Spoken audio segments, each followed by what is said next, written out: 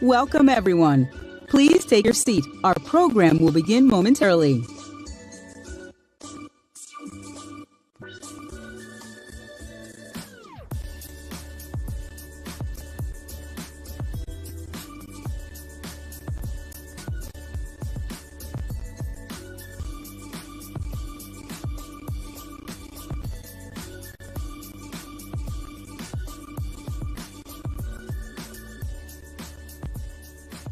Welcome, everyone. Please take your seat and silence your cell phones. Our program is about to begin.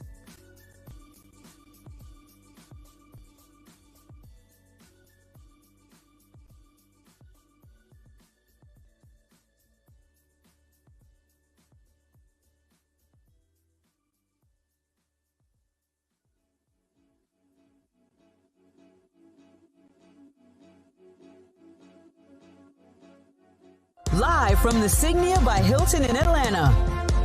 Welcome everyone as we celebrate our 10th anniversary. Over the past decade, we've brought together global leaders, industry innovators, and change makers that have helped reimagine our global economy. But now we look forward to empowering our potential, impacting our communities, and together shaping the future. Welcome to the 2024 Hope Global Forum's annual meeting.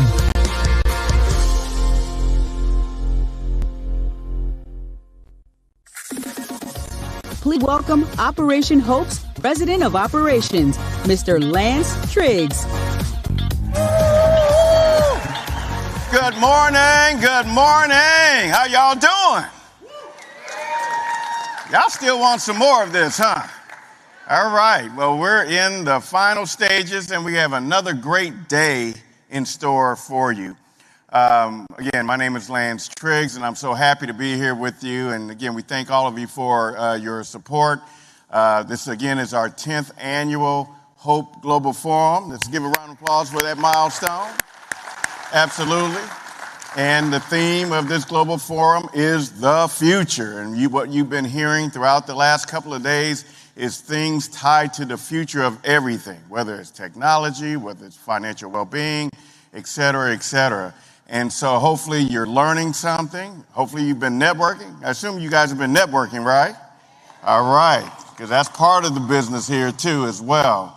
But again, we just are so thankful and blessed to have you with us. How many of you have been with us for more than 2 global forums? Just shout out. Okay. How about first-timers? We have any first-timers?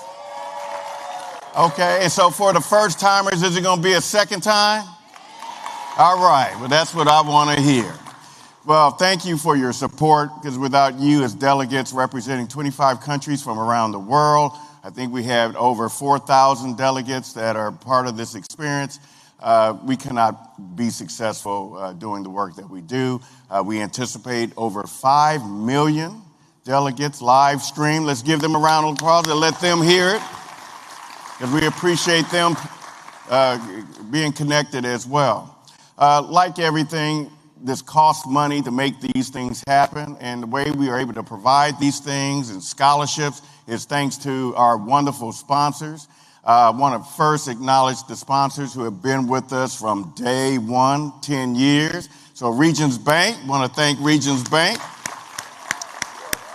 Absolutely. Want to thank J.P. Morgan Chase. Want to thank Bank of America. I know Bank of America's been with us. We want to thank First Horizon Bank. Keith is here, and Beth Ardon and Beth Trotter. Thank you for your long-standing support. And I know we got Purple Rain as always here, Truist. That's what I'm talking about. You guys never disappoint me. Absolutely. And I want to, Bahari and Yolan, please stand up. I want to acknowledge them. Been great partners over the years. Thank you so much. Thank you. I want to go back to First Horizon. You heard from them on the first night. Keith, Beth, if you're here, stand up. I want you to be recognized. You know, it's all about relationships and connectivity, so thank you so much. And then we have the stagecoach in the house, Wells Fargo. I see you over there. Yep. Darlene and Michael. Is Michael here? Michael's not here. Okay, well, Darlene, stand up, representing Michael and the team. You know, Darlene and Michael have been also pivotal executive points of contact for us to allow us to be very successful. So thank you, thank you. Also want to give a special shout out to U.S. Bank, as they're here, because they're one of our key sponsors. Corey, Montague, Kelly, Shaku, you heard Shaku yesterday. Thank you, U.S. Bank, for your continuous partnership. We're in, I believe, 10 cities, if not more, throughout multiple states. And so without your support and leadership, we cannot continue the financial well-being work that we do in those markets. So thank you, thank you. And then I know Fulton Bank is in the house. I know last year we featured them in our home ownership program, which is over $1 billion in capital for home ownership.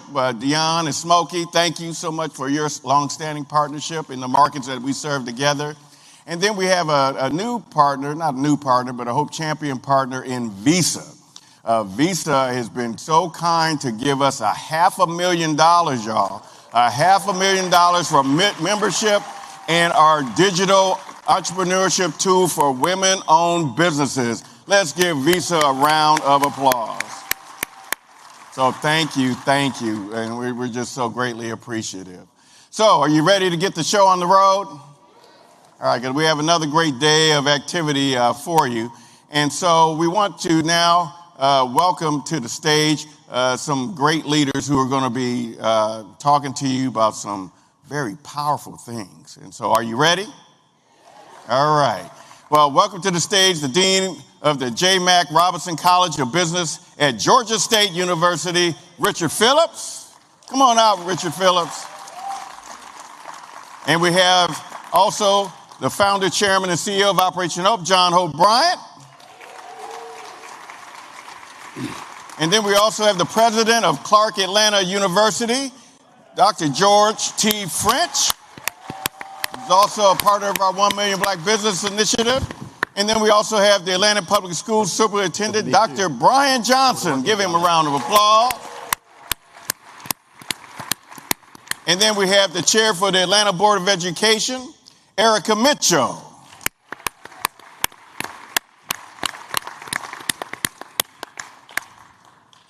All right, and then we have part of our, I think that's it, y'all. Yes. Let me get off the stage. I'll take it from here. Thank you. Good morning, everybody. Good morning. This is the home stretch of the 10th Annual Hope Global Forum. Have you enjoyed it? Woo.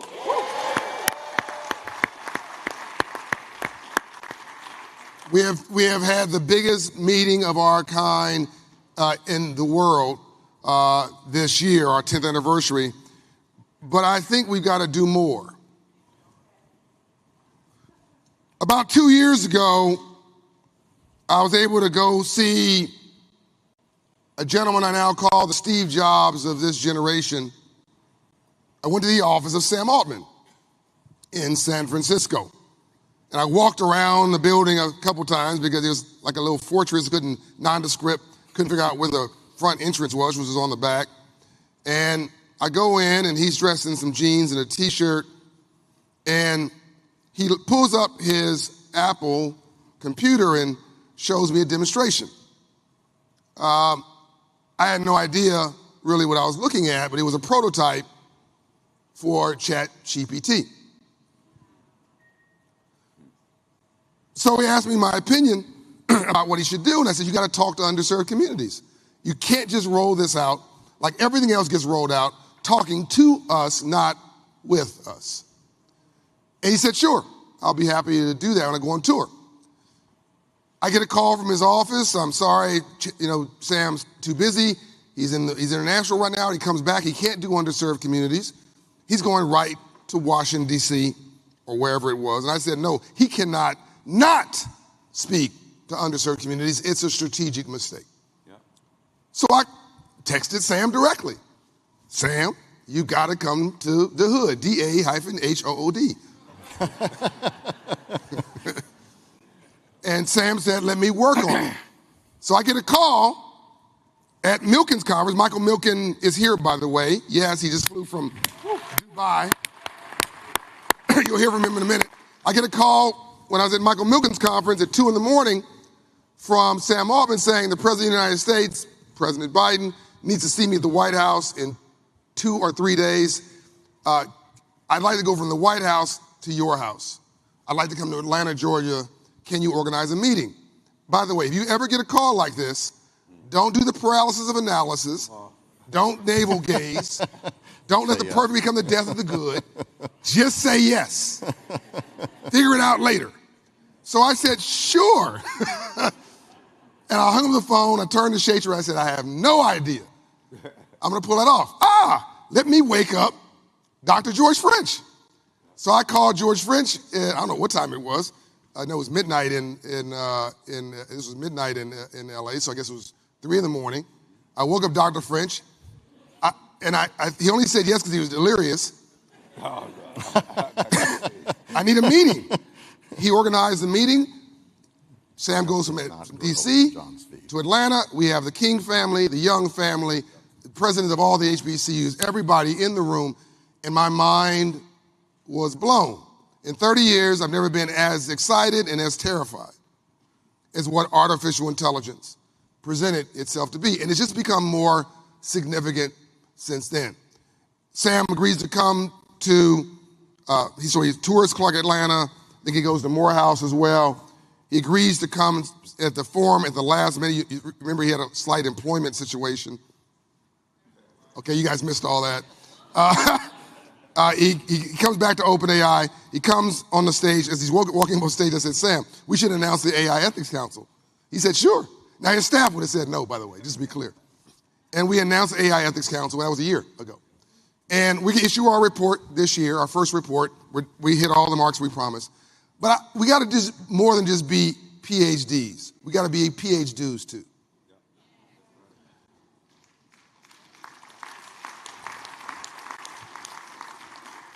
We can't just navel gaze and stare at the problem. So there's going to be job loss. There's going to be 70 million jobs. Poof. No, not who. Gone. And if you black and brown with a high school education and no hustle, you've been working at a convenience store or gas station or a grocery store or a fast food restaurant, done. If you are an accountant, maybe, done. Anything can be automated. Just give you some context. Am I boring you or are we okay? I'm getting to a point. Just trust me for a second. There's an estimate that in 2018-ish, the investment in AI was insignificant. Between 2019 and last year, the investment was $54 billion. Hold on. Between now and the end of 2025, the investment is estimated to be $200 billion, 4x in 1 year. This train is moving. Your life will be different by 2030. Completely different. Job losses and job gains. 70 million jobs lost, 80 million jobs gained, but those who lost it are not going to be the ones who get it unless you train and retrain your mind, your space, your place, and take your space on the stage of change. Now, I don't like sitting around and waiting for trains to hit me. I believe in rainbows follow storms. You cannot have a rainbow without a storm first. I believe we got to set the table, Brad Johnson. We have to set the table for the future, and I believe the underserved communities are a big part of that future. So, I've talked, we had all the sports commissioners. Never happened in the history of America. Yesterday. What do? They cultivate young people for NFL, NBA, baseball. If you're in Canada, hockey. In elementary school, they farm club you. In the middle school, Dr. Johnson.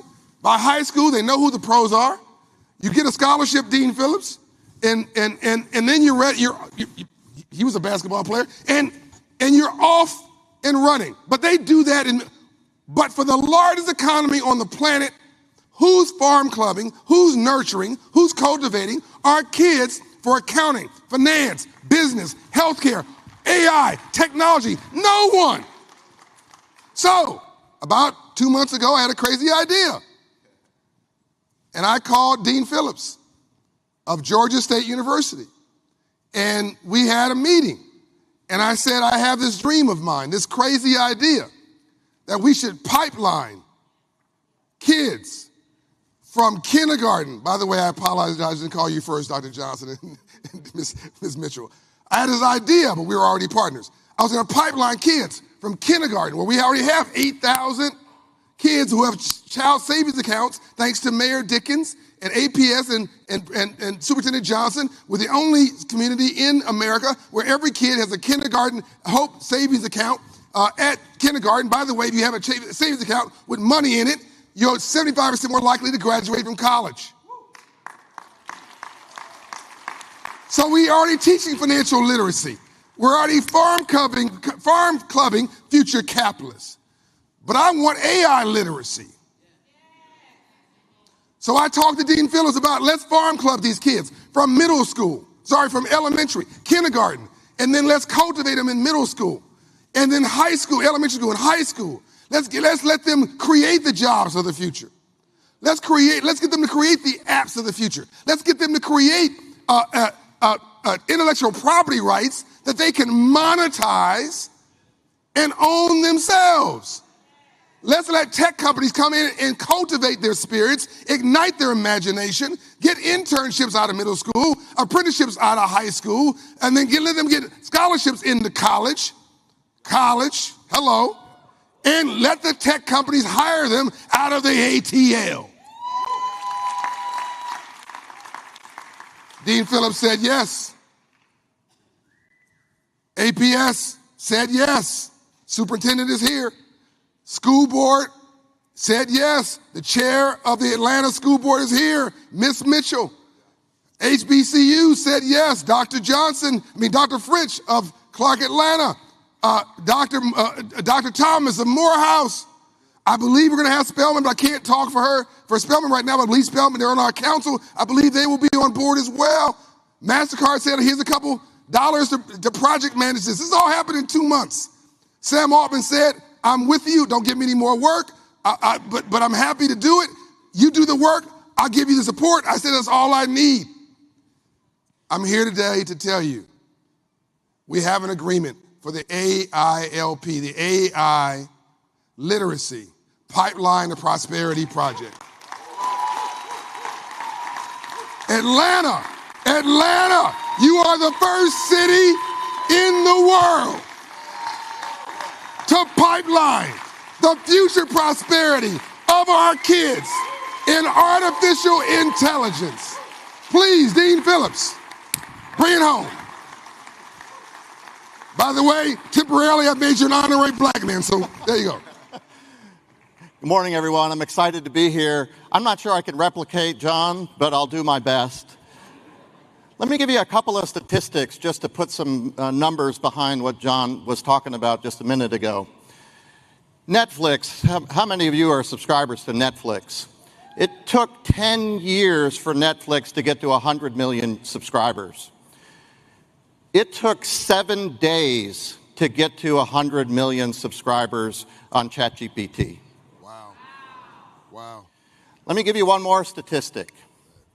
In the United States today, if you are awarded a patent in the first 10 years of your career, you are 10 times more likely to come from the top 1% of households in the United States than you are if you grew up in the median household income in the United States. And you can imagine the systemic differences across not just socioeconomic background of the people who are innovating in our economy, but also the differences in race, the differences in gender, and the differences in where you grew up. These are real systemic problems because we don't want just the top 1% of wealthy children to become the people that are going to determine what society looks like as ChatGPT and these extraordinary technologies develop.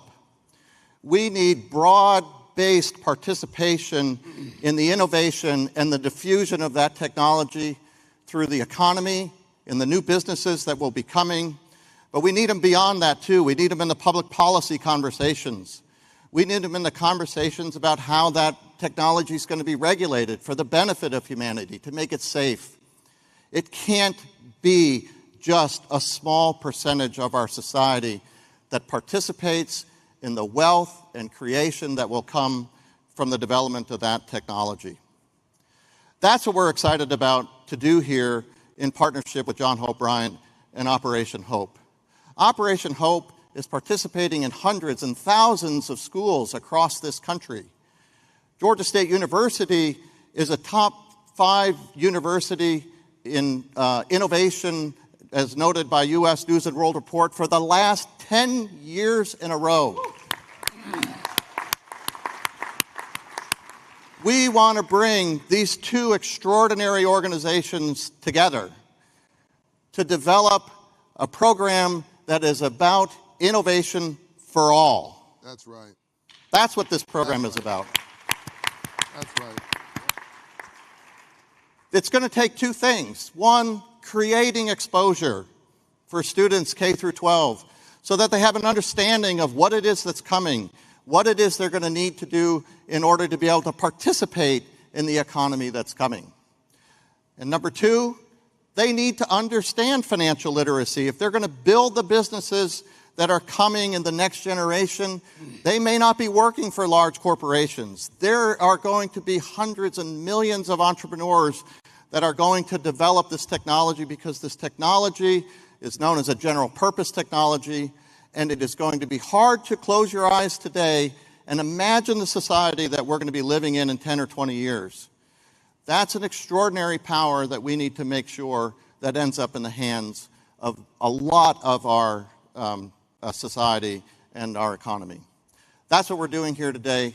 That's what we're excited to announce is the launch of a pilot program to get this started next year, and then ultimately to scale this across the state of Georgia, across the United States, and we'll see what the boundaries are after that.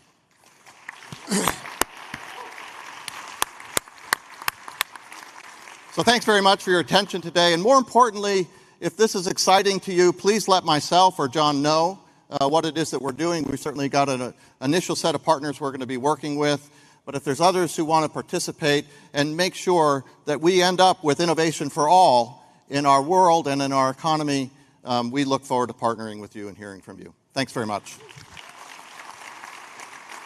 Thank you, Jim Phillips. Now let's make this real.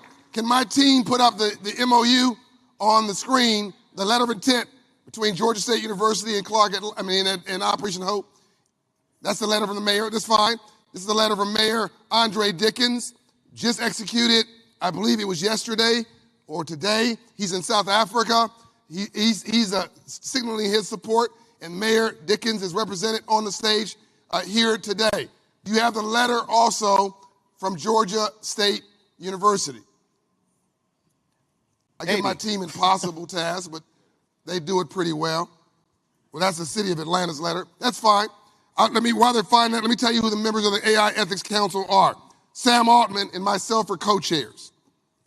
Ambassador Andrew Young, yes, 92 years old, AI. I just love it. He's backstage, by the way. I think he's 92. I think he's 92. 92, did I say 92? Yeah. Dr. Bernice A. King, who's continuing the dream, she's backstage. Dr. George A. French, he's on stage. Dr. David A. Thomas, he just sent me a note. It was a miscommunication. He's here in spirit. He would have been here, Morehouse College. Dr. Helene Gale, God bless her, from Spelman College, and we assume her predecessor will replace her on the council. Dr. Angela Williams, President and CEO of United Way Worldwide. Reid Hoffman, who founded LinkedIn, amongst other things, on the technology side. Van Jones, who said famously 99% of black people don't know anything about AI, and 99% of rich white people don't know anything about AI either. So we're all on the same page. We will distribute the letter from Georgia State and Operation Hope later. We'll make sure it's on the board later so you can see it. But this is now, with the signing of us affixed to this document, this is real in the world today. We already have cities trying to replicate us. It's not even started yet. We've gotten calls already saying, can we bring this to our rural white areas, our black and brown urban areas? This is about inclusive economics for all. Please give our partners a round of applause. Let's sign the document. Dean, I'll let you go first, sir.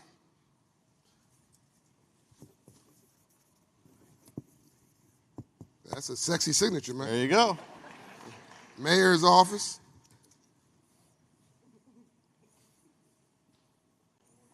I'm not sure that's yours, Andre Dickens. School board.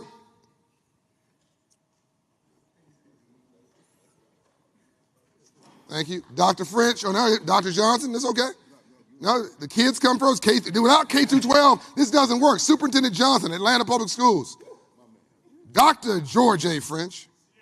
CAU in the house. Ready? And do I have any space for me? Hold on a minute. Come on.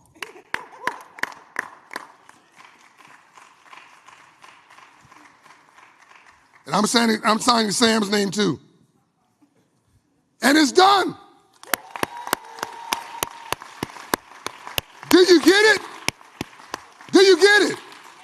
Is this a good thing? Give them some love, please. Thank you so much. I love you very, very, very much. Thank you. Thank you. Thank you. Thank you, sir. God bless It'll be you. fun. This will be fun. Get right here. Right here. I'll get right next to you.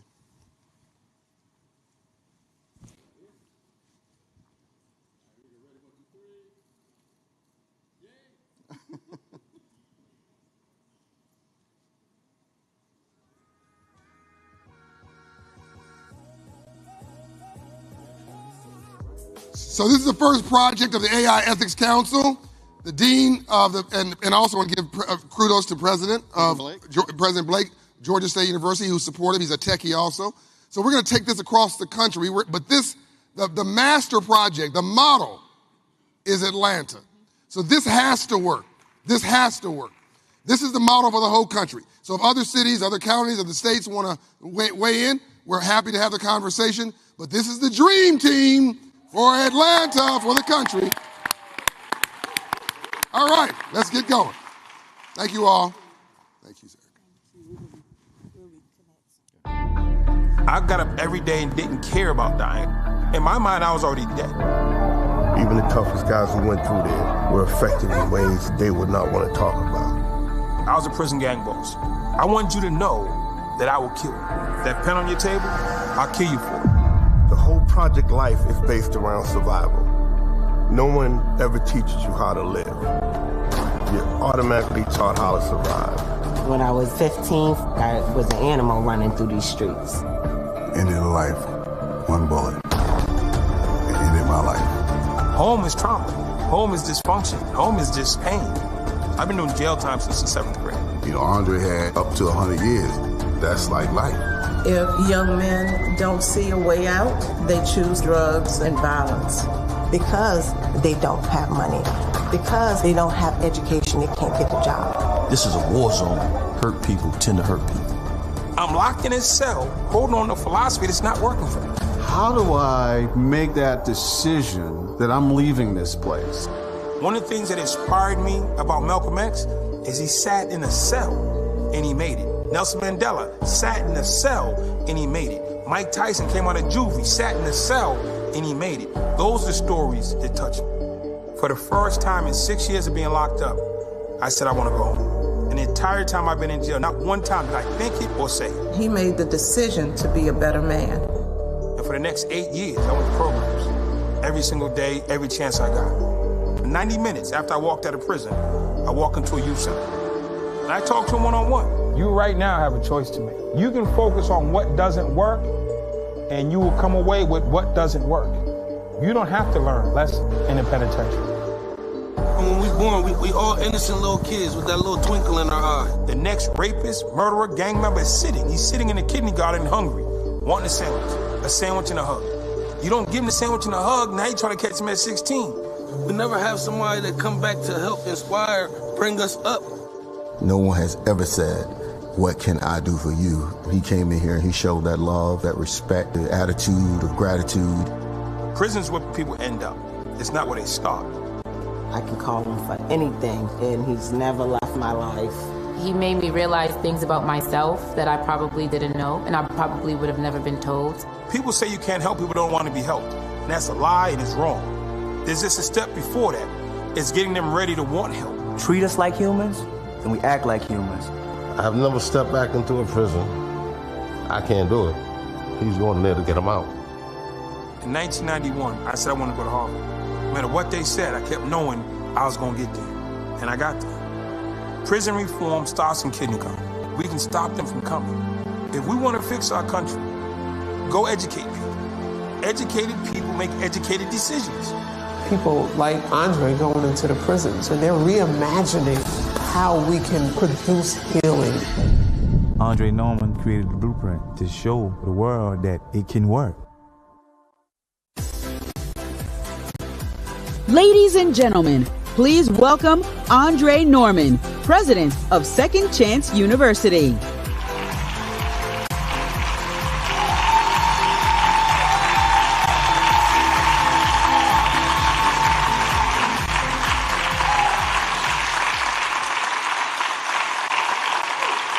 Thank you. Thank you. As introduced, my name is Andre Norman.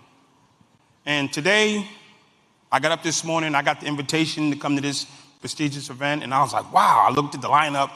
Everybody was either in the audience or I said, what am I gonna wear? I got custom suits. I got some like fly shoes. I got the Rolex. What am I gonna wear? I said, well, who am I representing? So today I wear this because this is my shame. For 14 years, I stayed in a cage and I wore one of these. And the day I stepped out, I went straight to the store and bought new clothes. I've flown around the world and bought clothes from everywhere you can think of. And I'm a clothes fanatic because this was painful. So I wear this shame today because I represent 2.2 million people who wear this every single day.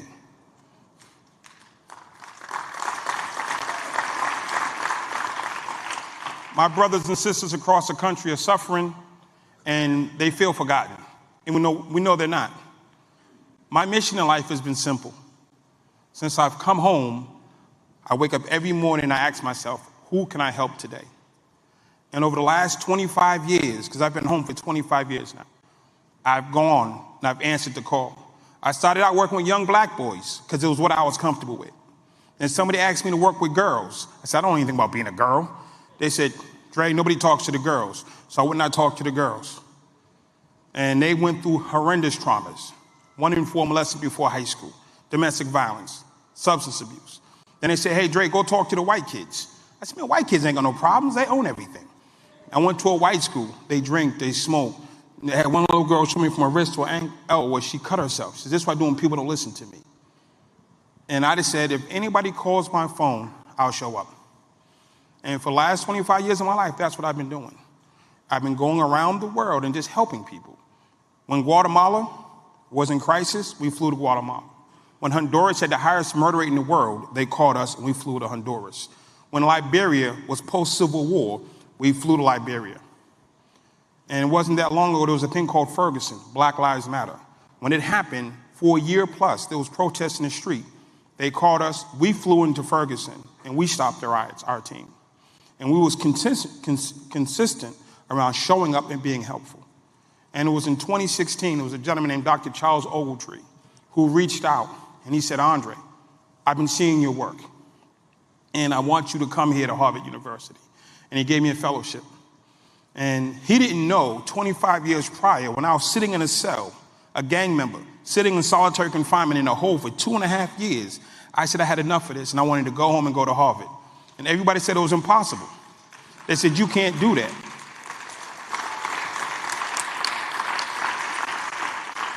I said, well, why can't I go to Harvard? They said, you're black. You're a gang member. You're a criminal. You're illiterate. You're from a poor family. And they told me all the reasons I couldn't go. And I went in my room, my cell, and I wrote out a list of all the things that I needed to do to get there. And I looked in the mirror. I said, what's inside of me that's stopping this dream from happening? And I started doing the work. And over the next 8 years, 20 hours a day, I worked. And on November 15th, 1999, they opened the door. They let me out. And in 2016, Dr. Charles Ogletree gave me my fellowship. And it was like the greatest day of my life. It was like, I made it. I did what people said couldn't be done. And my friends would call me from prison, yo, Dre, what's up, man? What's poppin'? I'm like, yo, I'm at Harvard. And I don't have to sneak in. They said, you really made it? They said, Dre, you made it? You're at Harvard? I said, yeah. I said, they gave me a little desk, I'm saying, with my little plaque and my name. There was like 4 of us at the desk, but I said it was my desk. So the other little kids were like, yo, he kind of scary, so they let me have that. This is mine. And I'm like, yo, I'm really here. And to have Charles Ogletree, Henry Louis Gates, Cornel West, Anthony Appiah as mentors didn't even make sense. It didn't seem feasible. That this poor little kid from the projects who grew up in a penitentiary, who had all the disadvantages humanly possible, was now sitting at Harvard University. And I said, what's your Harvard? What do you want to be? And I started challenging them to do and be better. And it wasn't that long ago, I met a company. They're out of Texas. And they have these things now. In case you don't know, this is a prison tablet. There's a company called Inventive. And the CEO named Dave Abel, super good guy. He said, Andre, you visit prisons all over the country. That's what every week I go to another prison. Every week I'm in another prison. Every week I'm in another prison. And I'm trying my best to be helpful. And he showed me this. He said, if you make a video or a training, I can hit a button and put your information in front of 650,000 inmates at one time. So what we do now, we have Second Chain University, where we educate people in real time on these habits. They're not left behind just because they're in Nevada or Wyoming. They're not left behind because they're in Fulton County or Rice Street. They're not left behind regardless where they are. They be in their cells, on death row, in solitary or GP or protective custody. And we can reach them in real time.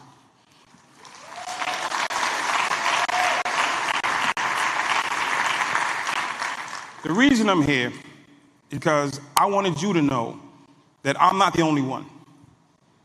I'm not. There are millions of people who are sitting in a cell waiting for the chance that I waited for.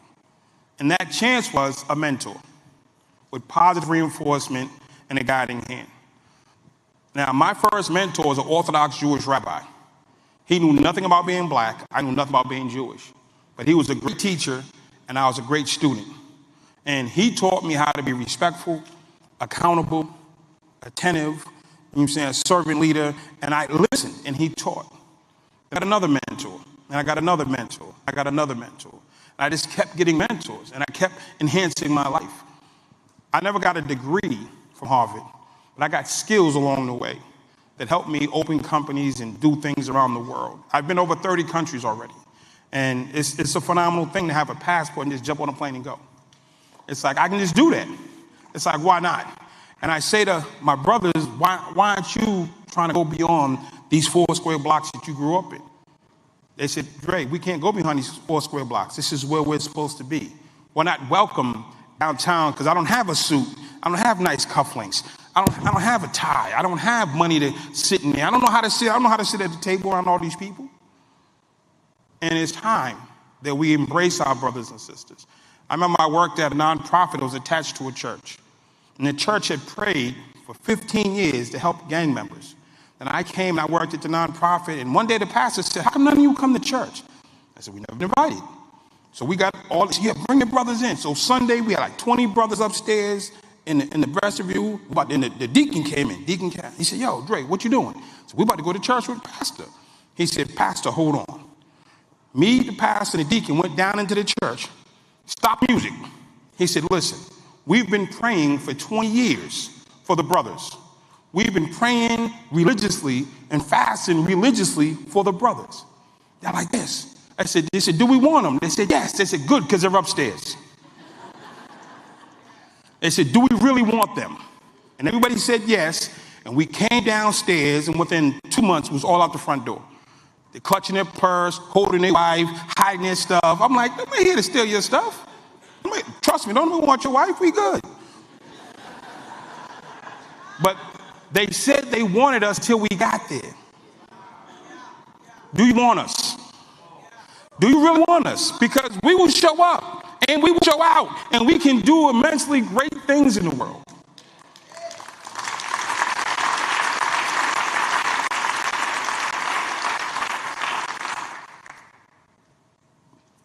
This group, these people, Mr. Bryant, and all the people who are here, including yourselves, I appreciate you.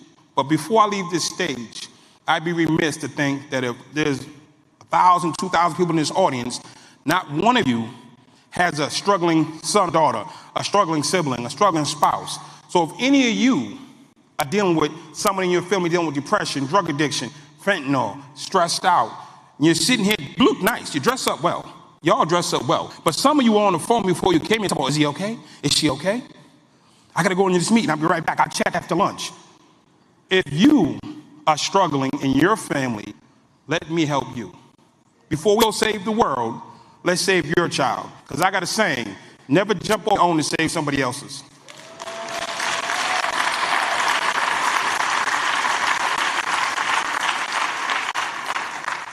Everybody here is committed to your well-being as well as the next generations. But what good does it do to do all the great work and lose your own child? So if your child is in need or your loved one is in need, please reach out. We're here for you. For me to be one of the biggest interventionists in the world and you say, oh, that was great, clap, but my son's struggling and I'm not going to call him. No. So ladies and gentlemen, I appreciate you. I appreciate you showing up. It's been phenomenal. And we know where to find them. They're in elementary school. Thank you. Because the breaking of loose was through non-violence and not through violence. The aftermath is the creation of the beloved community. There was a moment when we could declare success, but justice and who has it and who doesn't is a contested idea. We still have poverty, we still have inequality. There exists this very broad skepticism that U.S. society can change and that they will ultimately reach equality in the country at all. Some of these biases that can be found all across the internet are now getting fed into these AI systems, and some are making really big decisions about us, from mortgages to university acceptance to healthcare outcomes. If you're not at the table, you're on the menu. What happened to the village raising kids that look like me mentality? Thank you. And then 1 in 2 adults report miserable levels of loneliness. 3.5 million black families have a negative net worth due to debt. It's very difficult to be optimistic. As brutal as this sounds, get used to it. This is your country and you have to figure out how to live here. Dr. Bernice King, a global thought leader and CEO of the King Center. I don't want his words just to be alive in someone's mouth. I want them to be alive in their life. A.R. Bernard. A.R. Bernard. A.R. Bernard. Founder of the largest church in New York City. As leaders, we are facing many, many challenges, but you don't face them alone. Ray McGuire found himself becoming one of the highest-ranked black executives. More than a decade at Citigroup for Lazard as president. I got no economic justice. I got no social justice. I'm not interested in the crumbs. Matter of fact, I'm interested in the cake. I'm interested in us owning the bakeries. Dan Jones, founder of Green Machine Innovation Lab. It took a little bit of courage to break that logjam, and now it's broken. We have a responsibility where we do agree to work together hard. Ministry has poured millions into Port Alice neighborhoods. I don't want to just be inspirational and not transformational.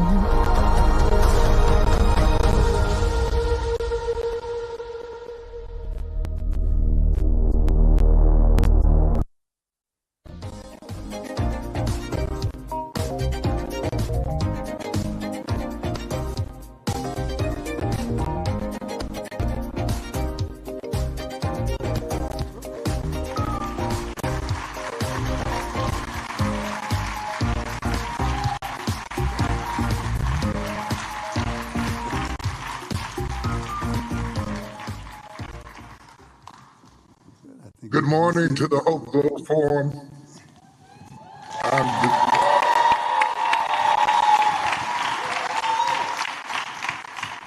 I want to greet and appreciate my friend John Hope Bryant for all of the amazing intellectual smorgasbord that he has poured out for us to consume. I have joined virtually. It was my intention to be there physically. I apologize, but I had a recent health incident that was a lot more serious than I initially thought that it was, and the doctors are not allowing me to travel as yet, but I was determined to stick my head into this opportunity and greet you and thank all of that know about it and that have been praying for me. I am on the road to getting better, and we're very well ahead of it.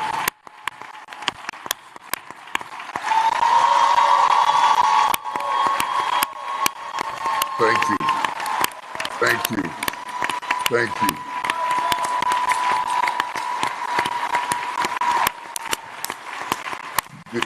The old adage that helps for you, Bishop. Thank you, sir. I know I can feel your prayers every day. The old adage that health is the new wealth, it takes on a whole new meaning when yours is challenged. And so I feel blessed and grateful just to be able to join you through this forum and just to greet you, and also to be so thankful that although I couldn't be there, my team is there, and I want all of my team, my executive team members and people that make up the TD Jakes group, not the Potter's House, but the TD Jakes group, which is our foundation, which is our real estate ventures, which is our TD Jakes enterprise, to just stand for a moment. And would you just give them a round of applause?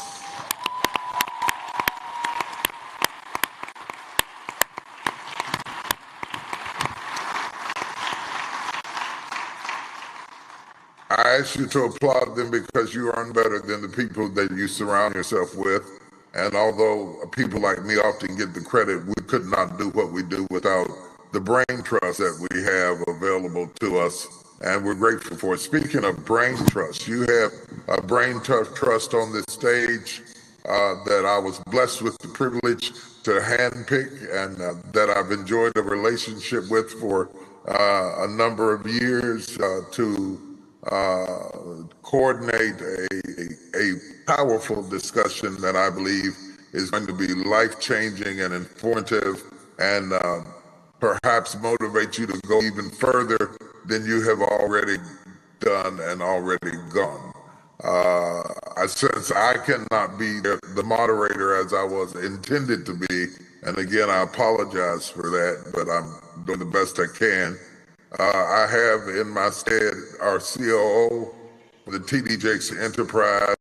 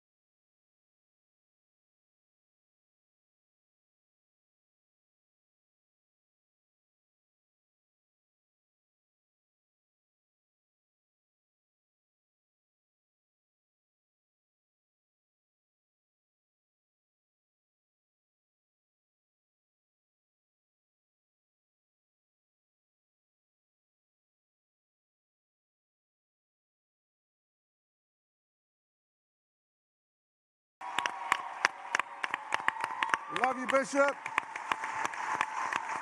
Yeah. Come on, let them feel it. Let them feel it. Yeah.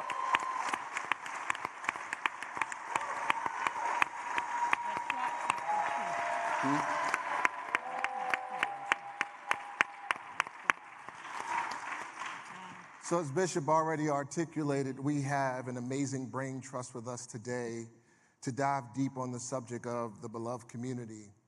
And when we talk about building a world where all people can thrive, where there is truly justice for all, when we come into forums like this that our host has so graciously put together all of this amazing content from thought leaders from all over the world for us to be inspired and to think about how we can make the world a better place.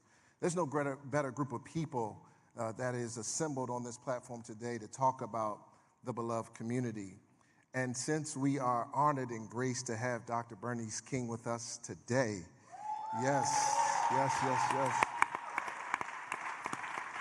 And since my mama is probably watching, I'm going to say ladies first and ask you, your father popularized the term beloved community. What was his hopes and aspirations as he aspired into that place? Well, I didn't have a personal conversation with him.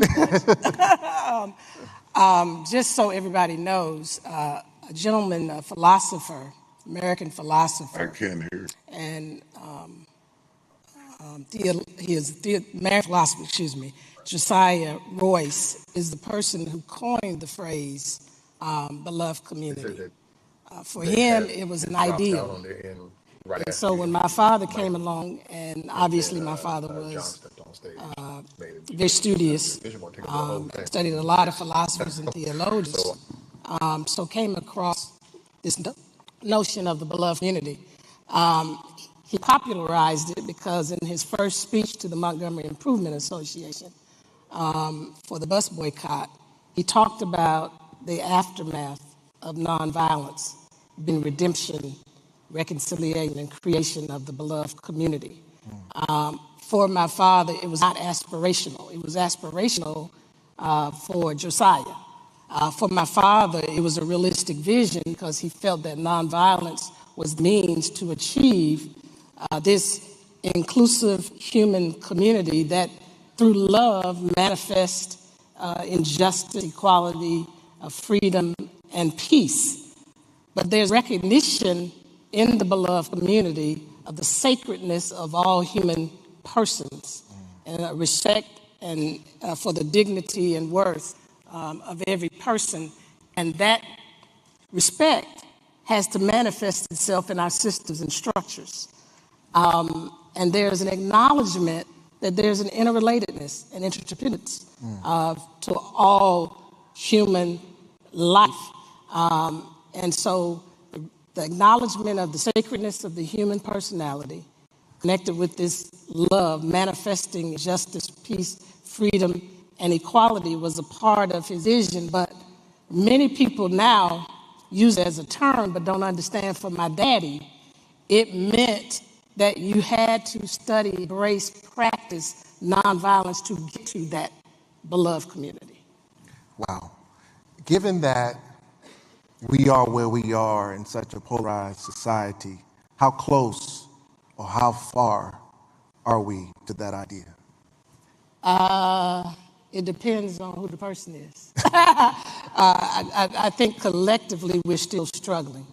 I think part of it is that we've become more materially focused than we have become spiritually focused. And what I mean by that is that we are the highest form of God's creation. And we have a capacity to elevate past what's happening right before us and to create a different dynamic. So when you look at the polarization that currently exists, there's a tendency for us to operate from a lower level and to try to get into the mix of all of that rather than to transcend it and try to pull people in. They call people out. When you have a beloved community mindset, a love-centered mindset, focused on the end of reconciliation and creating an atmosphere of justice, freedom, equality, and peace. You don't call people out, you call people in and you call them up. Love that. Love that. Oh my God, I love that. That's amazing. You don't call people out, you call them in and you call them up. Right. Speaking of calling people up and calling people in, Dr. A.R. Bernard, you have had a legacy of work that have done that in multiple levels. You stand at the intersection of ministry and marketplace. You've developed communities. How important is it to have faith leaders as a central part to building the beloved community? Oh, my goodness. First, let me say that our prayers continue for Bishop Jakes. We're glad to hear that he's recovering and doing well. He plays a very, very important role in social discourse and political discourse as well, not just spiritually, in our society. So we're grateful, and we continue to pray for him. I just want to say that publicly. Bishop asked me to respond within a historical framework. I'll try to do that in a minute. Let me take it here. This decade, we celebrate the 100th anniversary of the Harlem Renaissance, which emerged in the 1920s. A collection of gifted Black thought leaders, writers, artists, and creatives convened to both react to the systemic inequities that were present in our nation 100 years ago and to proactively shape a new Black identity. They were inspired by the Great Migration of African Americans from the South to the North, looking for better economics, better quality of life. They were inspired by the war, World War I, in that African Americans felt that if they fought in the war for this country, it will show their loyalty, their passion for this country, and hopefully lead to greater civil rights. That was their optimism. The frustration was that what it actually led to was greater discrimination, greater segregation, and the resurgence of white supremacist violence, including lynching and racial riots. But it didn't stop them from thinking, because they began to turn inwardly to their own community. And I think that's important, because as we look back 100 years, it's amazing how parallel then was to now. We had a Spanish flu pandemic, killed 675,000 American people. We had the Red Scare, which led to the 1924 Immigration Act, where Eastern Europeans were reduced in terms of coming into the United States, and of course the ban of Asian Americans. We had the Red Summer of racial riots across the country. We had the KKK marching down Washington, parading in regalia, and then meeting with President Harding, as part of America and American history. We had a radical conservative shift in the social and political landscape. We had presidents who decided that they were going to engage in isolationism policy, which of course had international impact, because removing ourselves from an international landscape created vacuums that were later filled with totalitarian, nationalistic regimes that led to World War II. Tariffs were placed in the United States, and of course, nations reacted, which began to influence the global market. And I can go on, but the interesting thing is, and what we need to look at is, in the midst of all of that was happening, right?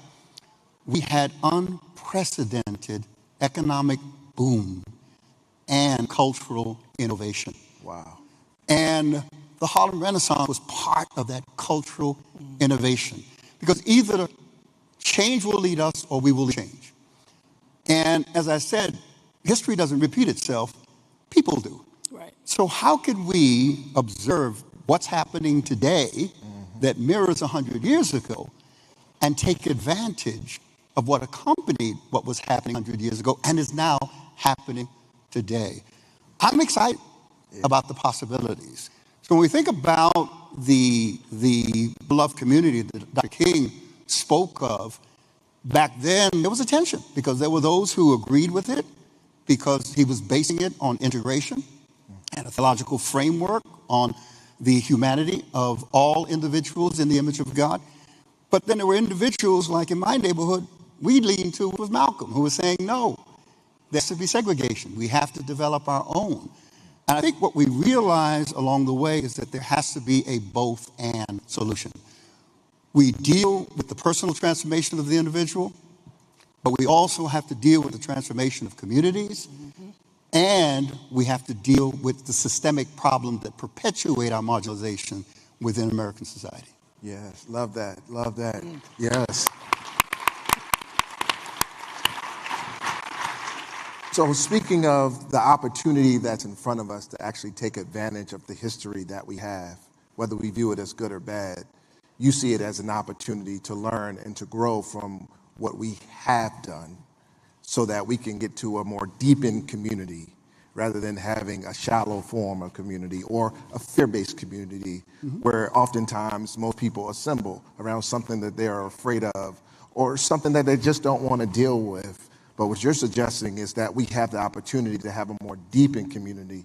We have with us the president of Lazard, Ray McGuire, and I'm curious as to your thoughts. What does that look like economically? How do we intentionally learn from past behavior, past thoughts, past circumstances to a more brightful, more hopeful future of an inclusive economy? So first of all, thank you for having me. I clearly am a member of the beloved community. I fell a little off my game, though. You have on blue shoes. She's got on green shoes. And the Reverend's got the highest in hush puppies I've ever seen. I got some custom stuff, but it looks like I'm still off my game. So. We have gotten a brief sermon, thank you. We've gotten a history lesson. I'm reminded of what King said in that letter. We are tied in an inescapable garment of destiny. What affects one affects all. And if I think about that, and I think about the history lesson here, and I think about the examples that we've had where we've seized the opportunity, the examples reside in the public figures who partnered with the private sector. And we know them all. We know of Andrew Young, and we know of Marion Barry, and we know of Harold Washington, and we know of Maynard Young, and we know of all the advances that took place under their leadership. The question becomes today, I got 600 and some odd mayors representing 48 million people, 4 of whom are running the largest cities in the country.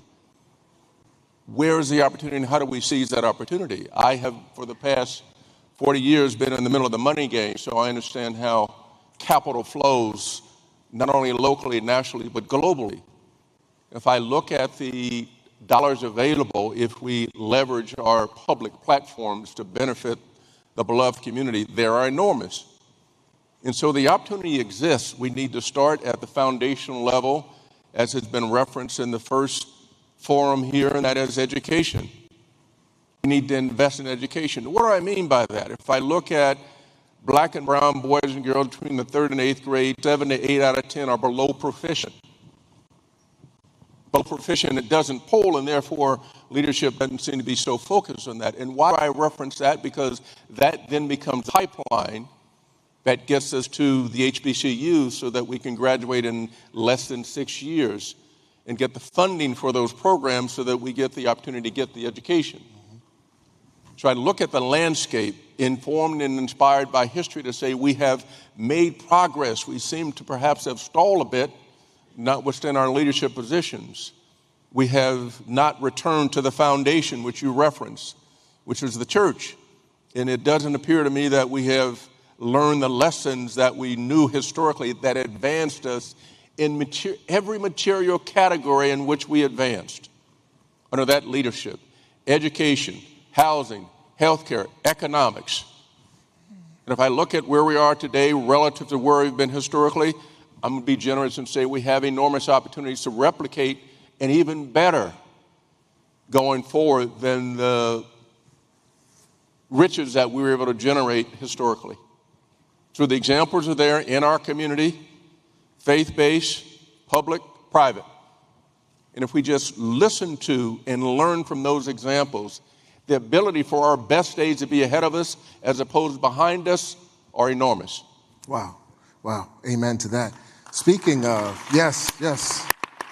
Speaking of public-private partnerships and innovation, I was going to talk to us a little bit about, or ask a question or propose a question about the advances of technology and how it can be used to help to buoy and influence a beloved community. But just for a second, I think we need to take a moment and congratulate and celebrate our host, John Hope Bryant, for creating the AIPL. Yeah. That is absolute. Oh, come on, y'all. Our artificial intelligence pipeline. Amazing. Amazing, amazing. What role do you see technology playing in helping us to shape, or not, a more beloved community? Me? Anyone. I think that needs to go to someone else. I was trying to figure out who was looking at me. You were looking at me? I was trying to figure out who he was talking to. Yeah. So let me take a stab at it. You heard some of the statistics cited by John Hope Bryant when it comes to the investment in artificial intelligence. And we look at some of the colleges and universities that are now have been focused on STEM. We're now advanced beyond that, meaning that it used to be that if you were in engineering, you could code, that was the future. Today, you see a lot of that being dislocated by generative AI. What will not be dislocated by generative AI, about which we're not talking, is that in generative AI, we're going to need two fundamental things about which none of us are talking, about which there is enormous opportunity to have a foundational wealth: plumbers and electricians. I guarantee you today, in what is not known, in order for generative AI to exist, you need water, you need electricity. And then you need to retrofit the power and electrical grid in order for people to be able to access it. The things which we take for granted until we don't. When your water goes out, who do you call? Now, I know some of us have gone to Sears. It used to go to Sears and think we can do the handyman move. But the water goes out and there's a leak, you got to call a plumber. Right. Lights go out, you have no idea where the box is and how to fix it. Generative AI at a foundational level will make certain that those opportunities exist. Now, when it gets to dispossession or dislocation of human talent, that will happen at the most fundamental level. It used to be the case that we went through toll booths, we had people there who would give us tickets on one end, and then we exited, we'd have tickets on the other end. Today, that is all gone. You got a tag that says Easy Pass, and you can go through the fast lane and go through the tolls with zero human interaction. There will be other examples like that. Having said that, the more we invest in understanding and the more we educate the next generation who are digital natives as opposed to people like me who are digital immigrants, we can figure out how we exist here. The other is in generative AI. All of us, guarantee everybody in here has one of these machines. Everybody. Now, what will happen is the ability to access this and manage our lives in a more succinct manner than what we do today will exist on this. And so we have to figure out as a community, which is why the thoughtfulness behind the movement in generative AI that John Hope Bryant and others talked about at the initial forum, that thoughtfulness is something that we need to embrace. Get invested intellectually, educationally in generative AI, because otherwise it will move you, it will displace you in ways that we've not seen before.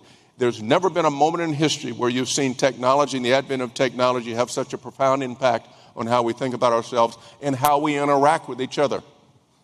I'd like to affirm, please, what my brother Ray McGuire is saying, because we shovels in the ground in April, and we're working on the first 4 buildings, which is part of a $1.2 billion development project in Brooklyn. We're developing 10.5 acres. We're bringing 2,000 units of mixed income affordable housing, 130,000 square feet of retail and commercial space, 24-hour child care, which is a new incentive nationally. It's one of the largest program developments in the country. And what we found was just that, this whole body of individuals who are ripe to be HVAC carpenters, plumbers, and electricians across the country. So everywhere you go in these cities, you see all of these skyscrapers going up, you see all of these cranes active. But the question is, who is running these things? So what we did was add a trade school to the entire development program, and we're building it in such a way, I'm going to date myself here, but we used to have shop when I was in high school. And you could go to carpentry, you could go to electrical shop, you know, and doing it in that fashion, so the space is going to be industrial space that will house situations where each can actually engage hands-on in the work itself. We, as people of color, coming out of a period of a $34 billion crime bill that affected us and our black men negatively, who are coming out of prison and trying to go back into society, they currently need things like this to help them assimilate back into society in a helpful way. So these are the kind of things that I think we need to do and engage in. Let me just pause on that, just to amplify that. $1.2 billion, 10 acres. The magnitude of that that's exemplary. And it doesn't happen across the board. You, the faith-based community, public-private partnerships, you're an example of that. And the more we can replicate that kind of best in class across the country, the more we elevate our population, the beloved community. Absolutely. Sorry. Yes. Go ahead, Dr. King. No problem. I want to take a stab at it from this angle. AI doesn't have a soul or a spirit. We do. Yes. It can help us if we are where we need to be spiritually, morally, and ethically. That's why I think the AI Ethics Council that John started, that I'm a part of, is so critical. Because one of the things my father cautioned us of in his book, Where Do We Go From Here? Chaos and Community in his World House. He talked about how technology and science had advanced us to a place where we have this wonderful connectivity, neighborhood-like connectivity. But where we have failed is we have not learned how to live together as brothers and sisters. And he went on to say, if we don't, we will be forced to perish together as fools. And he talked about how there's this great chasm that creates this problem of learning how to live or perish between technological advancement, ethical and moral advancement. So as technology is advancing, if we ourselves don't take deep introspection at who we are, how we see each other, how we relate to each other, how we live together, because we are still humankind. He said if we don't keep pace and help to bridge that chasm, we will destroy ourselves in the very misuse of those instruments. Wow. Wow. Amen. Amen. Amen. Amen. So, in our closing thoughts, and this is for the whole panel to think about, to respond to, that type of intentionality around making sure our hearts, our souls, our minds keep pace with the current trends and transformational ways technology is changing our lives. If we're not doing it the same way, given that, here's the question, given that communities at times are not always formed intentionally. Right. Sometimes they are, and oftentimes they are formed because of unpredictable events, such as COVID, or historically, like the Civil Rights Movement, some catastrophe or some crisis that forces people to have a shared intersection. How can we intentionally build beloved community without having a crisis, but rather having the opportunity to see the benefit that we are stronger together than we are apart? Well, I think it takes leadership. You know, everything that we have seen that has progressed our world has come through leadership, and leadership with a critical mass of people. It's not everyone. The movement, contrary to what people saw on August 28, 1963, was not that many people, 250,000 or more people. The movement was a core group of people who had that intentionality, that commitment, and that practice of nonviolence, who helped to move the needle, and it influenced. So I think it really starts with people who have the courage in the midst of the status quo to stand out in that way and to combine and coordinate efforts, because there's a thing called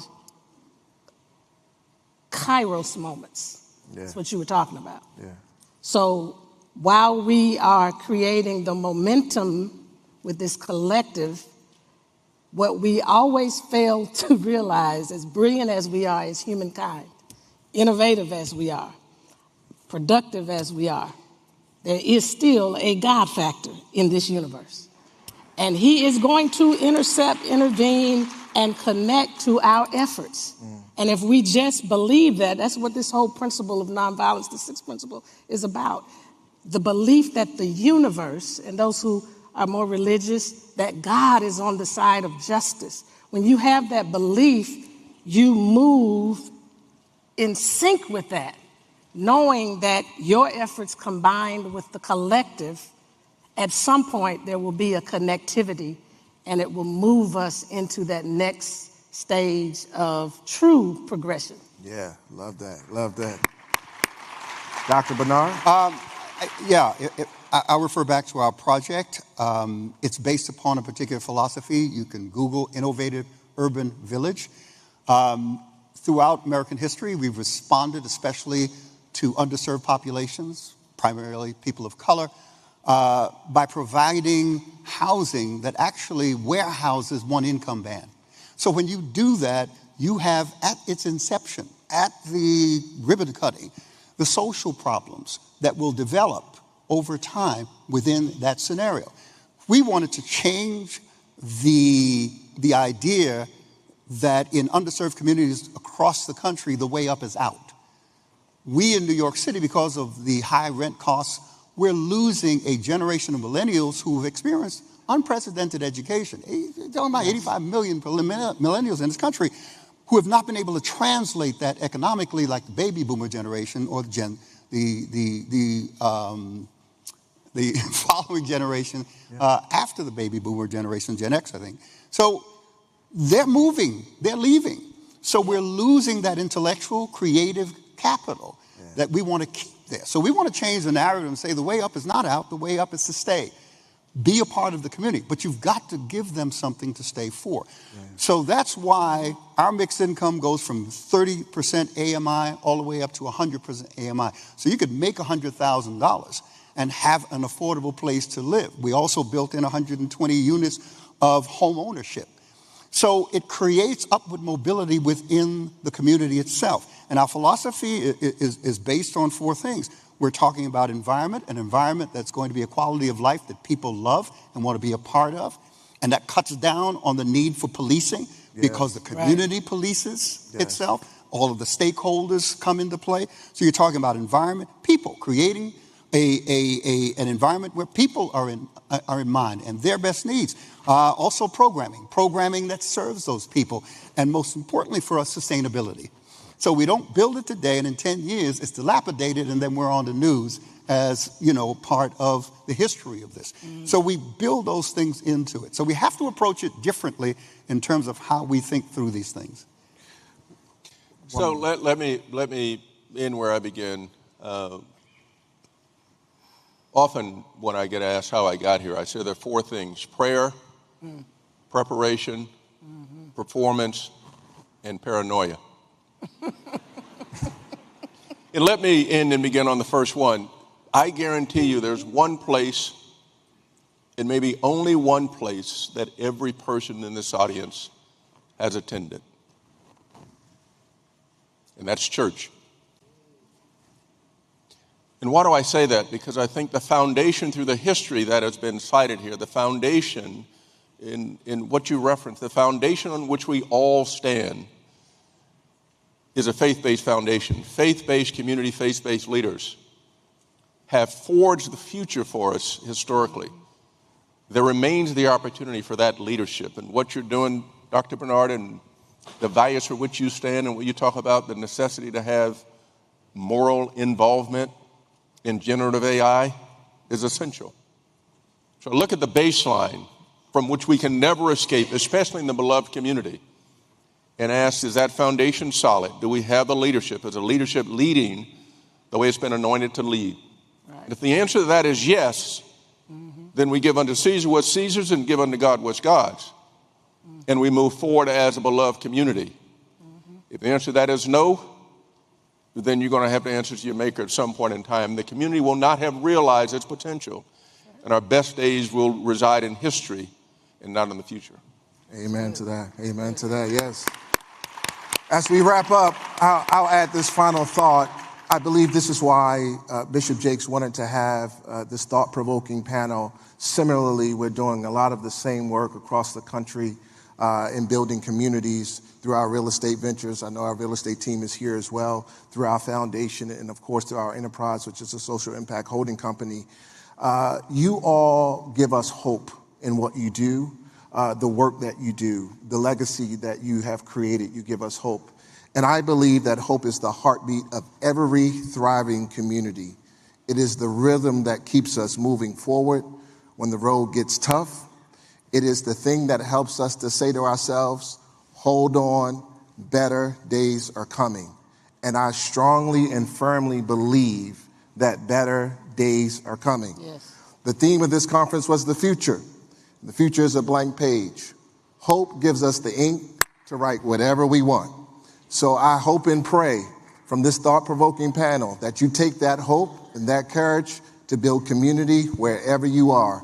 Can we thank this amazing panel for being with us today? And thank John Hope Bryant.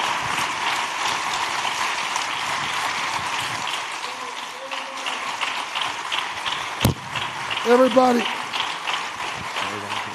this was brilliant. Reverend Bernard, hold on. Reverend Bernard, I was told by Bishop Jakes that you are a genius. You own New York. And everybody here now sees what he saw in you. Reverend Dr. Bernice A. King, the CEO of the King Center, which she does for free. She gets paid $1 a year for this thankless job. Now everybody else gets to go do something else. You marry somebody, you change your last name, you move to another country, you disappear. You say, what do you mean what I did in the U.S.? I'm in Jamaica. It's a whole other country. I don't know what you're talking about. Anybody else, you can go someplace, disappear. She can't go anyplace. She can't change her last name. She can't do any. She is Bernice. She's the daughter of Dr. Martin Luther King Jr. She's worn it with grace and style and dignity.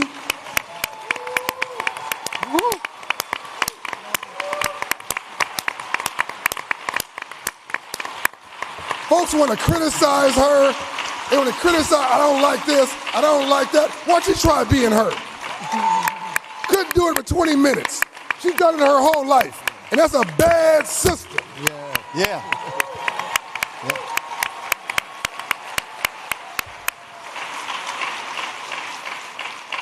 A secret weapon on this panel. Whoo! Ray McGuire. Yes, sir. That dude's making smart sexy. Let me tell you something. And I know you heard about vice chairman of Citigroup. Ain't no black person vice chairman of Citigroup ever, before or since. Ran for mayor. To me, that was the lowest thing on your credentials, running for mayor. Hold on. CEO, president of Lazard, in Wall Street. What black man you know run a Wall Street firm? But it gets better. The statistic I cite, I've been citing it since 2020. This is what leadership, this is how leadership matters. And by the way, Mr. Phillips, I know you're like the Tom Cruise of like theology. You're like the black Tom Cruise of like faith-based initiative or something. You're just cool from top to bottom. You did a great job today, Michael Phillips. Ray McGuire, when he was vice chairman of Citigroup, had his team author a report to document the cost of discrimination to the economy. No emotions, no bias. He knew that a social civil rights group couldn't do it. It'd be written off. He was hands off. He had his team do the work. He could do it because he was vice chairman. He directed his team to do it. I want you to search it.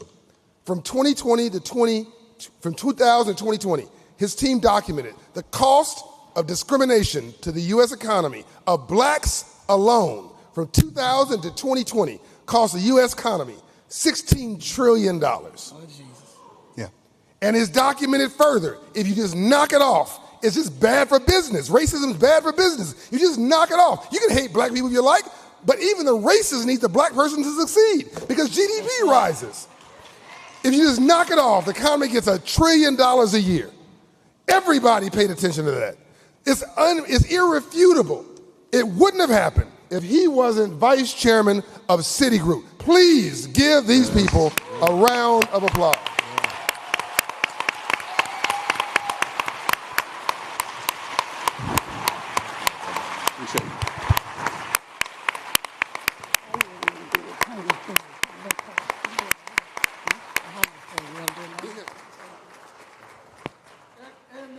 Can I say it now?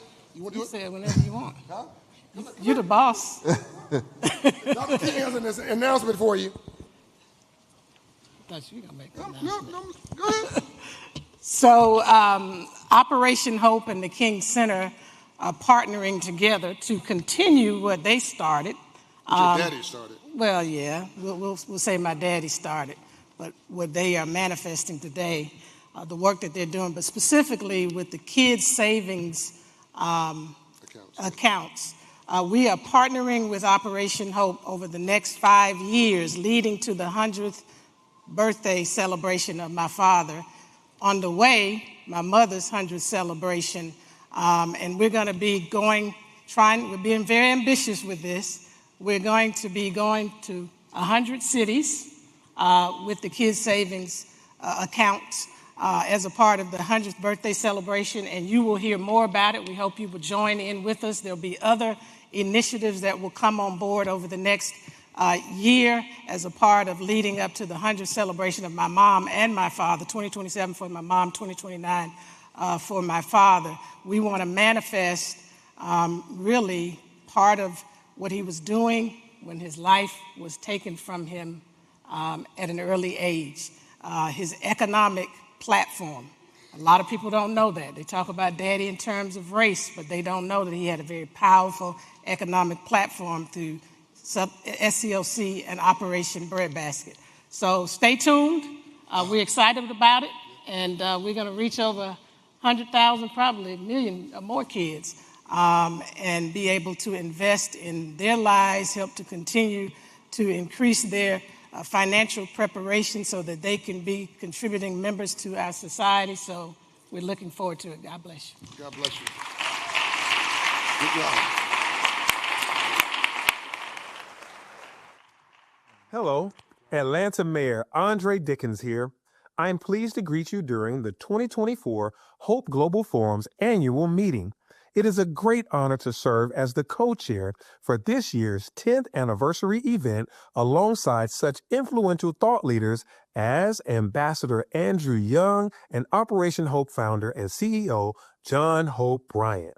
No city in America is better positioned to represent the future than the thriving, diverse metropolitan area that is modern-day Atlanta.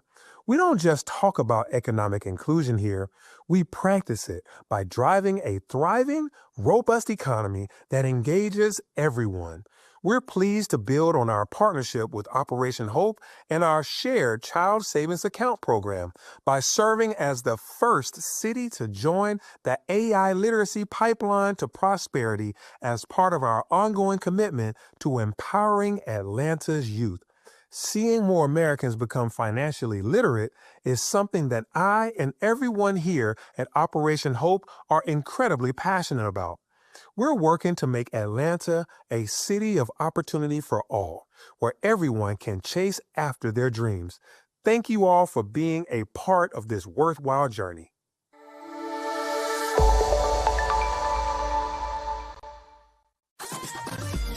Ladies and gentlemen, please welcome the Chief Diversity Officer of Morgan Stanley, Sam Lillane.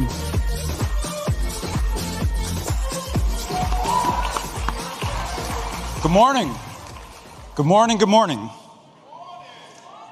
How's everyone feeling? Day 3. You still excited?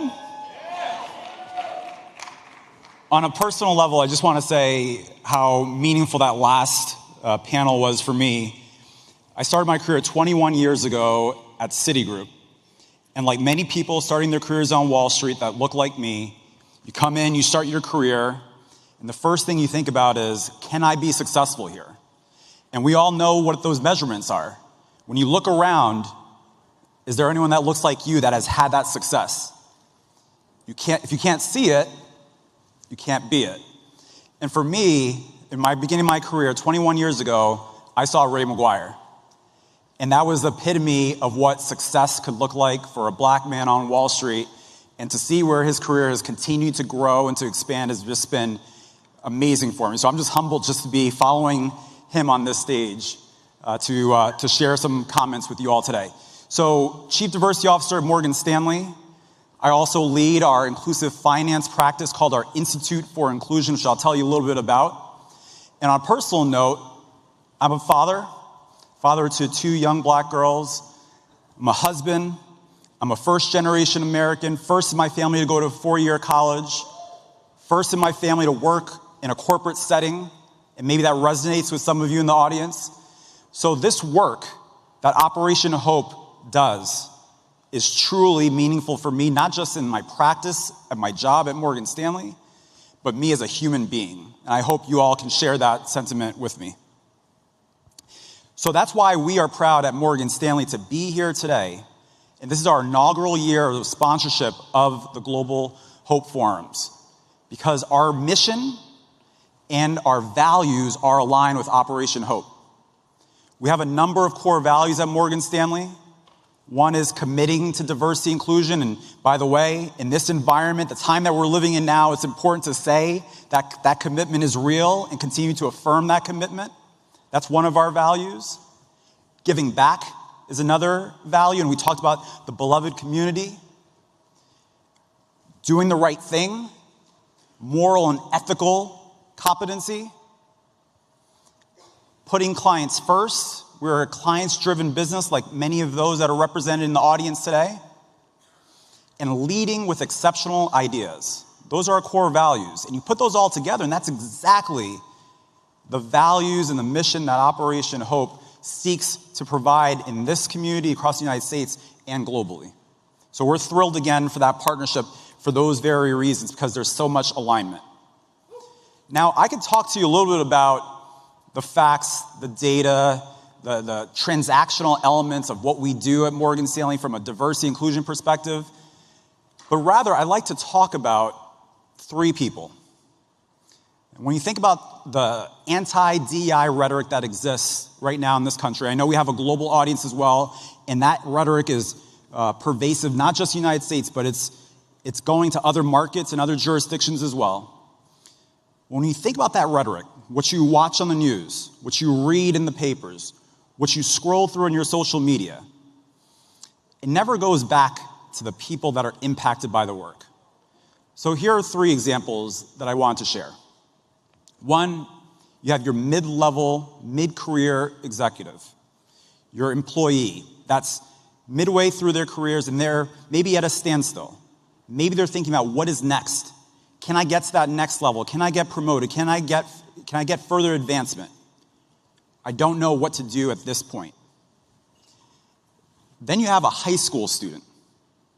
You can think about high school students that you know, maybe within your own families. I'm thinking about primarily a high school senior, a young black lady, grew up in northern Florida, had dreams and aspirations of matriculating to college, but there were setbacks.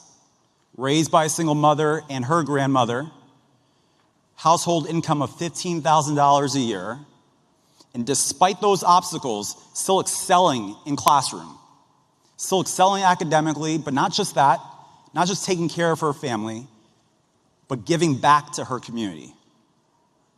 And the third group, which we've talked about so far in these forums, is our budding entrepreneur. Think of maybe the founder of a tech-enabled startup or a small business owner.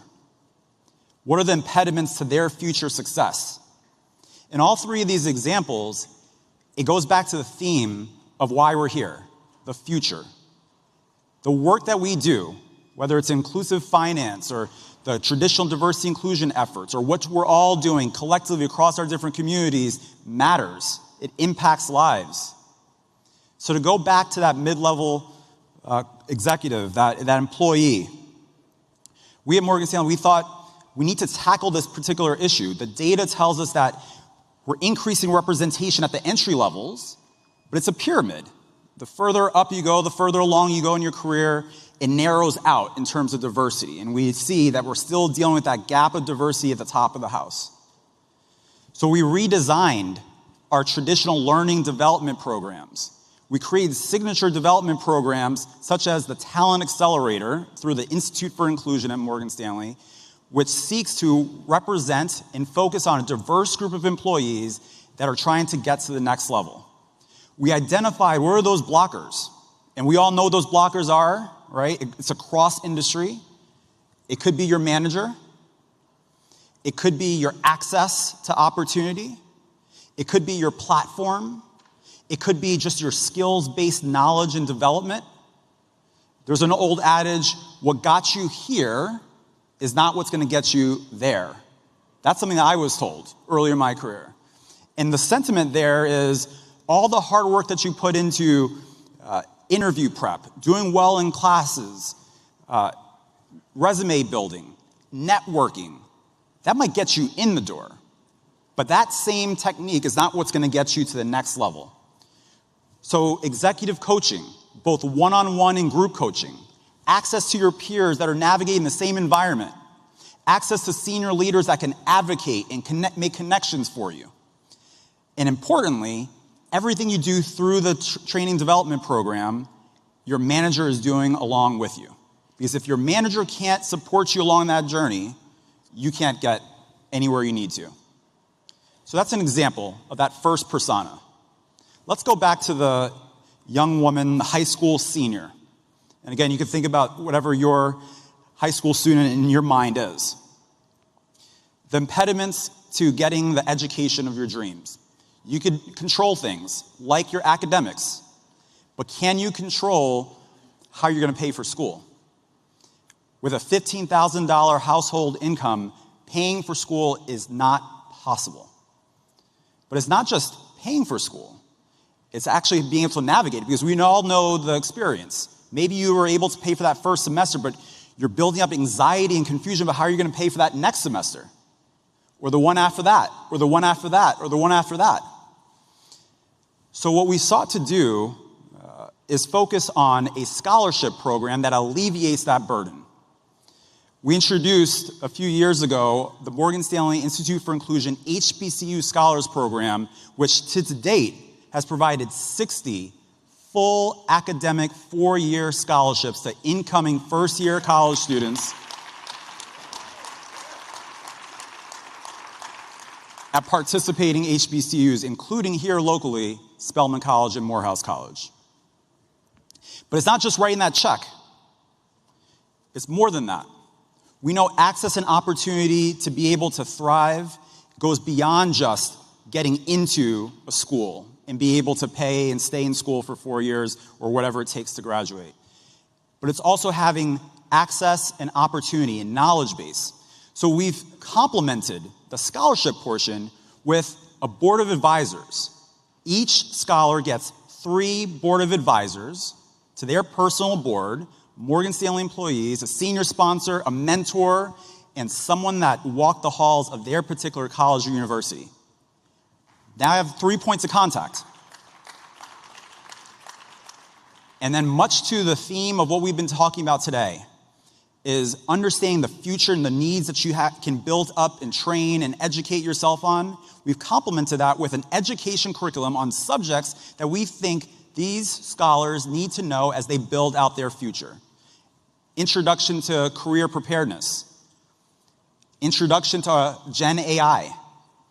Introduction to understanding mental well-being, mental health. Something that we historically have not talked about enough in our communities. And we supplement that through this group. And then with our entrepreneurs, we have our Inclusive Ventures Lab and our Small Business Academy, which helps entrepreneurs, founders of tech-enabled startups, small business owners to scale, to get access to thought leadership, access to mentorship, and importantly, access to capital, access to investors, which is all within our network, to be able to get to that next level. So as I close out here, when we talk about the future is important. The future does not just happen for individuals, it happens with a collective group, a collaborative, such as this community, to build out that future potential in all of our people, including the 3 that I just mentioned. So thank you again for having me with you all today. Thrilled to be here representing Morgan Stanley as a sponsor, and we look forward to further engagement. Thank you all. Please welcome your MC, Emmy Award-winning journalist and host of Lawmakers on GPB, Donna Lowry. Hello, hello. How many are having a good time and thinking, oh no, it's about to end? Isn't it been wonderful? Hasn't it been wonderful? This morning has been fabulous. Every single day has been great. And so all good things have to come to an end, I guess. But we're going to keep it big all the way till the end. So you can be excited about this. The forums are all about bringing together some of the world's most extraordinary leaders to focus on building an economy that works for everyone. Inclusive economics. Next, we have some of the world's greatest economic and financial leaders. Let's give some applause for that ahead of time. Yes, we need them. They're going to discuss the future of finance. First, the CEO of the McCore Capital, Josh Lebel. And then partner, portfolio manager, and co-head of alternative credit in the Ares Credit Group, Joel Holsinger. Returning to the stage, the president of Lazard, Ray McGuire, and the chair of the Milken Institute, Mr. Michael Milken. Let's give them all a big round of applause.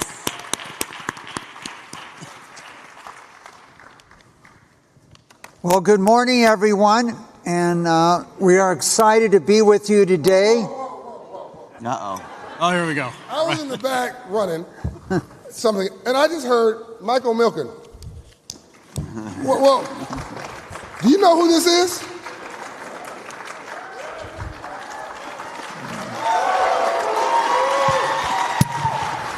You don't have. He flew all night from Dubai for you and did not send me a bill.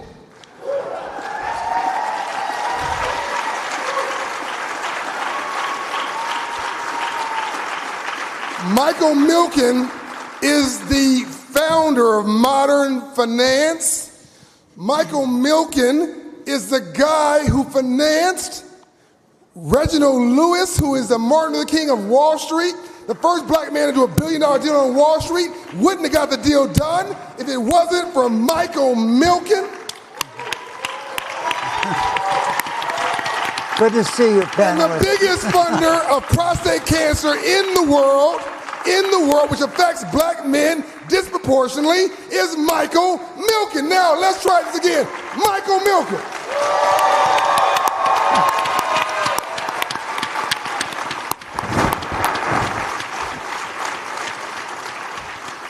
Well, good morning again. So we're going to see a short video with Maya Angelou talking to you about what the American dream is. And that American dream is something, the ability to rise up not on who your parents were, not your religion, not whether you're a man or a woman or where you went to school, but on your own abilities.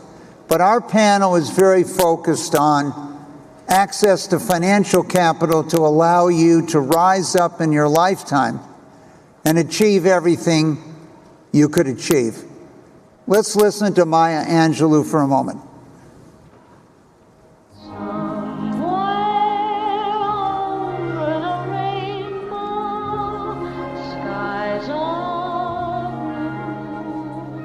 What is dreamed in America is really no different than what is dreamed in Shanghai. It's the same dream dreamed in Cairo and Johannesburg. Everybody in the world wants a good job. Everybody in the world wants to be loved. Everybody who wants children wants healthy children, wants safe streets. Everybody wants to be able to count on good health care. Every living person.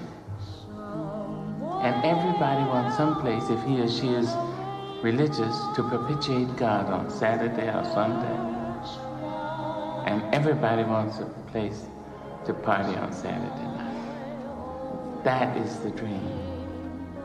That is the dream. Oh, why can't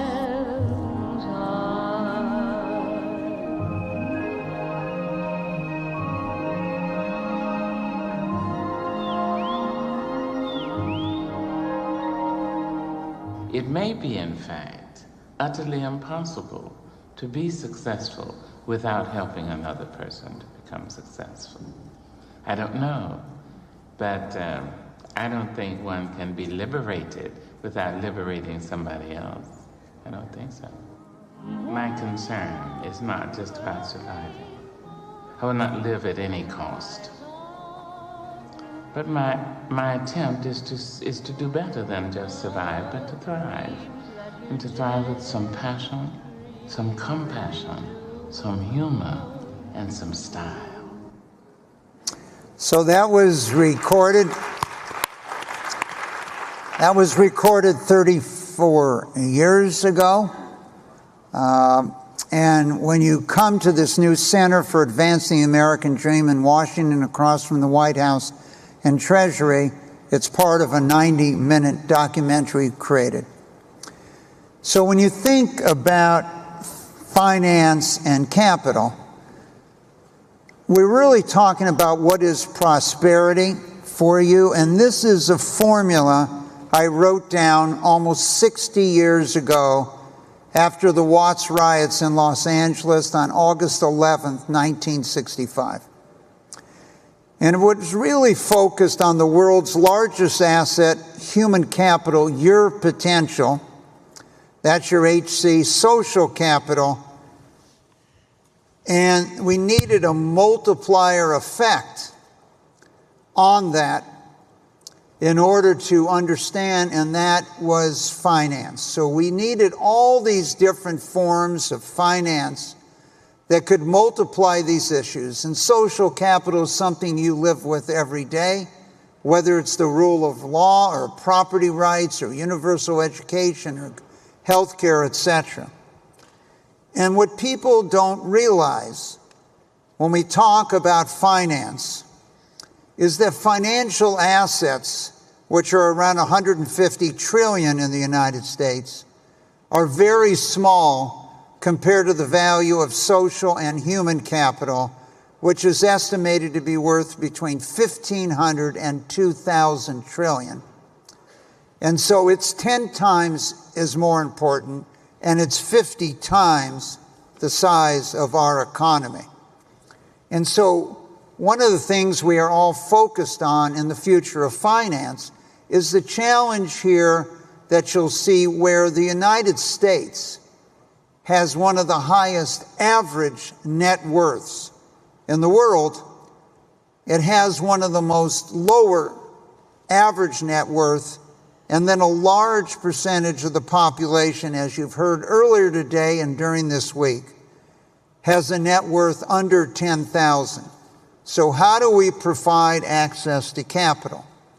Now, some of the programs happening today in private equity, which has become a very large part of our economy, approaching almost 20% of the employees, a lot of wages, they pay their employees more. They're launching new programs such as Ownership Works, where every single employee of the company gets ownership. And so we're seeing these opportunities. But as you know, everything is not equal in America. So if you were born in Charlotte, North Carolina, your chance to rise up from the lowest socioeconomic to the highest is substantially less than if you were born in Salt Lake City. And so your zip code should not determine your future.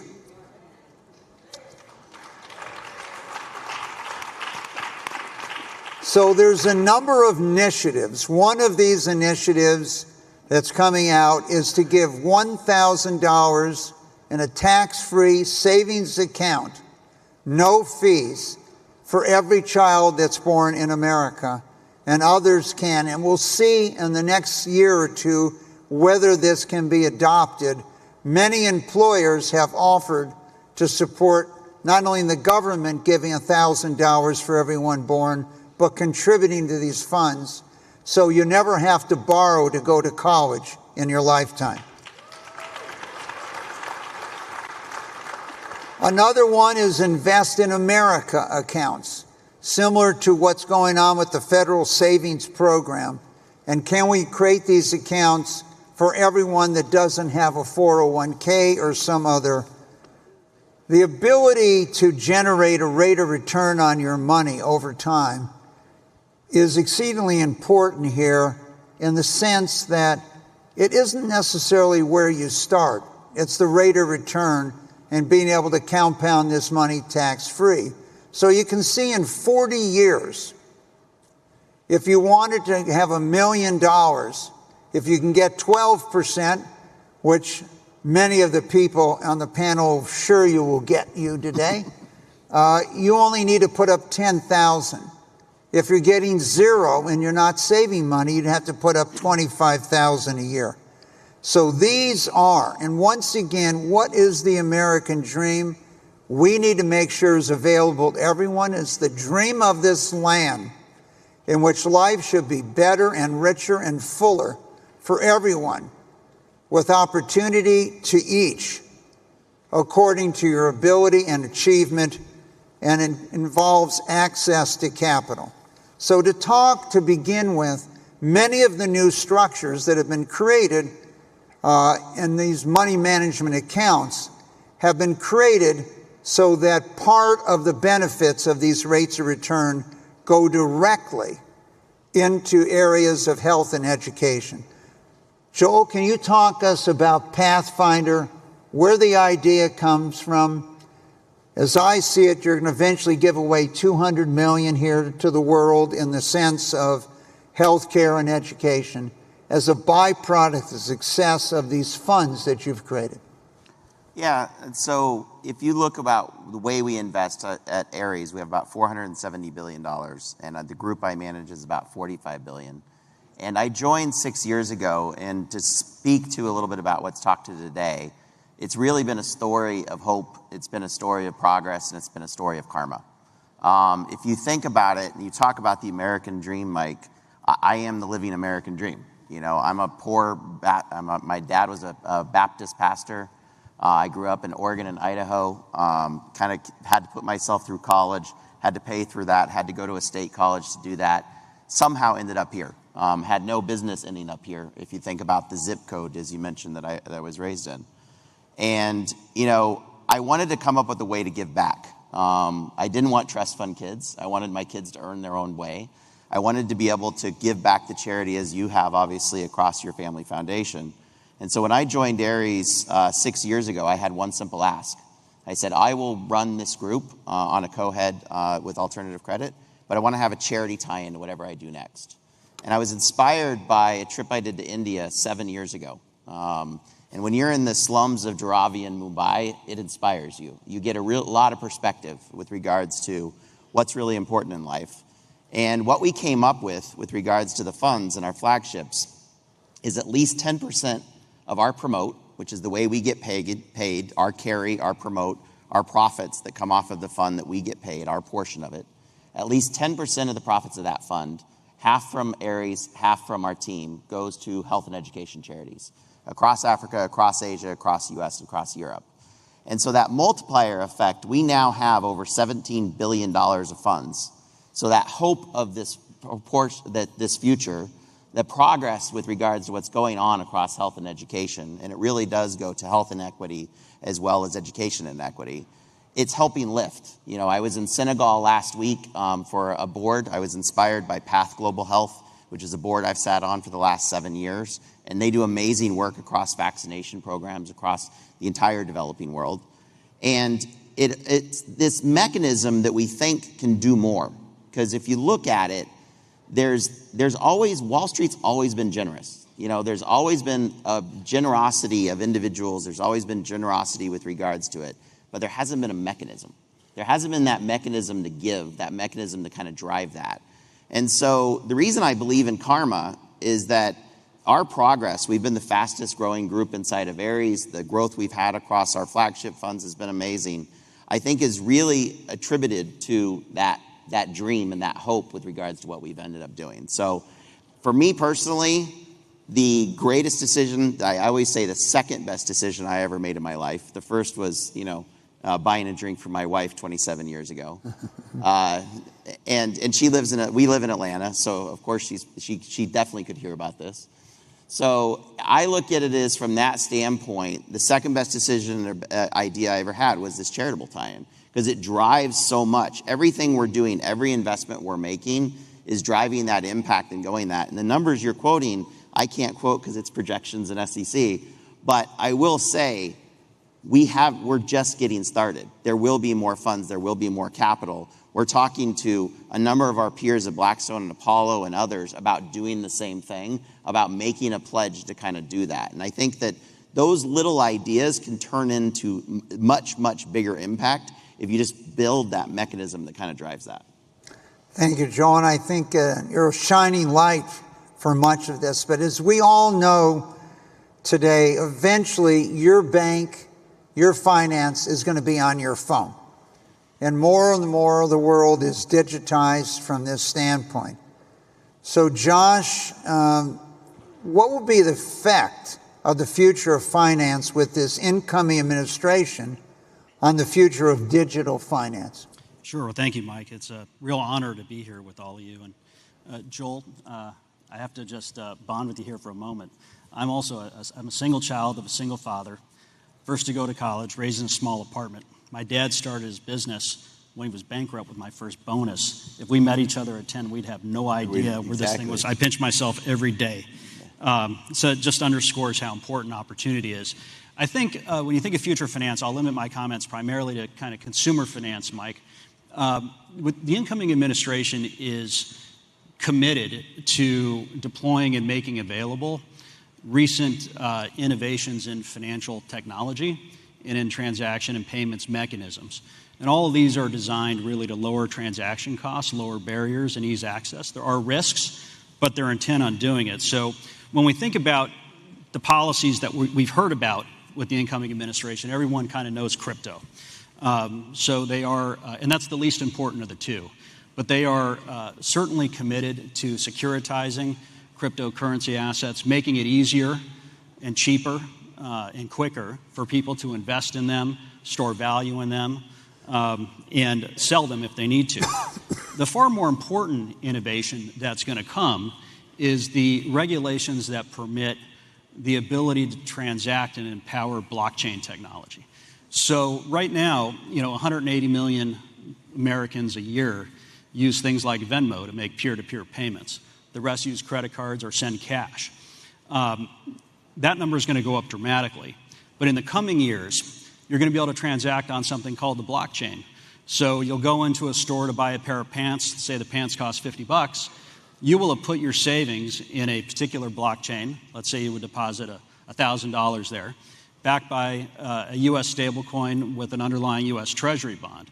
So when you buy those pants for $50, you're really going to be giving the vendor, 5% of 1,000 par value of an underlying U.S. Treasury bond. You've got to fractionalize them completely. Well, what does that mean? That means you'll be able to transact instantaneously with close to zero fees, with close to zero fraud. And that should lower transaction expenses for everybody. And it's going to put a lot of pressure on credit card fees and on banking fees, which is good for society. So our large institutions will have to innovate along with everybody else. The last two things I'd say in terms of practical felt impact, the FICO score that we've all encountered throughout our lives, I don't think there's anyone in this room, including those up here, who have at some point in their lives looked at their FICO score and said, what the heck? It wasn't, we had felt misjudged by it. This new form of payment mechanism, the digitization of finance and payments, will enable new forms of credit scoring. So you won't be beholden to one company's view of what your creditworthiness is. And that's good for everybody.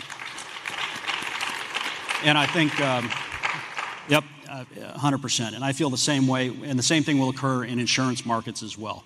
So that you'll be insurable, the underwriters will be more, they'll be more available, they'll be more instantaneous, and they'll have better information. That's where this all goes. Thanks. And so let's talk about these transaction costs, all these costs that you feel are hidden. So there's tens of billions of dollars that people working here, whether they're from the Philippines, a nurse or something, that they would remit back to their own countries. And many years ago, 10 to 15% was taken out. Today, that's moving towards zero cost to move money.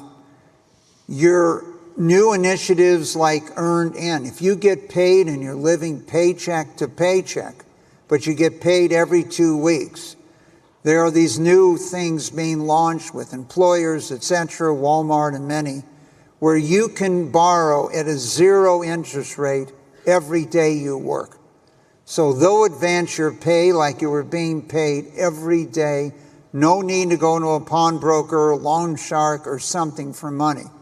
When I first went to Wall Street, it cost 1% to buy or sell a stock. Today, it's close to zero. If you want a mortgage, what you can get online, etc. And so the goals when I went to Wall Street so many years ago in the late 60s were to create more points of light. You didn't want 10 people to decide who could get money and who couldn't get money, and they didn't want young companies or minorities to have access to capital become competitors. Today, there's tens of thousands. So the suppression of cost and making it easier is what Joel really focused on. Now, Ray, I always used to think when I financed Reg Lewis back there almost 40 years ago that he was the Jackie Robinson of finance. Okay, yes, we committed $1 billion, and yes, you could be an African-American in America, and you didn't have to sell, you could buy. But after coming to the conference and our relationship today, I think people in finance, Ray, look at you as the Jackie Robinson of finance.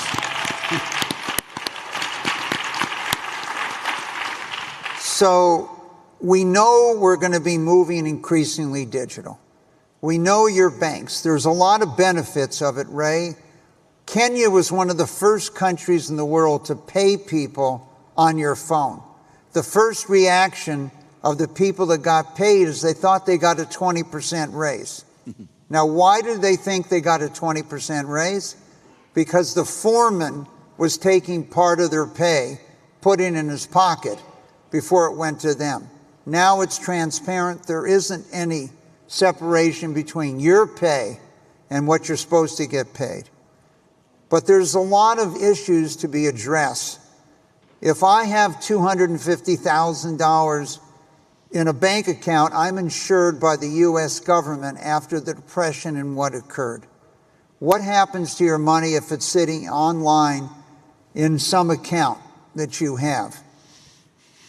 As finance becomes increasingly digital, Ray, how do you regulate it? Who monitors it? How do we address it? How do we protect it? So, first of all, Mike, thank you for your generous comments. It cannot be overstated the impact that Mike Milken has had in the world of finance.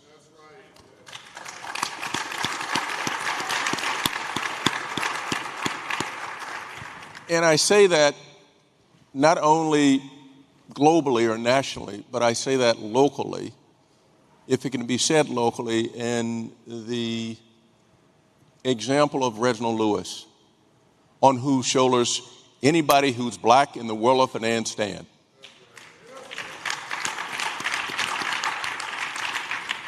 So let me be bright, clear, and unequivocal. No Mike Milken, no Reg Lewis, no Ray McGuire.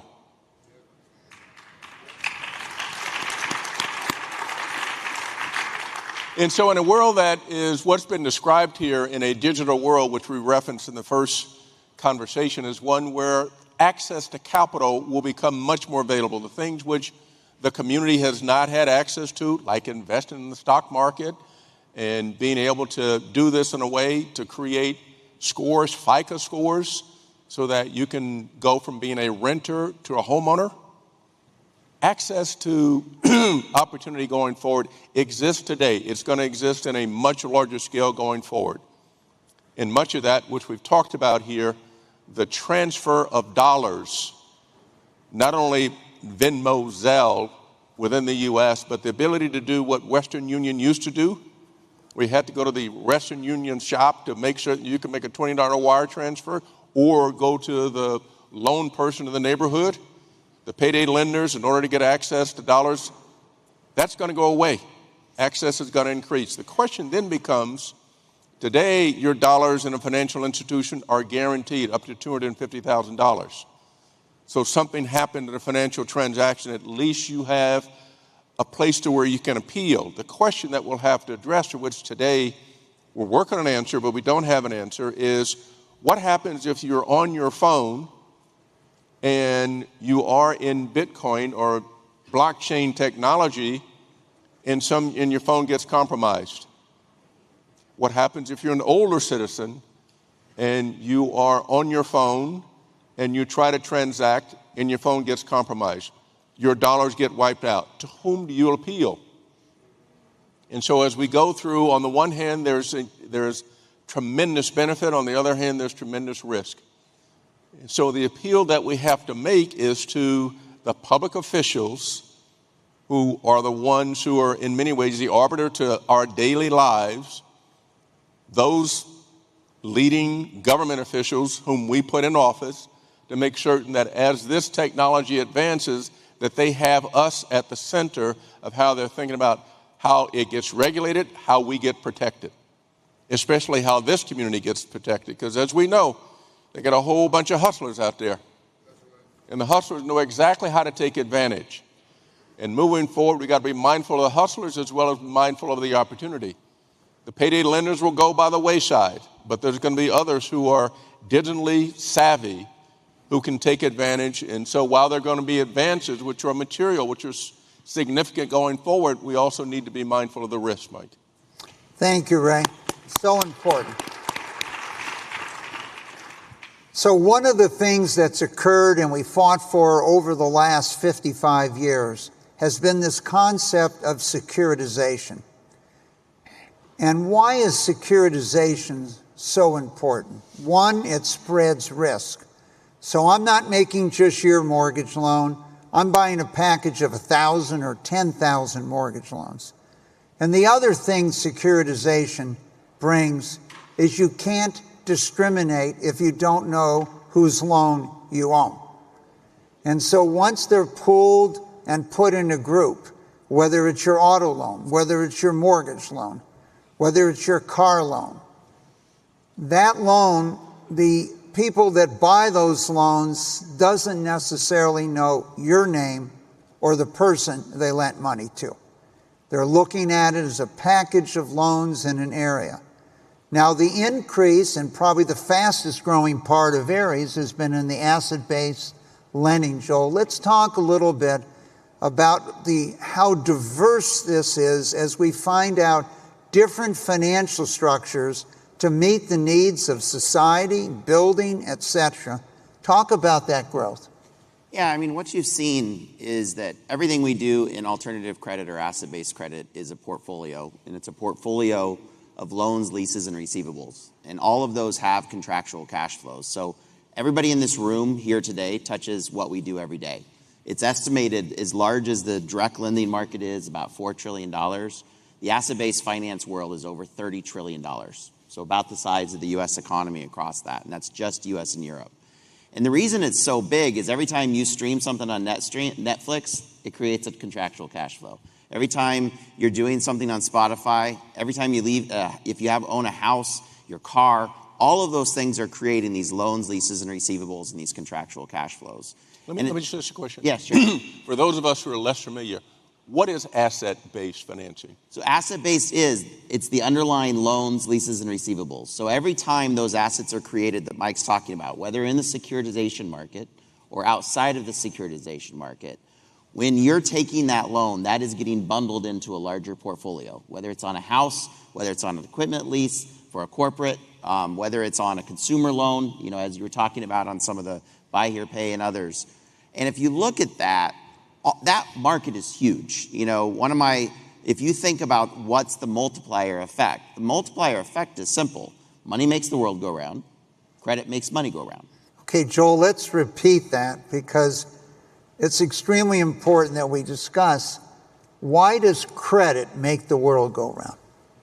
Every asset in the world is valued by credit. If you think of private equity, it's driven by credit. If you think of your house and the ability with regards to your home price, it's availability of credit. If you think of the price of your car and the value of that car, it's available by credit. Even sovereign and countries are driven by credit and their ability to get access to credit. And it's interesting, I'm a history buff a lot like Mike, not to the same degree. But if you go back in 10,000 years of written history, really the last few years, Medici and others created what you guys both started at in the bank and I started at Citibank, which is banks. And the money multiplier that always drove credit was banks. And that really changed, as Mike mentioned, in the 70s with securitization and really didn't get going until Mike and others of the foundations in the 80s. And the reason it's important is if you look at the market today, there's not a pillar. It's not just banks. If you look at the market today, there's 5 pillars.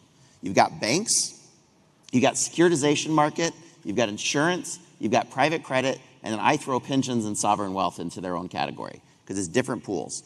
And all of those 5 pillars, if you think about systematic risk and other things, 4 of them are matching to their underlying liabilities. They're structured in a form that works and continues to grow and can continue to expand and continue to grow the valuations. 1 doesn't. It's banks. Because you're borrowing short-term and you're lending out long-term.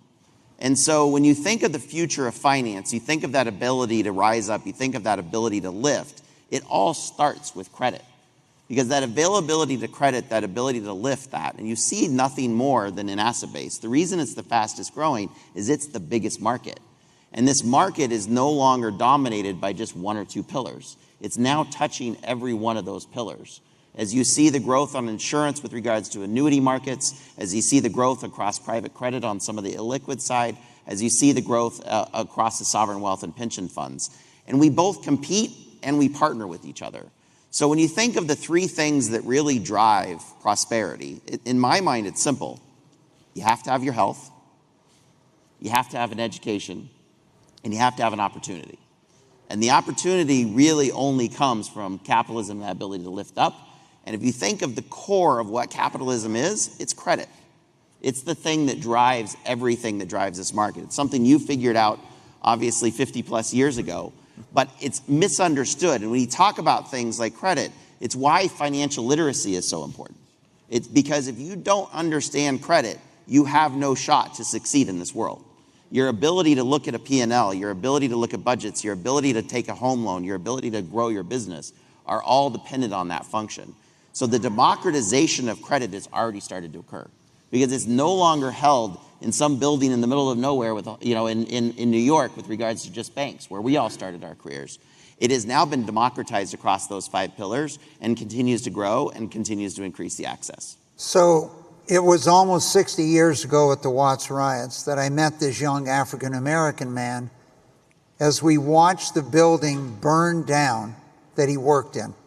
And when he woke up in the morning, he had a family, he had no savings, and he had no job. Now, he did not participate, but he did not stop it. And he told me that next day that his parents, his father particularly, could never own a business because of the color of his skin. And his conclusion in the early 30s is that he would never be able to borrow to start a business. Now, this was a ridiculous result of not understanding value and the potential of people. And it caused me to change my major and go back and study, as Joel said, credit in 69. In 65, I began, and in 69, we completed the initiation. But this democratization of capital takes many forms. And as Joel said, it took securitization. So you have an idea of creating a little store, whatever it might be, a fast food restaurant, but you don't have that much capital, so you're going to start franchising your idea once it works.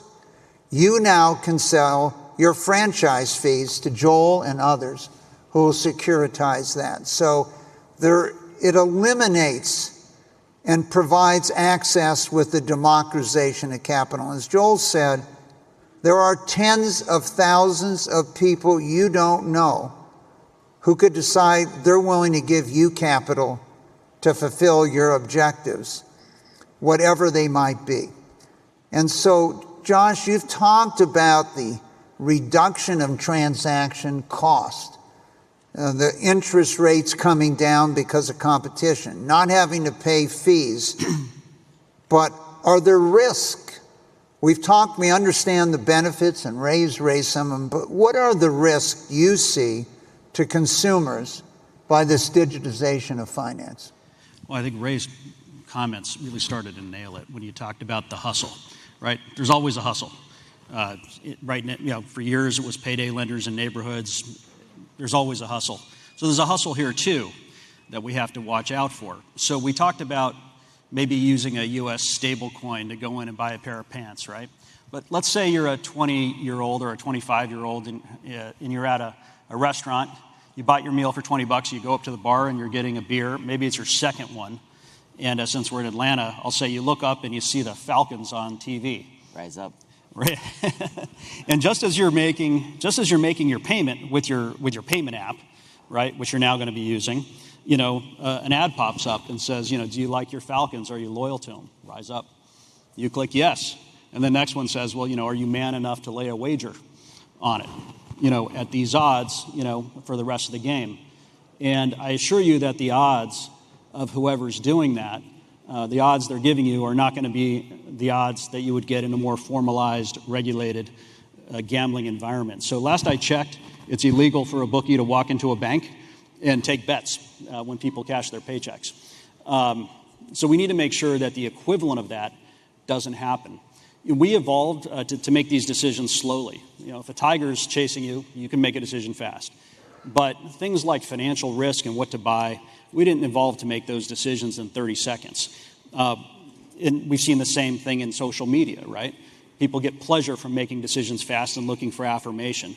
We need to make sure that that whole dopamine brain cycle doesn't get implemented in our new, vast, and probably for a while relatively unregulated payment system, so that people can be separated from their money quickly. So I agree 100% with Ray's concerns, and that's just one small example of how that sort of thing can happen. Ray, today you sit at Lazard. We'd have been a lot better off had you sat in the mayor's office in New York City.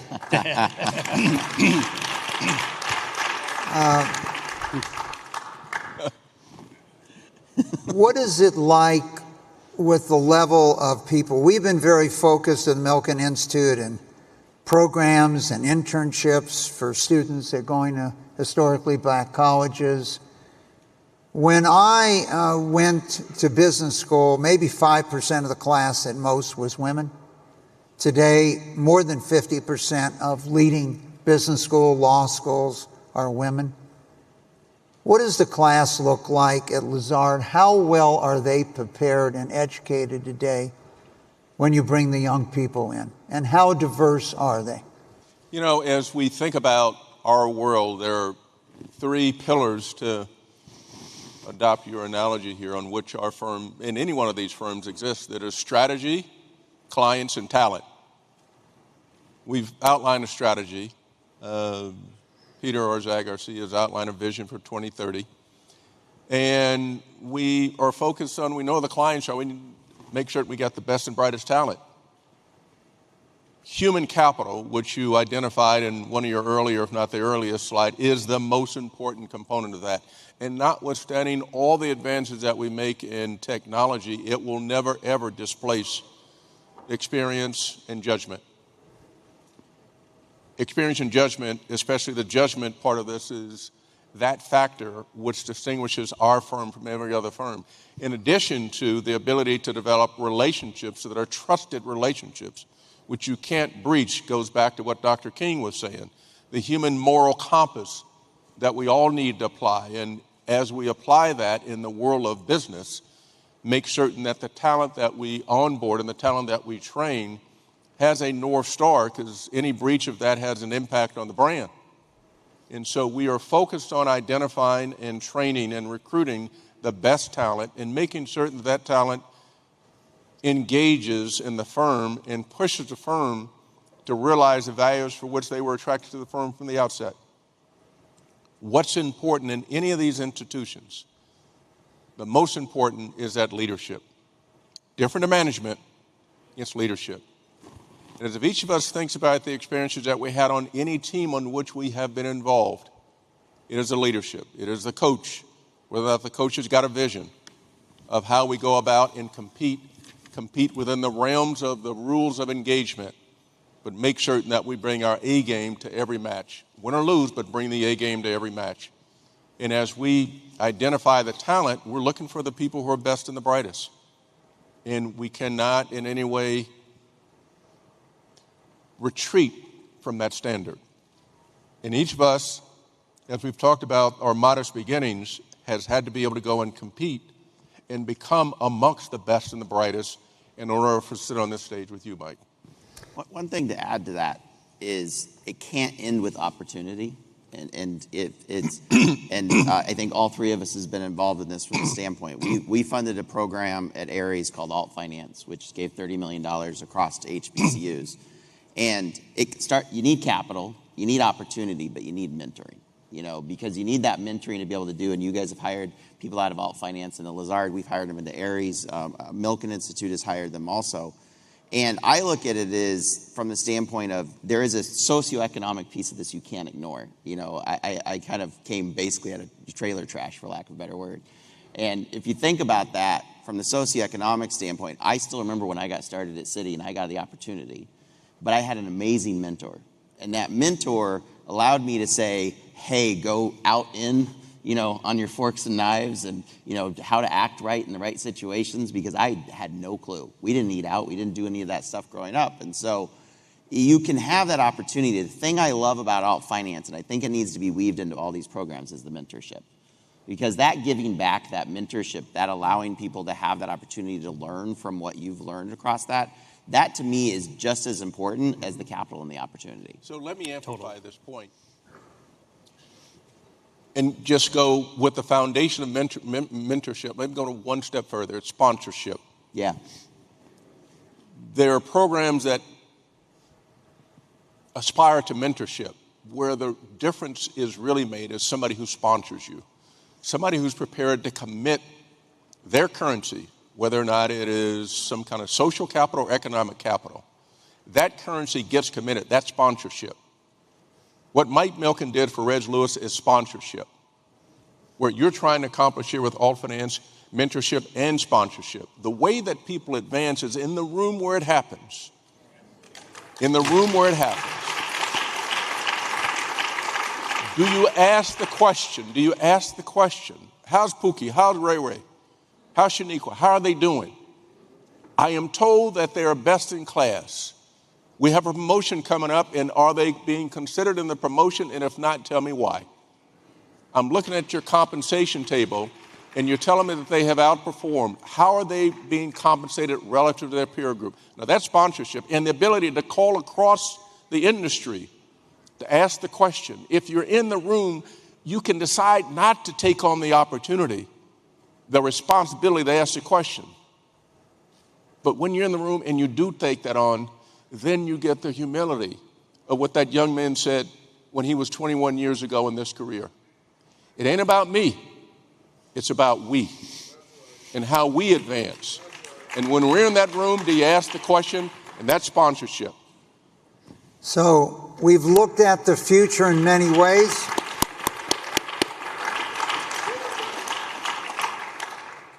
And it's so interesting because we're here at a conference that uses the word hope.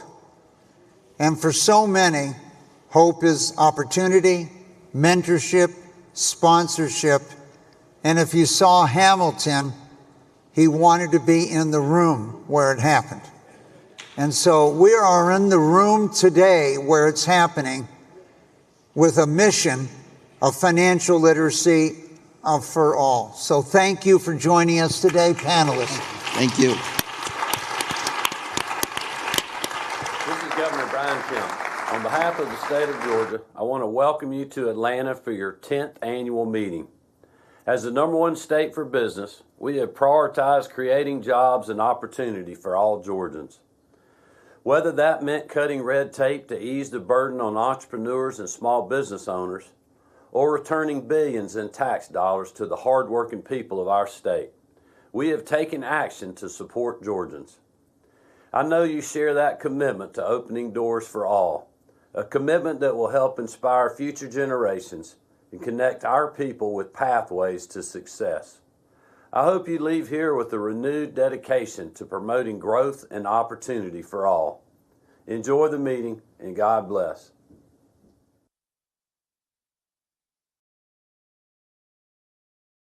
Everyone who's been out here so far, are you having a good time? Learning a lot? It's almost like, who wants it to end? We don't want it to end. Well, the good thing is there's so much more great stuff coming up. I hope that all of the incredible guests are getting to you the way they are to me. They're changing lives. Operation Hope is changing lives for thousands of people each year. And next, we are honored to have the former U.S. Congressman, the former Director of the Consumer Financial Protection Bureau, and former White House Chief of Staff, the current co-chair of ACTM, the Honorable Mick Mullaney. Yes, he is joined by Marian Phillips of the U.S. News and World Report and the co-chair of the Hope Global Forums. Please give it up for the legendary Ambassador Andrew Young. Where's Andrew?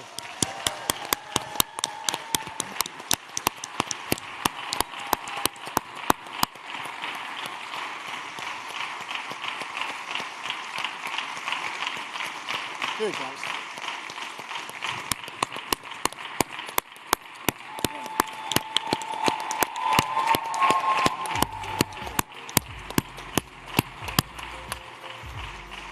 By there? Yep. Very good. Good to see you. Thanks for doing this. You got it? Okay. Come on, young man.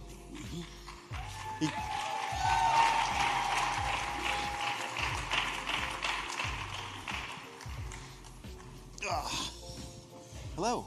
Very good. It's good to see you again. What is this, afternoon? No, it's good morning. We're glad to be here with Mick. Yeah, it's still morning. I had to check too. Okay. We're glad to be here with Ambassador Young and Mick. And let's just talk a little bit about the future of economics and the economy regarding or related to growth. Both of you served in Congress. Both of you have had high-level administrative and executive roles. And so the first question for both of you is very simple. What's going on and what's the state of the economy? The economy is at risk. It's doing well, I think it's doing better than I think a lot of us expected. Inflation is coming down. I think it's going well. The risk, however, is the debt. There's no question about it. If I could wave a magic wand and do one thing here today, though, it would be I'm really excited about what the president's doing with Elon Musk. I know it sounds crazy. The young people I talk to, the entrepreneurs, the regulatory environment in this country right now is holding them back. Young people have a desire to create, a desire to grow, or a desire to be adventuresome. And I can't tell you the number of them have come to me and say, look, it's just too hard to start a small business. I'm not talking about big tech firms. I'm talking about folks with billions of dollars. I'm talking about folks that want to open a restaurant or start a small business. And if we can fix the regulatory environment, I think that's one of the best things we would be able to do. We can talk about the $36 trillion of debt another time because it's just too depressing this close to Christmas, and focus on things we can actually do between now and, say, the next couple of years. Yeah, I think you're right when you consider that 90% of our businesses are small businesses. Ambassador Young, what's the state of the economy? Well, I think it's very, very good. Yeah. And but I'm looking from Atlanta. Mm-hmm. And one thing about Atlanta, but it's probably true of a lot of cities, that we go back to Maynard Jackson and the airport. Mm-hmm. And that airport now is the busiest in the world. We didn't use any government money in it. We went to Wall Street and bought tax-exempt municipal bonds. I think it's about $17 billion that we've put into it, but no city money, no state money, no federal money. It's all operated on Wall Street, and the city in cooperation with whatever airlines happen to be growing. It's mostly Delta now because Delta was around when Eastern went under, and they bought up all the gates that Eastern had. And so we have, if Georgia Tech is one offset point behind Georgia, that might mean we have the two best football teams in the country at the collegiate level. I'm saying that I look at things from here because this is where we have the controls. Mm-hmm. And the federal environment is necessarily good, and if we can slow down or stop some of these wars and put money into development rather than into destruction. And I think that that's liable to happen. I always,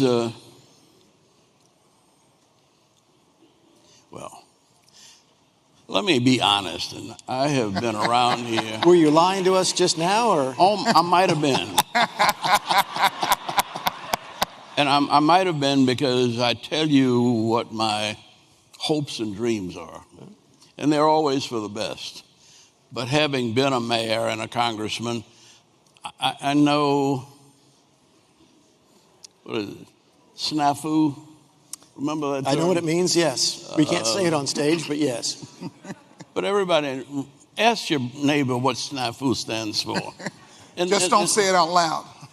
But that's always with us. We are human beings. And the news media makes us good today and bad tomorrow. But it depends on what they feel somebody's mood is. The truth of it is, I'm 92 and a half years old.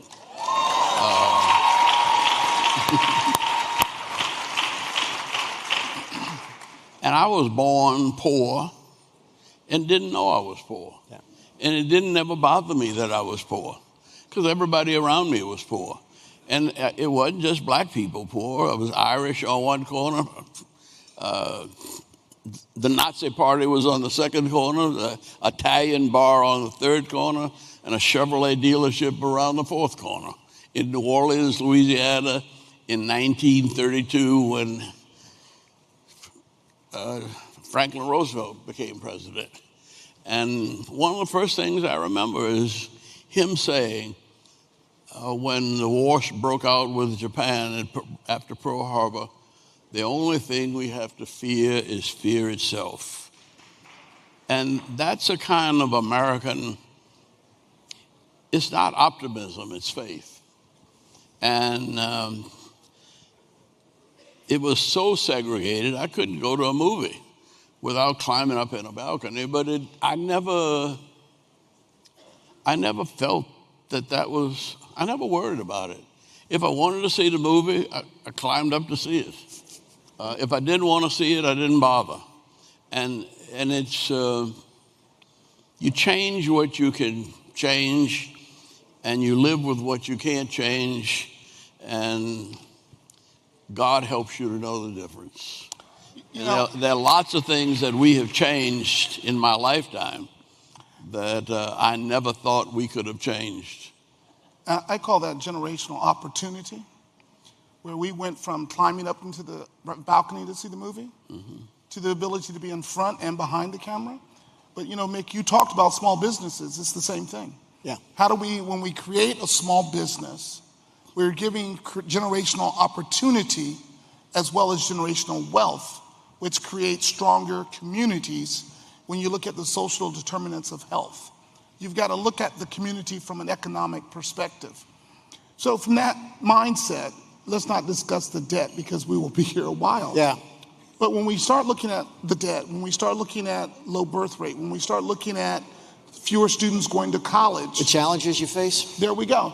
No. How do we manage that? But where are you? There are more kids going to college in Georgia than ever before. 60% of Atlanta's population has been to college. That is phenomenal. And that came out of the Hope Scholarship. And the Hope Scholarship came from a bunch of brothers on the street running numbers. And I voted for the Hope Scholarship in the lottery because my grandmama liked to play the numbers. And I didn't play the numbers, but my grandmama looked for the numbers, man, every day. And so if my grandmama did it, must be all right.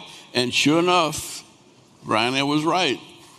We got 60% of our population with college education. And no other city in the world can probably say that. And that helps. And that's, you all talked to the public school people just a little while ago. They're the ones that are responsible for it. It's not the universities. They're reaping the benefit now. But it was the kindergarten teachers and the first grade teachers. My wife is now at the funeral of a young man that she taught when he was in fourth grade.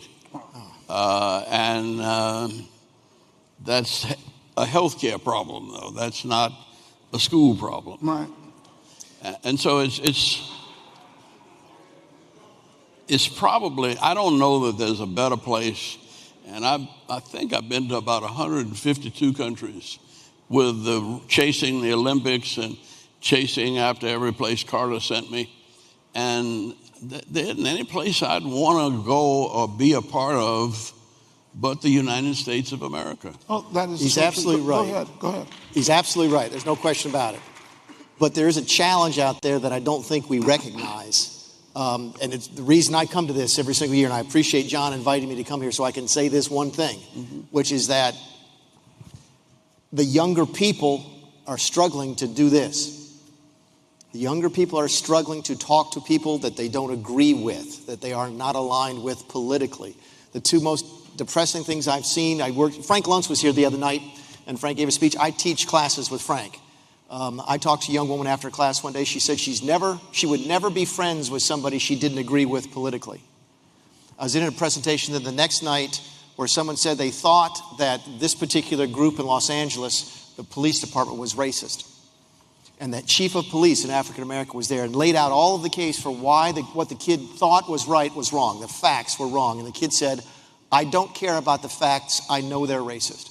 So if people cannot talk to folks they disagree with. No, but who is not racist? The point, race, I'm including me and you. That another way of looking at racism is ethnocentrism. That you're ethnically biased toward people that look like you. True, but you have to be able to talk to those folks. You and I had a but nice I'm saying, yeah, and but I grew up talking to everybody. Yes. And you especially want to seek out people that you disagree with because you might learn something. And the younger people today don't see that. And they don't see that, and I want to throw it back at my industry. Because in the media, many people go to the media that they confirm their beliefs. Yes. Not to inform their beliefs. Right. Which hinders the ability to have the conversation, a civil conversation. And the ability to get facts that allow you to change your mind and change your opinion. Yeah. You know, one of the things that bothered me the last year, maybe more than anything else, is I think one of the best things that ever happened to this city was the Olympic Games. Okay. And I realized the closer we got to the election, that most of the people who were on the Atlanta Olympic Committee with me were not going to vote the same way I would vote. Yeah. And that was a real struggle for me. Because these are people that, the people who put together the airport. Right. We didn't agree. Mm-hmm. In fact, one of the first conversations I had with the guy who was then the head of Delta was, I said, Atlanta's going to have an international airport. And he said, not in my term. He said, we are a regional airline with a few national routes. We will probably never go international as long as I'm around. And I said to myself, you ain't going to be around long. But putting it closer to home, I got the same message from a wonderful guy who got Georgia State started. But Georgia State was a 400-person business school, and I talked to him about dormitories so that we could expand. He said, as long as I'm here, Georgia State will be a night school for people who work in Atlanta to get graduate degrees, and we will never have any dormitories. We now have 52,000 citizens. Wow. In dormitories. Wow. You know, and I thought that, Georgia Tech is the conservative school in town in many ways. And Georgia Tech now has 53,000 students. Wow. And they have more women engineers than any school in the country, more Hispanic engineers, and more black engineers are produced at Georgia Tech. And it's not what we're used to. Are they teaching people to talk to each other? That's what worries me. Probably not yet. Yeah. But they get drunk together. They get drunk together, okay. They cheer together at the football game. They do, and but they don't get drunk together. And that's my concern, is that people are self-selecting for people that agree with them all of the time. Yeah. And how are you going to solve the challenges that we don't get a chance to talk about today? How do you solve Social Security, the debt, to stop the wars, if you can't even sit down across the table from somebody and even talk to somebody that doesn't vote like you? That's what worries me. Well, I was in the generation before the movement. And I was probably, I didn't even carry an NAACP card in 1947 at Howard University. And I was just trying to get my degree and get out of there, but then once I get out, I come here and they put me in a voter registration drive. And from then on, I was led, but I was a Republican then too. No, because all of the judges that made the decisions that were supporting us in the civil rights movement were appointed by President Eisenhower. And the Democratic Party prohibited blacks to be members till 1949. And I'm saying that I go into all of this bad history because we are young enough and yet old enough to realize that all of that is now behind us, and we're looking at a new world, and we're anxious about it.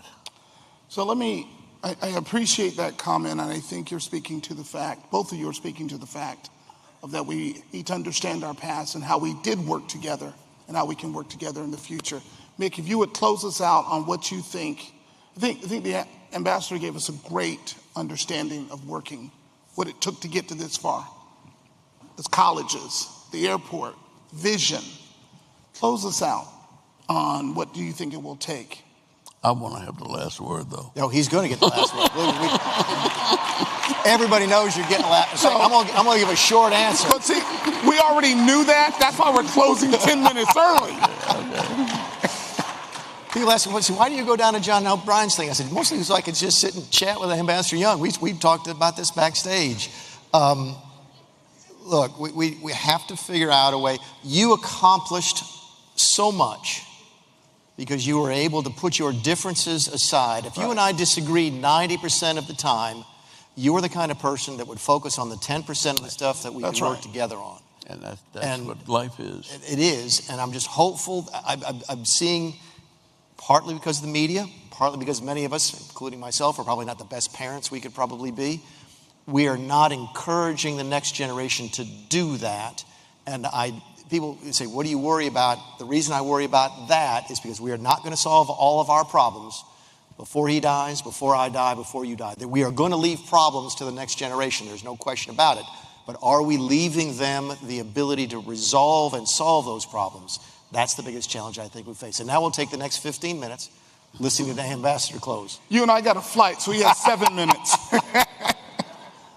Well, you know, I ended up getting hooked up with Martin Luther King. And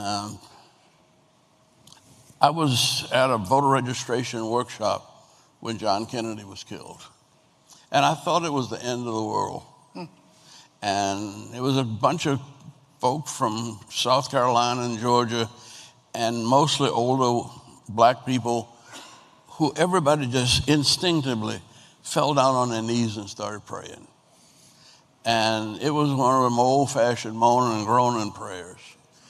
And I thought that this was the end of the world. But 2 years later, almost everything we were planning for, Lyndon Johnson was working on. And I thought after we were working on South Africa, and when Ronald Reagan was elected, it put President Carter out. But before he left, Ronald Reagan signed the legislation that started the boycott that helped to get Nelson Mandela out of jail. And that's why I put my faith in democracy. And it's a biblical concept of democracy. Dr. King used to say over and over again, truth crushed to earth will rise again. Truth forever on the scaffold, wrong forever on the throne. Yet that scaffold sways the future, and behind the dim unknown standeth God within the shadows, keeping watch of his own. And Ralph Abernathy used to say all the time, I don't know what the future may hold, but I don't care, because I know who holds the future.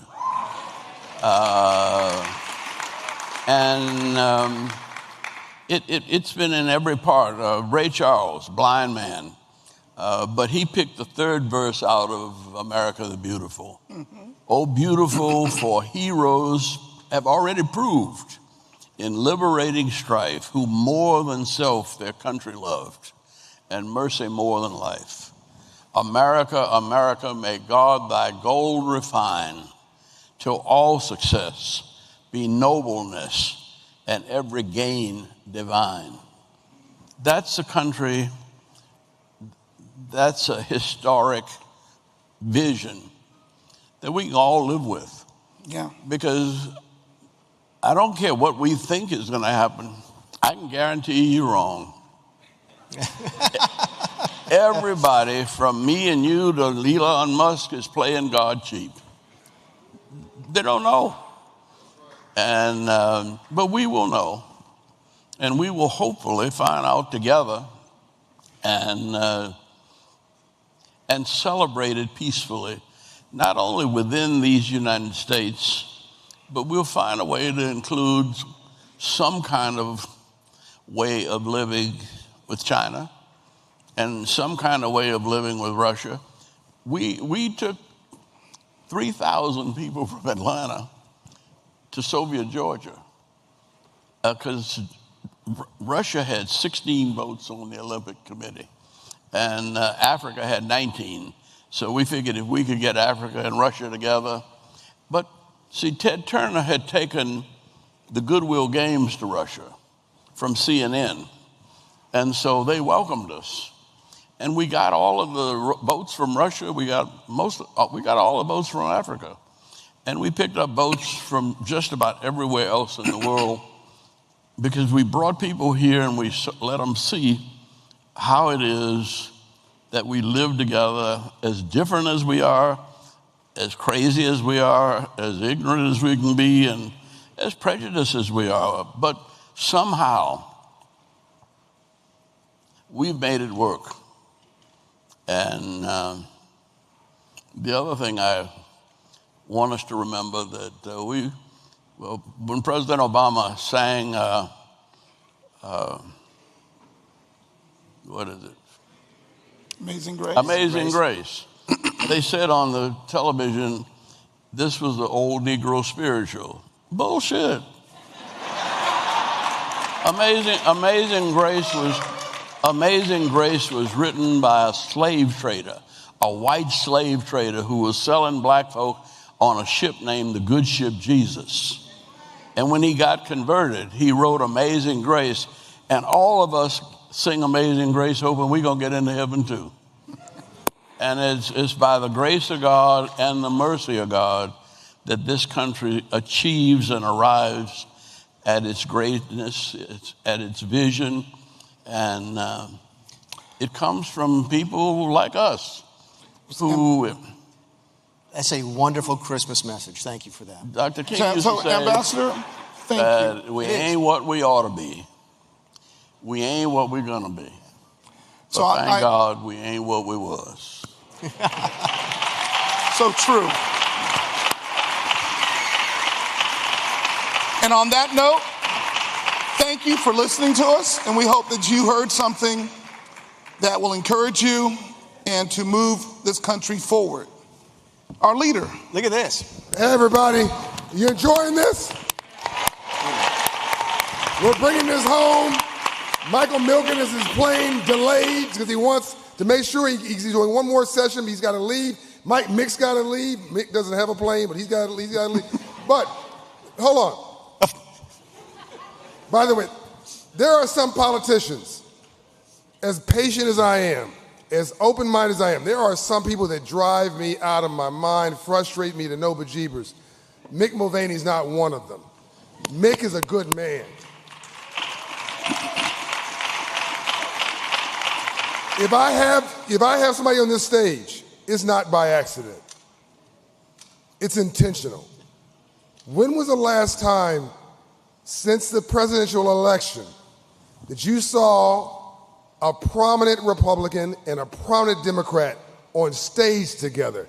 My guess is never. This was intentional, and wasn't this beautiful? Thank you.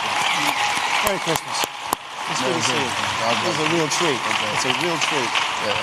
Thank you for the opportunity. Privilege to be here. Okay. I'm going to run to the airport. All right. We'll see you. Please. Delta will get you on time. He's great. He's just a treasure. He's fantastic. You ready? Yeah. Let's do it. Thanks, buddy. Merry Christmas. Good. Thanks. Financial well-being of the city of Birmingham, financial well-being of our citizens, even personally, the financial well-being for me as a husband and a father. Now, let's talk about what this financial literacy means. It means the ability to understand finances, but really means is for you to be aware. I think awareness is extremely important. Understanding what financial literacy means makes your life better. On a personal note, you know, growing up in a city like Birmingham and growing up in the neighborhoods I lived in my own family personal experience, no one taught me financial literacy. I wonder if what I know now as an adult, if I knew then as a child, would my finances be better? The answer is yes. But in addition to that, even as an adult, you can't blame what you didn't know as a child for decisions you make now. So putting in the work to become financial literate has to be an intentional thing. Being an employee with 3,000 plus employees, look, it does not matter the department our employees in. They all have their own lives outside of their job. And what I know is that what matters and happens at home affects what happens at work. So it's important that the city of Birmingham be in a position to empower our employees to become financial literate. And then I would say overall, as mayor serving this city with 200,000 residents, one of the blackest cities in America, with the unfortunate extreme form of concentrated poverty, we have to be so intentional in municipal government about creating a platform, advertising, communicating, and letting our residents know there are so many opportunities for them to become financial literate. What drew me to Operation Hope is very simple. Operation Hope for the last 32 years is one of the few organizations that is intentional about offering financial counseling, financial advisement to everyday Americans. A city like Birmingham has to partner with an organization like Operation Hope, because Operation Hope is intentional about its partnerships of leveling the playing field and being in a position to offer resources to not only municipalities, but the communities as well as the employees that administration and that employer municipal government serves. In our case, our relationship with Operation Hope has been one that has changed lives for our employees, which therefore changes the community, because these same employees, our employees, live in community. And if they can make their home better, trust me, it makes their community better. So I'm grateful to Operation Hope. I'm grateful to the team. I'm grateful for the partnership, relationship, as well as the intentional thought process behind partnering with the city of Birmingham.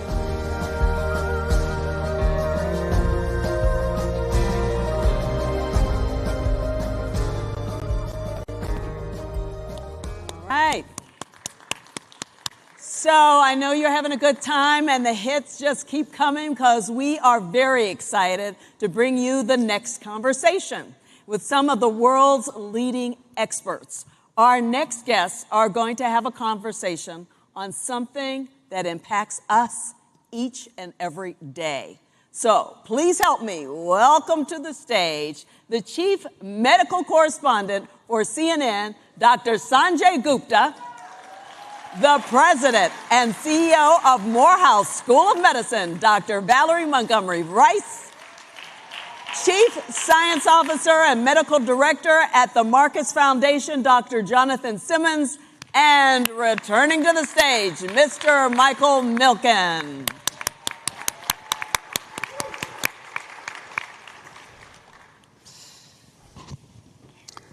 So for the last 3 days, you've been warming up for this panel. So we all think of our health and quality of life, length of life, in so many ways. And when we talk about the most important asset, and that is the potential of people, there's two ways to increase your human capital. One is education, and the second is your health, longer, healthier lives. And what people do not realize is the importance of what has gone on. And so why every life is precious. When you make an argument, and 25, 35 years ago, we tried to convince the U.S. government to double the National Institutes of Health budget. We brought an economic argument to them. The elimination of cancer as a cause of death, 1 in 2 men get cancer, 1 in 3 women, was worth $50 trillion to the U.S. economy when the entire economy was $17 trillion.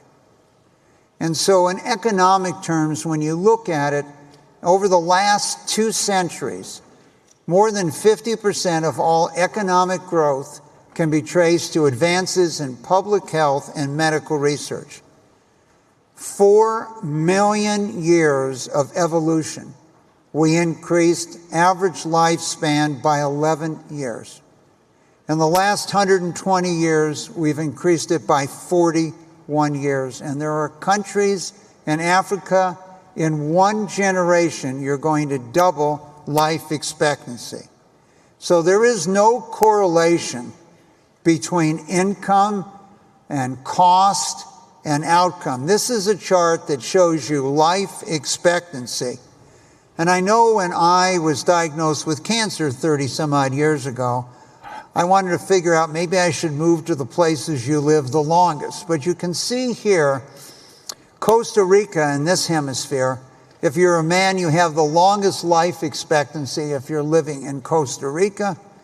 And you could see down at the end what U.S. life expectancy is and the GDP. So wealth is not correlated here with life expectancy. And let's look at medical, how much we spend per person on medical. You can see once again how the U.S. is spending dramatically more on medical. The next big challenge we have is, should your zip code determine your life expectancy? So here's 3 data points for you. As you travel from Manhattan and Midtown to the South Bronx, this trip reduces life expectancy by 10 years, 6 months for every minute on the train. If you're in Baltimore in the inner city, a man's life expectancy is 63. In the suburbs, it's 83, 20 years of difference. And in Chicago, if you're on the west side, between the Loop and Michigan Avenue, it's 16 years. So unfortunately, today, life expectancy has a lot, but there's something changing. And what's dramatically changing here is the cost of data analysis and sequencing of the human genome. So the first sequencing of the human genome took 10 years, $3 billion. Today, measured in hour or hours and a few $100s due to the drop. So we can sequence who you are, we can sequence your microbiome, how your genes are expressed, and we can sequence your activities in terms of what has caused your disease or your mutations. It is projected today that AI market in healthcare is going to grow dramatically, 33% a year in the future. And we cannot forget the important role vaccines have played in the extension of our life today. And lastly, with the sequencing of the human genome now, we now fully understand what happens when you eat different foods. And I have subjected Jonathan to this for a long time, but basically that the pharmacy of the future is going to look like this. Now, where does breakthroughs come from? Many of them come from philanthropies. It's a very small percent, but this is your venture capital. 5 of the 10 largest foundations in the world are now medical philanthropies. The largest foundation in the world is Novo Nordisk. And yes, we've documented all this for you in a book, which we have, if you're interested, called Faster Cures. But let's start with, just because we know something in science, how does it get to your clinician? How does it get to your doctor? And under Jonathan's leadership at the Prostate Cancer Foundation at the time, we eventually acquired a company called Euro Today, which was the leading source of knowledge for people in the field of urology if you're a doctor or a patient. But the ultimate leading source of knowledge is a person that brings it to you on a company I was honored to finance many years ago called CNN. And so your insight to the world and who is educating the world and where we're going in science and where we're going in AI and how it's going to change, which plays an enormous, important role. Sanjay, how do you educate the world when science is moving so fast and the use of AI, not to be scared of new technologies, willing to accept new technologies? What do you think about as you're about to go on that show? And what do you think they're thinking about when you're speaking? Thank you for that question. And thank you for this panel. That's fantastic. I always learn so much from you, Mike, so thank you. And just honored to share this stage with Dr. Rice and Dr. Simmons as well, so thank you. Humility, I think, is one of the things that I'm thinking about primarily when I'm about to go on television and talk about a topic.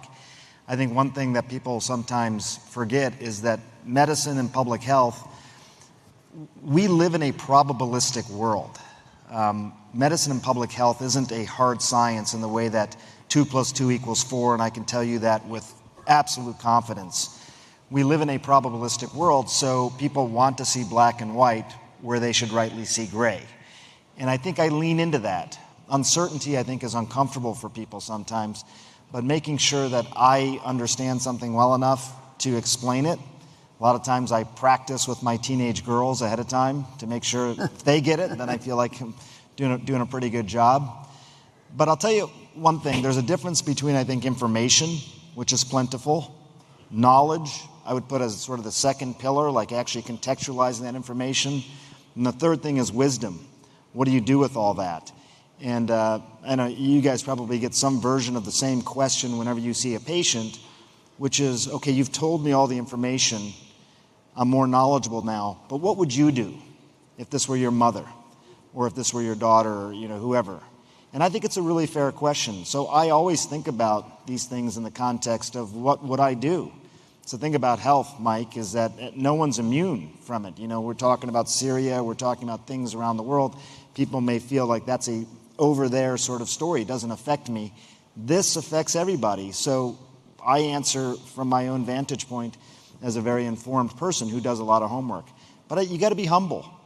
I mean, I will just share with you that over the last 5 years, surveys have shown that scientists and doctors have increasingly been perceived as arrogant and dogmatic. And that's heartbreaking because I don't think anybody intends to be that way, but that is the perception.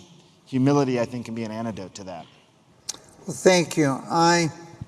When I think about the dramatic changes today, the world doesn't necessarily move at the speed it could. Many years ago, we were introduced to minimally invasive surgery. And the number one cancer that affects African American men is prostate cancer. They have 100% higher incidence and even a higher death rate than any other group in the world. And the number one surgery was a prostatectomy. But when you went to a cancer center, who was the head of urology and oncology? It was normally a surgeon. Now you're talking to a surgeon who's had a career, and now they might be obsolete here by minimally invasive surgery. And they were able to delay almost 10 years in this country, the onset, because they said, well, how do we know the results 10 years from now are going to be the same? So you're in the hospital overnight rather than maybe for a week, less trauma, less blood, less problems.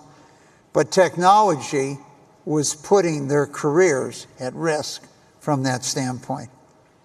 So Dr. Rice, as the president and the first woman president and CEO of Morehouse School of Medicine,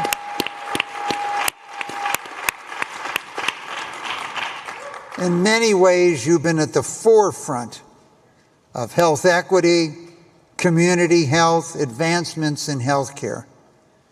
What innovative approaches at Morehouse are you taking to bridge the gap between health access, innovation, and to make sure the students today are current on what today's technology? If you grew up in China 40 years ago, you never studied diabetes.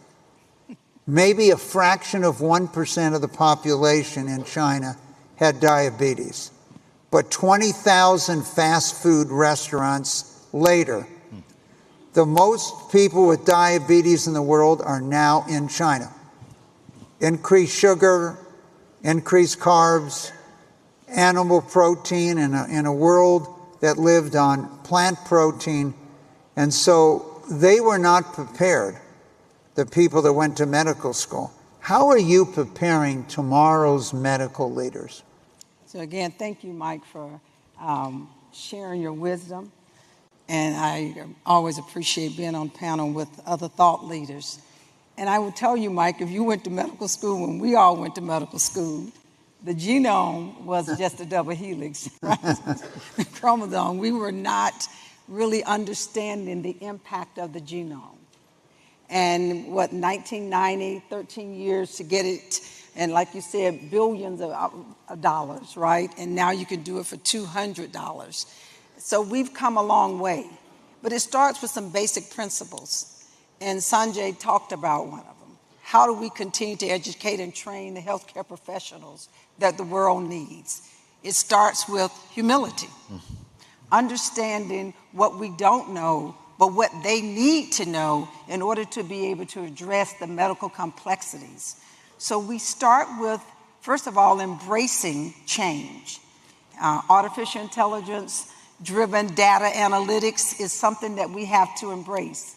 We have to help our students to learn how to utilize ChatGPT in the classroom.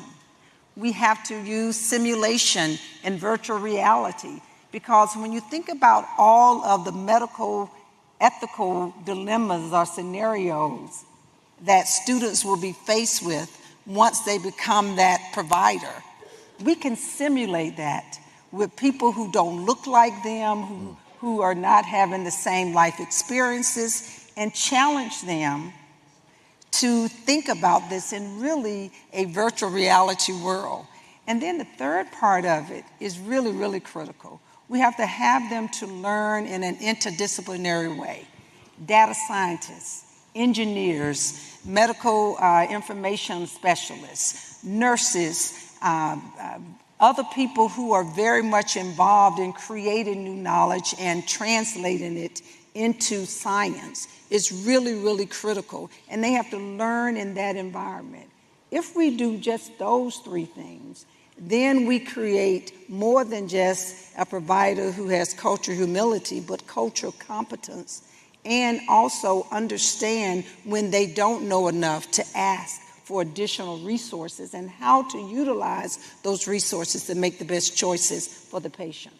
So give us a feeling, the students that graduate, those that might have graduated 5 years ago, what are their careers today? Are they going into family practice? Are they going into clinical research and care? Where are your students headquartered? So Morehouse School of Medicine, we will celebrate our 50th anniversary next year. We are 50 years old.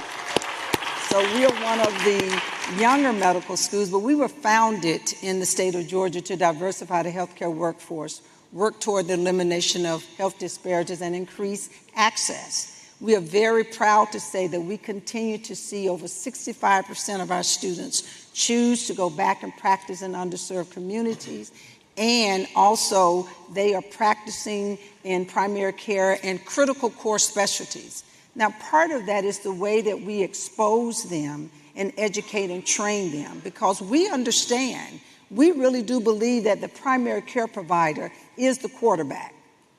Now, that doesn't necessarily mean that they get to call all the plays, though, because we try to educate and train these young people to understand, depending on what the issue is or the challenges for the patient. Let's take COVID-19. When we were in the throes of this and there were people on ventilators, you needed that respiratory therapist sometimes to be the quarterback. And as a provider, we have to make sure that they understand when to step back and when to step forward, but to ensure that the care continues to be coordinated for the patient. And so we're very proud of the fact in the way we educate and train our providers that they are continuing to want to go back and practice in underserved communities. Now, one of the things that causes that to be successful, though, is that we recruit students from those communities. So we go into the small counties. We have 159 counties in the state of Georgia. We go into those small counties that are underserved, and we identify students in high school and in college and say, you too can be a doctor, you can be a nurse, you can be a research scientist, and we're going to give you a pathway in order to accomplish this. So there are many programs that have occurred in the country today, particularly in education, that if you'll go to school and agree to work in these underserved communities, all your student loans will be written off over a period of time. Does this exist for the students at Morehead? It does not exist fully in the So state should we of Georgia. be asking and telling you for this We should be today? telling you it should exist, right? Because I'll give you this example. About 8 years ago, under Governor Dill, we were able to receive $35 million of unrestricted dollars. We took $5 million of those dollars, and we looked at our residents who were graduating, and we said, if you go back and practice in an underserved community after you finish residency, we'll forgive $50,000 per year of your loans. We only had enough money to do so many, and we could give people $100,000. And we sent the money to the Department of Education and paid down their loans. So they didn't get it in their pockets. So we know that it was going to have this impact. When we look back now at that program, and we look 4 years after those persons received those dollars, we have a 93% retention rate. Those people stayed in those communities to practice. So we know that these type of programs work. It is a matter of investment. And believe me, there's no company that is going to open up their business or retain their employees to work at the highest level of productivity if they don't have health care and access to health care. That is so true. So, Jonathan, I met you just a few years ago, 1993. You were a young, promising researcher, clinician at Johns Hopkins, and you announced you're going to go into the field of prostate cancer research, and people told you it would be career suicide. Luckily, I met you and told you it was the best decision you ever made in your life. You left Hopkins, came... After marrying Plum. Excuse me, after marrying Plum, the second best decision. You came here, you built the first real cancer center here at Emory. You were the first head of it.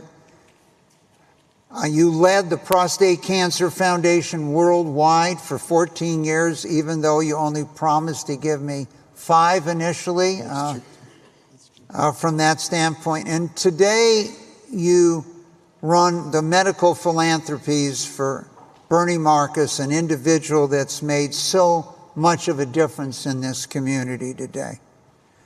Take us through for a moment how you viewed the world as a young clinician, scientist, promising at Hopkins, to building a cancer center here in Atlanta from the scratch, to running a worldwide disease-specific cancer organization, to now being in charge of what you support financially from the Bernie Marcus Foundation and where you allocate the funds. 4 different stops along the way. You're just a couple days older than you were when we first met. What was your perspective? If you could quickly, let's talk about these 4 points in your life. So in 1992, I knew I wanted to be a doctor scientist that worked on cancer and ended death and suffering from the cancer that struck down my high school baseball coach. There was no PSA test. So I dedicated my life, to being a doctor scientist. Michael Milken was diagnosed, became like Eleanor Roosevelt for the March of Dimes, or what Michael J. Fox, learning from Mike, did for Parkinson's, which is make a major disease something to talk about and bring the whole community together. And that, you've heard about human capital, so some of my ideas actually got funded. And because I had bright young people at Hopkins, we made some progress in the field. So, but that was literally before the internet. And the Johns Hopkins faculty voted down email the first year because your email address was like 19 letters. So the Genome Project, the whole idea that we can see for major diseases with the genome a future where there's precision medicine, that the right patient gets the right treatment at the right time. And Dr. Gupta has done this incredible job of democratizing knowledge about this. Coming to Georgia, being recruited here to start a cancer center was a natural extension of wanting to make precision medicine a part of cancer care in the state of Georgia, where it was very fragmented. And then, obviously, to run the world's leading foundation in driving science for patients in prostate cancer in my area was an enormous opportunity. But I'd say it's all summarized in this book, and this was not prepared. Or he didn't know I was going to say it. The story really is very simple. This is a decade where we could reduce enormously death, suffering, improve access if we embraced, which this book's about, I think my whole career has been about, which is ultimately precision health span, using all the science, all the medical knowledge, so the right patient gets the right treatment or gets the right prevention and gets the right access at all times. That's what I would say the entire journey is about. It's really about delivering on the promise of the enormity of our science and embracing, to the points that have been made earlier, that all physicians in the future have to be lifelong learners. All nurses have to be lifelong learners. Our patients and families have to become lifelong learners, because all medical information doubled every 50 years. In 1950, this is called Coffey's Law. All the information in medicine, every disease, is doubling now every 11 months. Everything that's known about every disease, there's twice as much information. And short of embracing basically a whole new kind of learning system for every patient, using actually artificial intelligence, machine learning, that's really going to be the way forward to democratize all the promise of science. I think it's really interesting when you think about what is going to drive the future of health, sort of bouncing off what you're saying. I feel like the medical establishment is sort of inherently risk averse to things, and maybe for good reason. I mean, talking about people's well-being, you're not talking about Twitter, you're talking about taking care of patients. So I think how you look at technology and how we evolve, I think, is a little bit different. But also, it's very interesting when you look at AI in particular and sort of try and predict the impact that it'll have. There's not a lot of metaphors for it. No. But if you look at other medical technologies, like if you take a look at something like mammography, so since we're talking about cancer, mammography became sort of widespread adopted sort of in the mid-1970s, 1975-ish. Before that, there was a disparity in mortality between black women and white women. But when I look it up, it was around 7%. That's right. So it was there, but it was around 7%. You introduce widespread mammography, and overall cancer mortality comes down, and the disparities go up. So it's closer to 38% right now. And I think it's just a note. That was mammography, but anytime you introduce a new technology, if bias exists in our society, then things like AI can turbocharge that bias. And I think we just have to be, I think it's part of the reason we're a little bit risk averse. Mike, you talked about the Da Vinci. I think you were making a comment that maybe that should have been adopted sooner and more rapidly, and I can understand your perspective on that. I think that if you're dealing with an inherently risk-averse environment, you can start to understand why some of these technologies get adopted more slowly. Not that they don't get adopted. Right. I mean, we weren't emailing patients that long ago, and but now, we slowly adopt these things. Let's, over the years, I did a lot of Larry King shows on different subjects, including health. And Jonathan, you remember it was 95, and we wanted to change the paradigm of cancer treatments, etc. And so I had Lee Hood, and I had another doctor, and Larry told me, we need to bring a public figure, because the public often will trust the public figure more than they'll trust the world's leading doctors. So we brought General Schwarzkopf onto the show. And we were trying to get 3,000 families who had had 2 people in the family with prostate cancer just to come so we could study the families. And it had taken Johns Hopkins 12 years to get 800 families. So we had told Johns Hopkins, we're going to try this amazing new technology, television, and see if we can be more successful. And we received those 3,000 families within 1 week. 12 years to 1 week. And this is obviously before where we are with online today.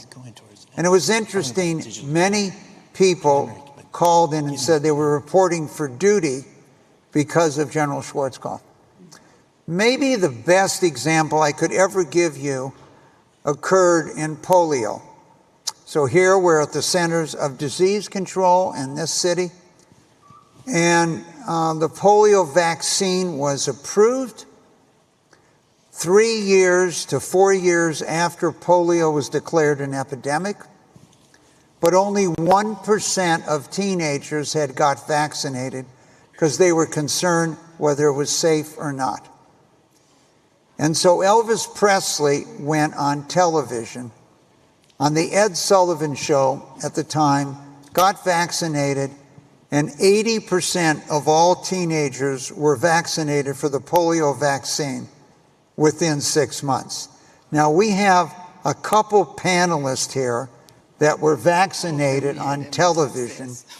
Could you please recognize yourself and talk to us? Why did you do it? What was your experience? I think I made you do it. Dr. Rice, why don't you start? I get this call from Sanjay, and he says that, we really have to deal with this stigma. I said, I'm dealing with it as much as we can. We're doing drive-bys. We're doing all these type of things at the school. And he says, would you be willing to get the vaccine on television? And we both paused because we would be jumping the line. We're not as young as we look, but we're definitely not as old as we look also. And so we were concerned about that. But we then recognized that we represented a larger group, and perhaps it would deal with some of the concerns that people were having about the hesitancy. And we definitely did get a lot of positive feedback. Yeah. And we were happy to get our vaccines. Now, our family members couldn't get the vaccine. Remember, they were not old enough, and so they didn't like that, but they had to wait their turn. But we think it did make a difference in saying, okay, we believe in this science.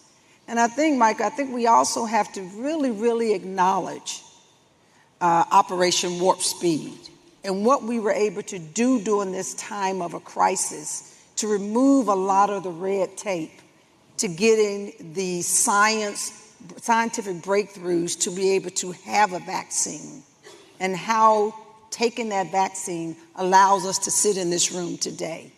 And so we should not underestimate the power of will. And we can remove barriers when we all work more collectively together. Yeah.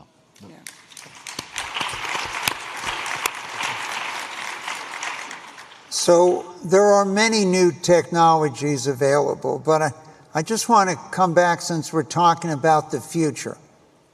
So if you visited Earth from Mars and you only had a tricorder, so now you can sequence your genome. Mm-hmm.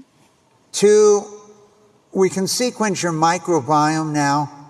How are your genes going to be expressed? Mm-hmm. And the fact as you change what you eat, your gut, your drink and stuff, it is starting to change how your genes are expressed.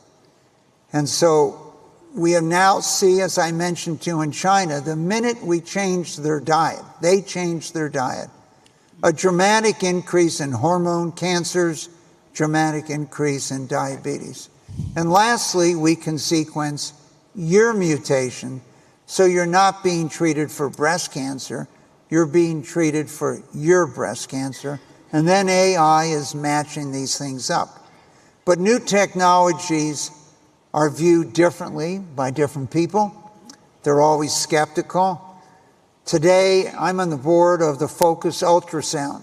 Now, I'm old enough to be part of the Star Trek generation, not Star Wars generation.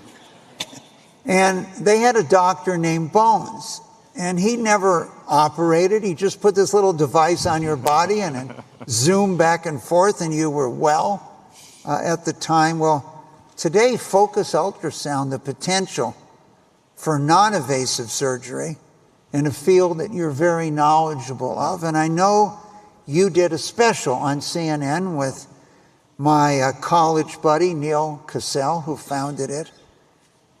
How did you see this as a neurosurgeon and this new technology, since the first applications were first in your brain for tremors? How do you see that, and how do you explain that, boy, you might have a technology of surgery that's sound waves and there's no cutting of your body? It's remarkable. I mean, it is the manifestation, I think, of the science fiction shows you were watching as a kid. By the way, Neil told me that he tried to take you into the operating room once, and did you actually go in? Yeah, we had this deal.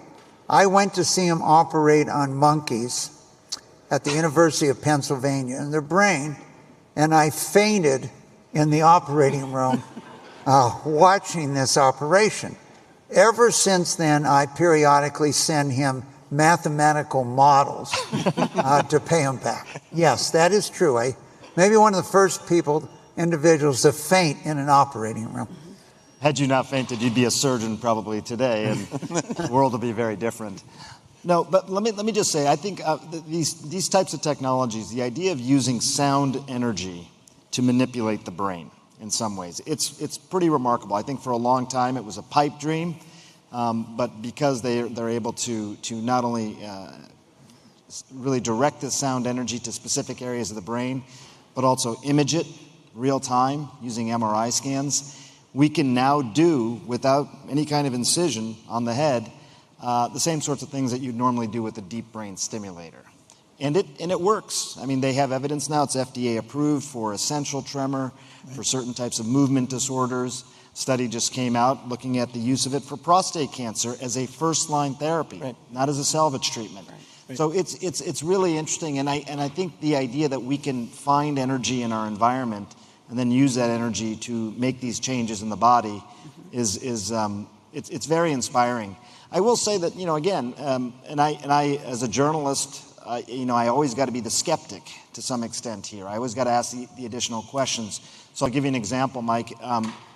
When you do deep brain stimulation, you're putting a stimulator in the brain that you can turn on, you can turn off, you can turn down, you can turn up, you can modulate. When you use sound energy to make a lesion in the brain, that's it. You don't have a chance to sort of reverse that at all. So you have to get it absolutely right. And I think that's why there was this slow roll into these technologies. We've known how to use sound energy to change a brain for a long time, but we wanted to make sure we could do it in a way that was very predictable and obviously wasn't going to cause harm. So Dr. Gupta, you have another challenge. CNN is seen all over the world. People have different perspectives all over the world. And so as you travel, you get feedback. How does the public view the healthcare system? How is it evolving? And what are the reactions from different places of the world, because they're not just watching you in the United States today? That is a very important question. It's a challenging question to answer because it is a very heterogeneous sort of look at healthcare. If you look, obviously, we had as Dr. Rice knows better than anybody, we had a terrible tragedy this past week with regards to what happened with the United Health executive. I think what has surprised, a lot of people has been the response to this, somewhat vitriolic response to basically say this was a manifestation of a healthcare insurance industry gone awry. I think that's deplorable, but that is something that you're hearing out there. What is interesting is I think there's a real bifurcation. If you overall poll people, just to take the United States in particular, only about 44% of people say their healthcare system is very good or excellent. Right. So more than half say it's not.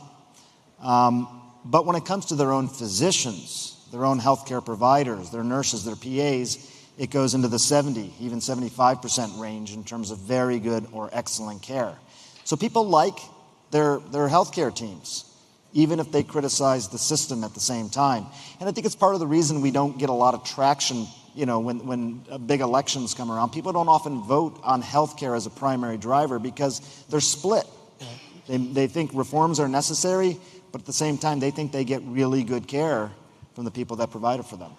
Dr. Rice, a lot of the students coming in are very comfortable with technology. Mm-hmm. If I have a problem, I can talk to my grandchildren, tell me how to solve the problem. Mm-hmm. So the students might be more used to technology today. What about your professors? What about your staff? Mm-hmm. How are they adapting to these dramatic changes? They are very, very receptive to retraining and uptraining. I have always been surprised. I think about when we went from, the Kodachrome slide to PowerPoint. That was a big jump for all of us, right? Yes. They are embracing it. And they are partnering with the students to make sure that they are not missing out on the technological advances of how they should be using all of social media, even TikTok, in the classroom as part of the learning tool. And we have them on our curriculum redevelopment communities, or as we are refining our curriculum. We have the students there having their voice because they are such different learners than what we are. And we have to embrace that. And so I appreciate all of the great faculty who've been great professors using the same textbook for the last 20-some years that nobody actually has a paper textbook now. And now they are having to be responsive to the students' needs. And we're not teaching in the classroom like we used to. Every class is already filmed, etc. And so it is really case-based learning and interactive sessions and simulation and virtual reality, trying to address the complexities that we face as we try to take care of the public. Well, those students at Morehouse are lucky they have such a young president and CEO from that standpoint.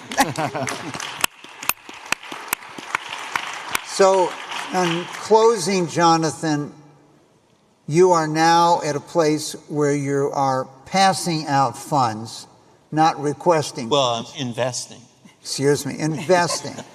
So we might have a lot of people with us online or in the audience today want to know, how do they approach the Bernie Marcus Foundation? How do they approach you if they're interested in medical-related philanthropy? How are they going to get you to invest in them? What are you focused on? Well, to quote a great philanthropist, you are your website.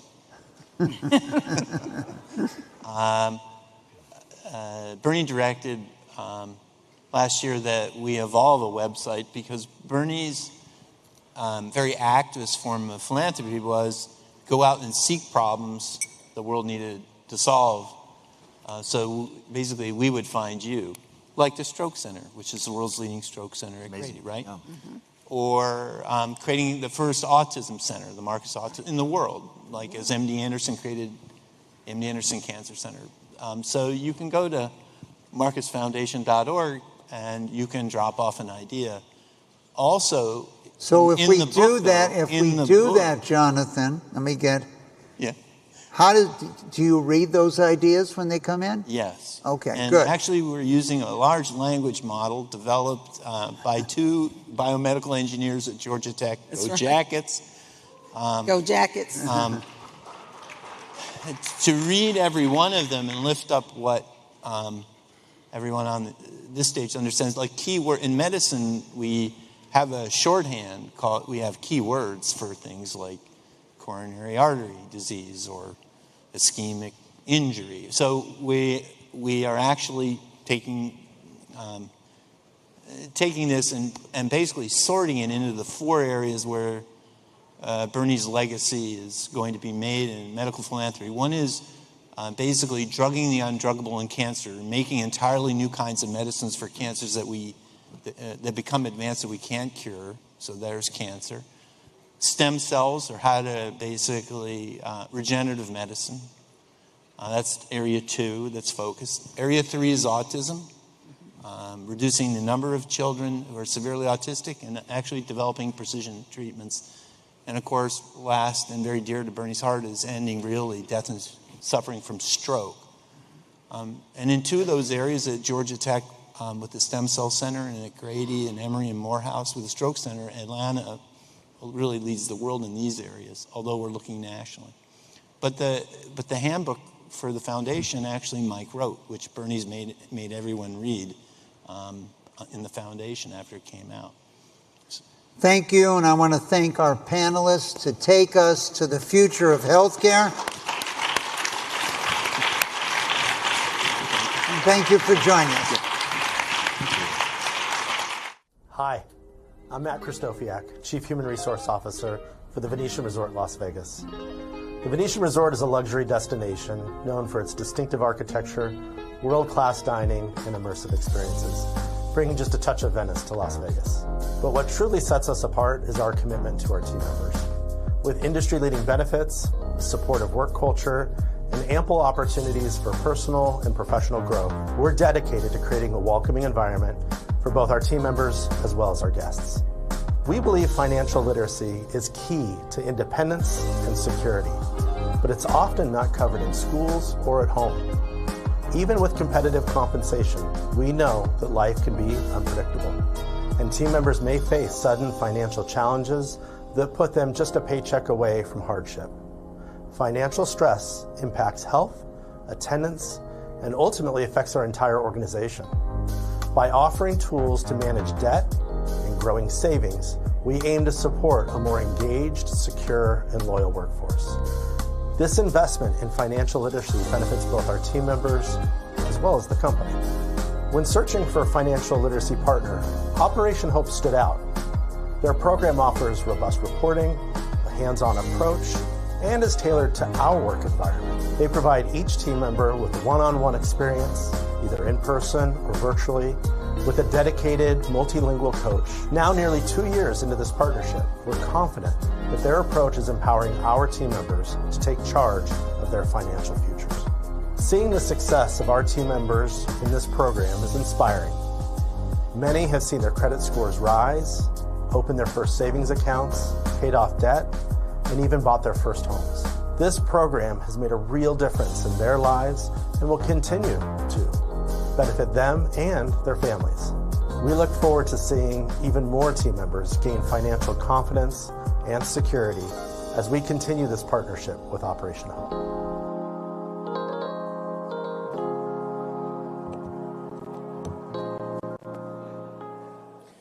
All right. We're getting down to the closing stretch. You doing okay so far?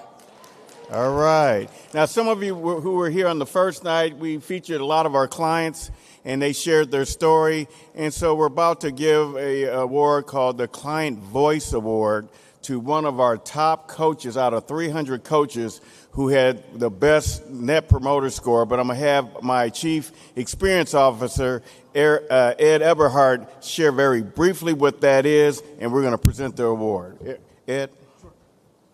So, good afternoon. And very briefly, I have the honor of being Operation Hope's first Chief Experience Officer, and it's been, quite frankly, the honor of my life. So thank you guys for allowing Operation Hope to be the kind of organization that grows and matures in this way. So we've become very intentional about gathering our client data and just going to tell us, the things that we do well, the things we need to work on, and how we can change and evolve for the future. And a great kind of side effect of this is that we've identified the coaches that are the highest performers in terms of client feedback, both in terms of Net Promoter Score and also the many testimonials and stories that our surveys provide. And I'm so excited and happy to honor Calvin Haynes here with our first ever Client's Voice Award. Calvin represents our Delta Hope Inside partnership out of New York, the JFK Airport. So Calvin, congratulations, and we're proud of you. Give him a round of applause.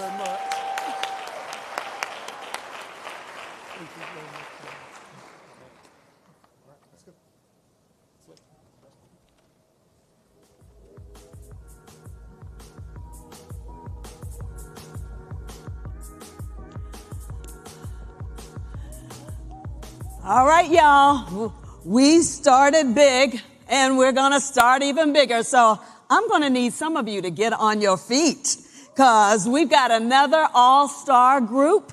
So they're going to close out this conversation in a big way. We're going to look at the future of culture and the Black culture and self-determination. So I want you to get on your feet for trap legend, actor, comedian, and entrepreneur, T.I. Harris. Actor, director, producer, investor, and philanthropist, Boris Kojo. The president and chief executive officer of BET Media, Scott Mills. Grammy and Emmy award-winning artist and host of Love and Respect with Killer Mike Rinder. And fresh from the taping of the show First Take on ESPN, the host of the Stephen A. Smith Show and YouTube, Mr. Stephen A. Smith. Give it up, y'all.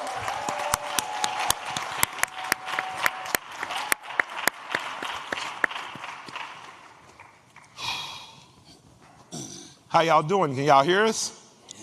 I'm honored to be on stage and honored to be asked to come here by John Hope Bryant and be here today. So I just want to give another round of applause to the young men we have up here today. Thank y'all for being here. And we have the future. I use notes. I was taught to always keep notes by my elementary school teacher. So you guys, I ain't going to ask for forgiveness because I like reading. We know that Black culture has pushed and stemmed this culture in this country forward. I don't care if you're talking about who really invented the cotton gin, to who put in the work and labor to build this country from bricks and nails standpoint. We know that we've contributed, whether it was music through rock and roll, blues, gospel, rap, and more, whether it was television. I know Norman Lear was a heck of a producer, but I know a Black man wrote those shows. So all that to say that Black culture has been a fuel that put this country on the forefront on many things. And I would like to talk about these people or talk with these people today. So the first question is for all. The Black community has been on the forefront of cultural prominence through the world. How should we prioritize maintaining ownership and control of that influence in media, music, and other industries? And we'll start with anyone who wants to start. Okay, I'll say two things. First, we must believe in each other. We must believe in each other, and we must believe in ourselves because we see ourselves in each other. Amen. And in that belief comes investment. When we can take the money that a lot of people, excuse my language, but a lot of people think the white people's ice is colder.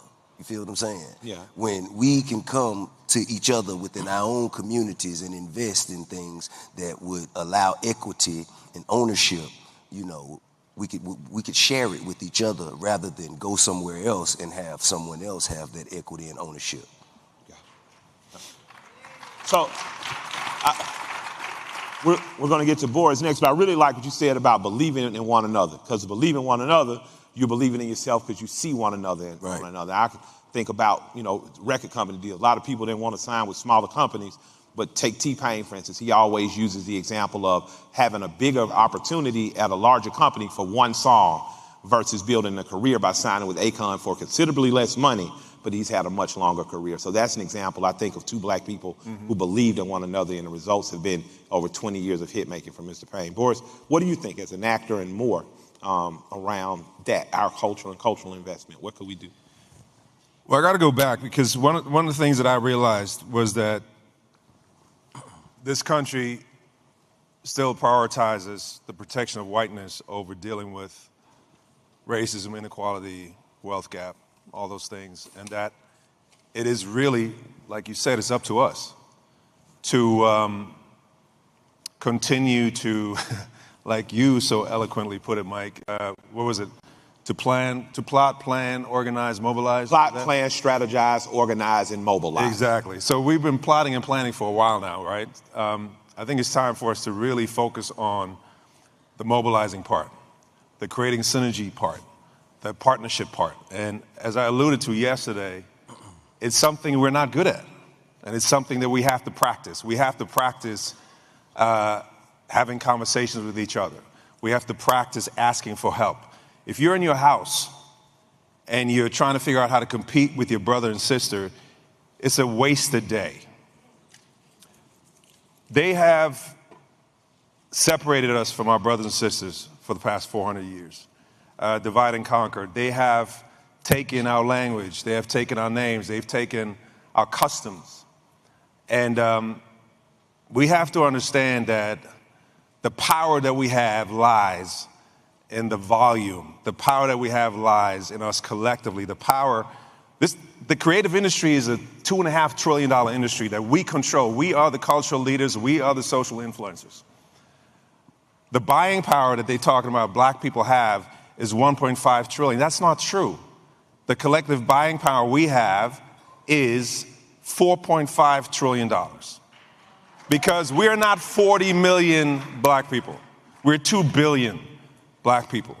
So we got to shift our perspective and stop working in silos and focus on each other and how we can make changes together. All right. Scott, moving to you in the plot, plan, strategize, organize, and mobilize part, you as the CEO of BET running the largest black media company, essentially you are the organizing and mobilizing part.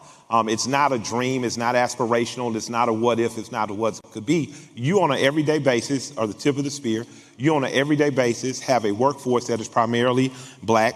How does this impact you as not only a CEO, because we know you gotta sell stuff, but as a black man, how does that affect you? Well, I appreciate the question. And I think context is important. We're talking about black culture. Why is it so relevant? I would posit that black culture is arguably one of the single most valuable assets that we have in the black community. Other communities have been able to accumulate lots of other things that have extraordinary value. And one of the things that the black community has created that is of almost absolutely universal appeal is black culture. And if you understand the role that black culture has had in creating black wealth in this country, it's pretty extraordinary. The very first black American billionaire, right, created a business that was anchored in black culture. And if you think about our community, even today, while we've had more opportunities to create wealth in areas outside of culture, we have more people who are creating wealth in finance and technology and real estate. But the reality is there's still a disproportionate fraction of black wealth that is actually being generated by people who are in, around, adjacent to, and leveraging our culture overall. So it's profoundly important.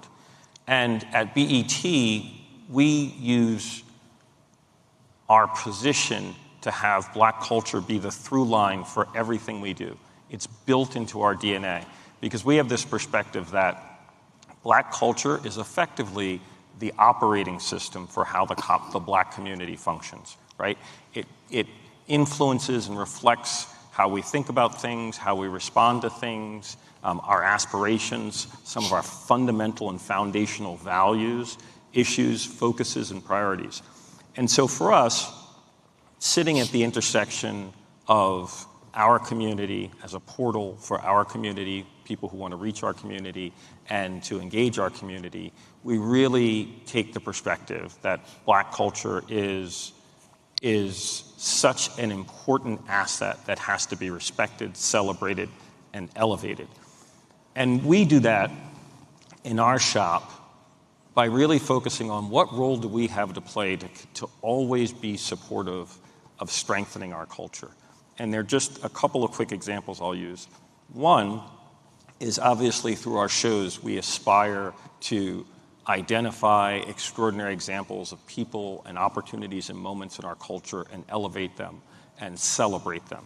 Two, to Tip's point earlier, we are focused extraordinarily on collaboration, working with creative partners, business partners. Three, we understand that the culture's really anchored in ownership and opportunity. And so we don't just do traditional deals with people. A lot of the times when we work with big partners, we say, yes, we'll enter into a traditional arrangement, but also let's create an equity opportunity, right? So when we did our big deal with Tyler Perry, we said, yes, we'll do a big programming deal with you, but in addition, let's create a joint venture where you have equity in the streamer BET+. When we work with Kenya Barris, yes, we'll do a big overall deal with you, but let's create a joint venture where you have equity in BET Studios. And so we really think it's our responsibility. To use our position to make sure that we're doing everything we can to support the culture. Man, that's amazing. It's dope that you mentioned Tyler, because he has been a shining example. I also would like to add 50 Cent has now opened up studios. We just got a rumor that Cat Williams has done the same. Yeah. Do you anticipate, as a runner of BT, do you anticipate seeing more artists matriculate into executive positions in which studios and more will be open? I absolutely do. I think in part, our culture is a portal for people. I mean, I think hip-hop's the best example of this. I always wonder when you look at the people who've been most successful in hip-hop, and then they've gone on and created successful businesses and what have you. One question is, well, did they start in hip-hop because they're artists first, or did they start in hip-hop because there's so many barriers in our community for people to actually just start as a business person, right? That you actually have to go through and you have to become a big celebrity and make a little bit of money and develop those relationships. And then you're invited into rooms and you're given opportunities and you get access to capital in ways that in our community most people don't have, right? And so I think that we'll see more and more people using the portal that is our culture to create more business opportunities, because I think ultimately more of our community wants to be business people. Stephen, man, you're one of my favorite people on television. You're not afraid to give. I own barbershops. You give some of the best barbershop debates. I got to get you in my barbershop debating. Culturally, what I see you have the ability to do is disagree without being disagreeable, the ability to admit in times that I've been wrong and not be afraid to assert when you're right. You are the black man that stands on the blocks that makes sure the boys don't do the bullshit after school and they get to school. And you are a figure that we know, but you've brought that to a broader audience and it's been received well. How important is Black cultural capital to you? And what do you see our need going into the next 2, 5, 10, or 20, 50, and 100 years to be? Well, it's everything to me because I'm a black man and I'm proud to be a black man. But I think that what's incredibly important is that the word accountability is what enters my mind. I just had the pleasure of meeting Scott. I've known Boris and my brother for years, and T.I., great people, accomplished a lot of great things. But the one thing that resonates, you know when people are equally yoked. When you run across them. Everybody that's black ain't down for black causes. And it's really important to emphasize that, because I certainly wouldn't accuse anybody on this stage of being guilty of that. But I would defy anybody to deny that what I just said about us as a people is true. And when I think about my role in terms of being on television, I roll up on ESPN, and long before it was popular, they had Stuart Scott, the great late Stuart Scott, God rest his soul, that pioneered and spearheaded so many opportunities, but there were other people before him. There's a guy that was before him that's still around, and Mike Wilbon. There's the late, great Ralph Wiley. There's the late, great Brian Burwell. There were so many, John Saunders and others. There were so many different people. And when you're on television and you're pounding that pavement and you're preaching about black culture, well, let me give you a taste of it from a talent perspective. We're in the media. It's the fourth estate, which means it has a license to formulate perceptions about people, about communities, about human beings, etc. And for every story we told, there's 10 to 20 different stories that we fought to make sure wasn't disseminated to the masses. But the second we miss something, we're a sellout. We're a coon. We're all of these negative connotations that come into play with people that come from your community that supposedly are the embodiment of black culture, but don't see when somebody's right in front of their face fighting on behalf of the culture, recognizing the importance of sacrificing your behind because of the stupidness you did in support of the collective whole. And when we don't pay attention to that, then we compromise what T.I., what Boris, and what Scott just articulated.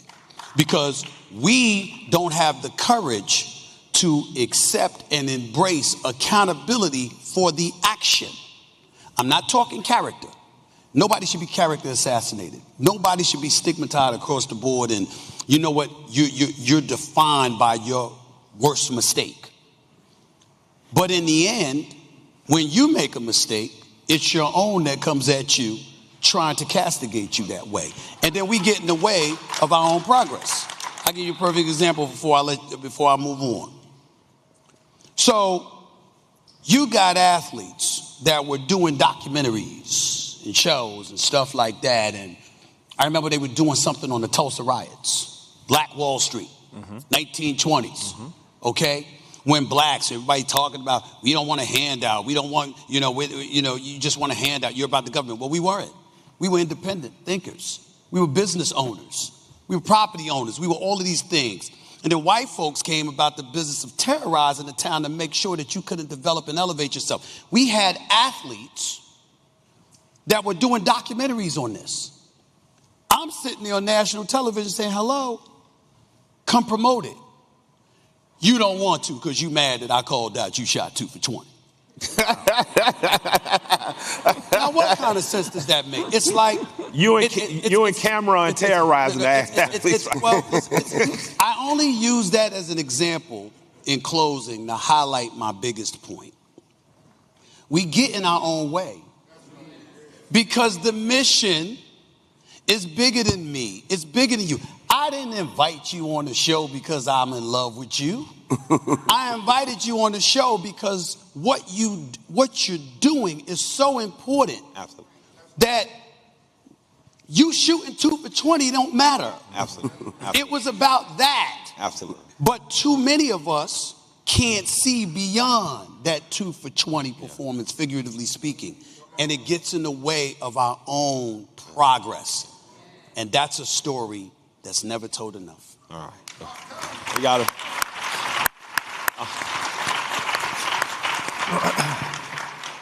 Young man, because Aunt criticized you does not mean he hate you. And the bigger story is come tell your bigger story. 2 for 20 is 2 for 20. 2 for 20 is 2 for 20. Boris. Yes, sir. You are a world citizen. You are a 3 passport holder. And I've been blessed by singing and dancing to travel the world 5 times. And I've understood that black people pretty much, we ain't much different anywhere I go. We like beans, we like rice, we eat a good bowl of chicken. No matter where we go, we cook good food. But I've realized that places we go, a lot of times we're still holding the 1 or 2 bottom rung of the ladder. And to matriculate up, I always felt like we needed to have more cross collaboration. We needed to reach across the waters back. We needed to make sure if we're in Australia, we visit Perth, because there are a lot of black folks there. I know if we're running through Asia, where are we at there? I just left Rotterdam, which I'd not spent a lot of time in. I'm usually in Amsterdam, stone like a rock. I was in Rotterdam this time and learned of the rich cultural black history that's there. Could you tell us how important it is that black people, although identifying locally, need to think and connect globally, and how important that's been to you and what it can do for us in the next 20, 50, and 100 years. Wow. Well, it's hugely important. Number one, growing up between Europe and Africa and seeing America in the distance, there was McDonald's, there was the flag, and there was Michael Jackson. Those are sort of the images that were being broadcast around the world, and that's what makes a lot of people want to come here.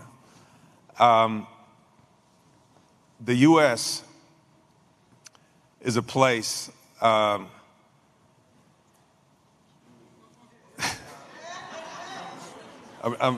want to be really careful. Take your time. Yeah, I want to be really careful. Consult Stephen A. Take your time.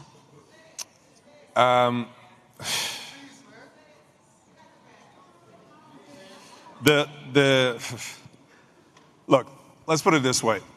The black experience has been primarily defined through the prism of the African American experience.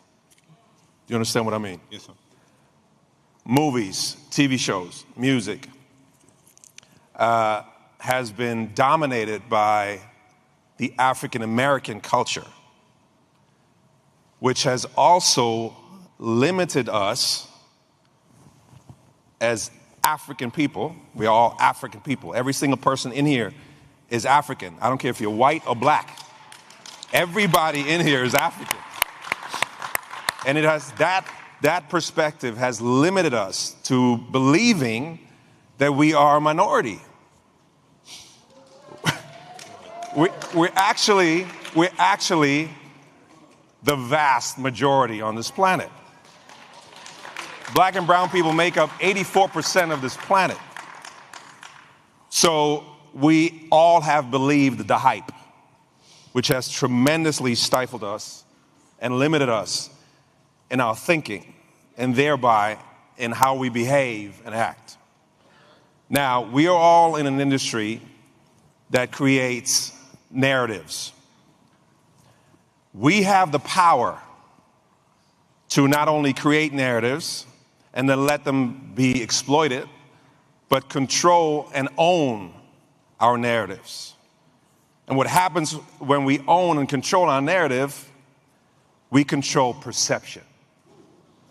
Perception is the biggest challenge that we have as black people and as a continent of Africa as a whole. When we think of Africa, we think of what? Zebras and huts. We think of poverty, we think of famine, we think of corruption and mass exodus to Europe or whatever.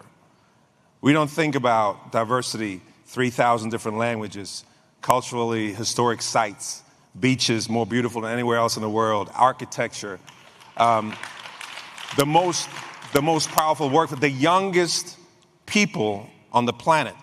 Average age of Americans is 36. Average age of Europeans, 42. Average age of Africans, 19. Africa's getting younger, everybody else is getting older. The entire creative industry is shifting to Africa in the next 10 years, just by way of numbers. We have 800 million smartphones in Africa. It's going to go up to 1.4 billion smartphones in Africa. High-speed internet penetration is 15%. Here it's 95%. What do you think is going to happen when that penetration goes up to 40, 50%, 60%? So our perspective needs to change.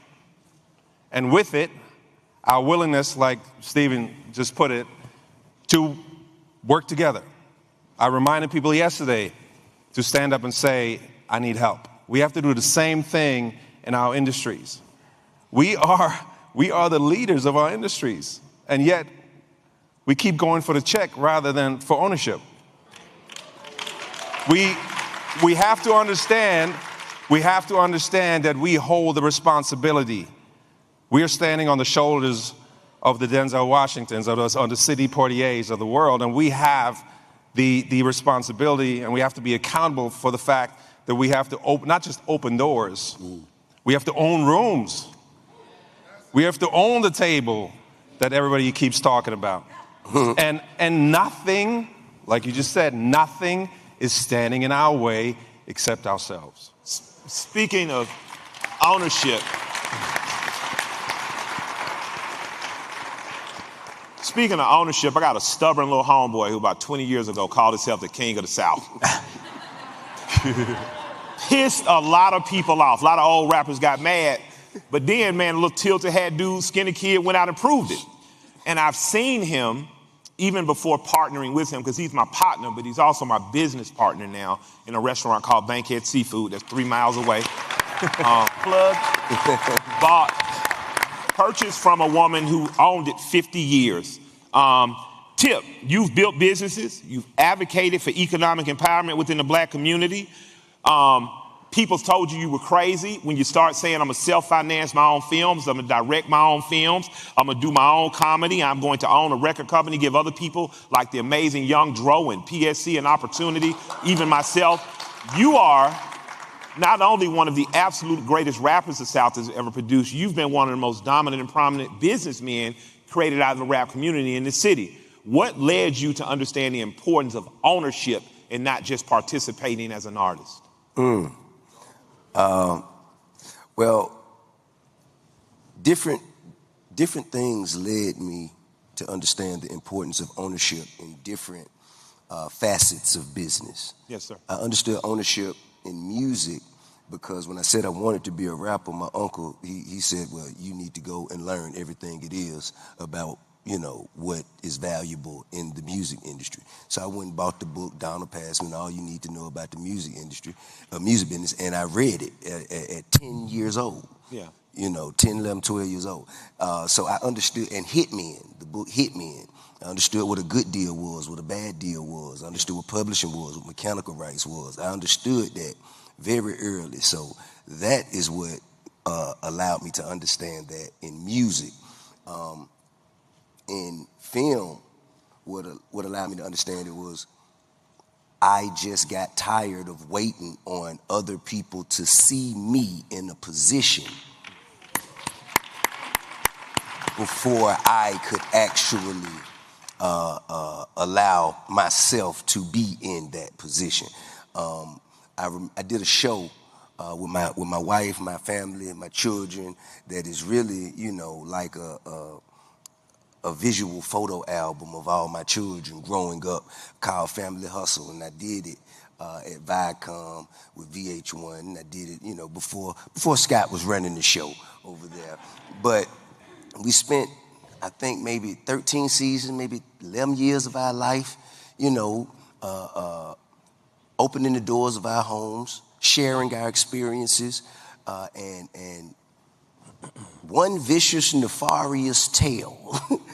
Based on bullshit. Based on bullshit with no substance, no validity, no truth to it.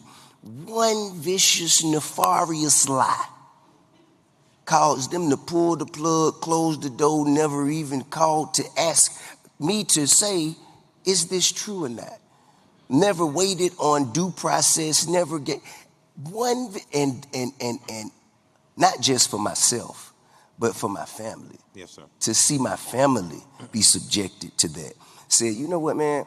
I'm going to put my little money together. I don't care how much it costs or how good anyone else thinks it is. I'm going to begin to make films that I produce, I finance, that I direct, telling stories that I want to tell without asking anyone for permission.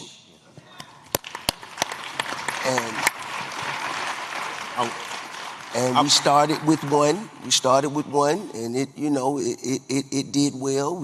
We've since financed another, and we've produced 3 films now. And we intend, that was last year. I intend to produce 3 more this year, and so on and so forth. And so I guess to answer that question plainly, it was out of sheer necessity. Amen. Amen. Sheer necessity is what caused me to understand. And that's how I know a white man didn't invent the cotton gin. let me give you, we only have 4 minutes left. We only have 4 minutes left, but I think it's important that I say this because for Scott to even say, as the lead of BET, he didn't understand how cross-sectioned Atlanta was in terms of celebrity, private equity and money, and politics working cohesively. I think that was the goal of Maynard and Andy. Ultimately, everyone from Shirley to Bill, to every mayor we've had here has understood that the 4 men that are on here, I want you to give me something about Atlanta that you think black people need to know to come here, to plant their flag here, in order to make what's here compound and grow even more. In my mind, Atlanta should be the capital of the black world because the opportunity is here. Not because we're better, not because we got it all figured out, but we figured out cooperating. We figured out political money, political process and private money cooperating. We figured out how to help entertainers and athletes become business people. And I'm talking about Hank Aaron, not just T.I. I'm talking about we have over 120-year history of succeeding on multiple fronts here. What can black people bring to this city that will help in your particular interest or help us overall? I'd like to know, starting with Steve. Besides another athlete, because we got a lot of them too. Well, don't get me started with them. I won't do that today. When you talk about Atlanta being the capital, I would say to you, respectfully, think bigger. Mm-hmm. I don't know about anybody else, but I ain't playing. Go for it. Let Atlanta be a hub. When you see people like yourself and T.I. here and stuff like that, okay, that's cool. That's beautiful. But if everything is condensed in one small area, in my eyes, that makes you a stationary target. Gotcha. And I don't like being a stationary target. To hit me with a knockout blow, you need to have to come from a multitude of angles to pull that off. And when you talk about black people, the chances of you being able to pull that off is slim to none. So what I would say to Atlanta, what helped make Atlanta what it is right now? It wasn't just the people here. It was Atlanta attracting an abundance of people here from everywhere. Amen. And they branched out, and all of a sudden, Atlanta became a moving target. It was a hub, Amen, but it became a moving target. And that is what I would ask you to remember about yourself. So we need more Negroes in Atlanta. Bring your talents to Atlanta. We would love to have you. So they can branch out. Yes. So they can branch out and represent Atlanta. Absolutely. Even when they ain't in Atlanta. Amen. Amen.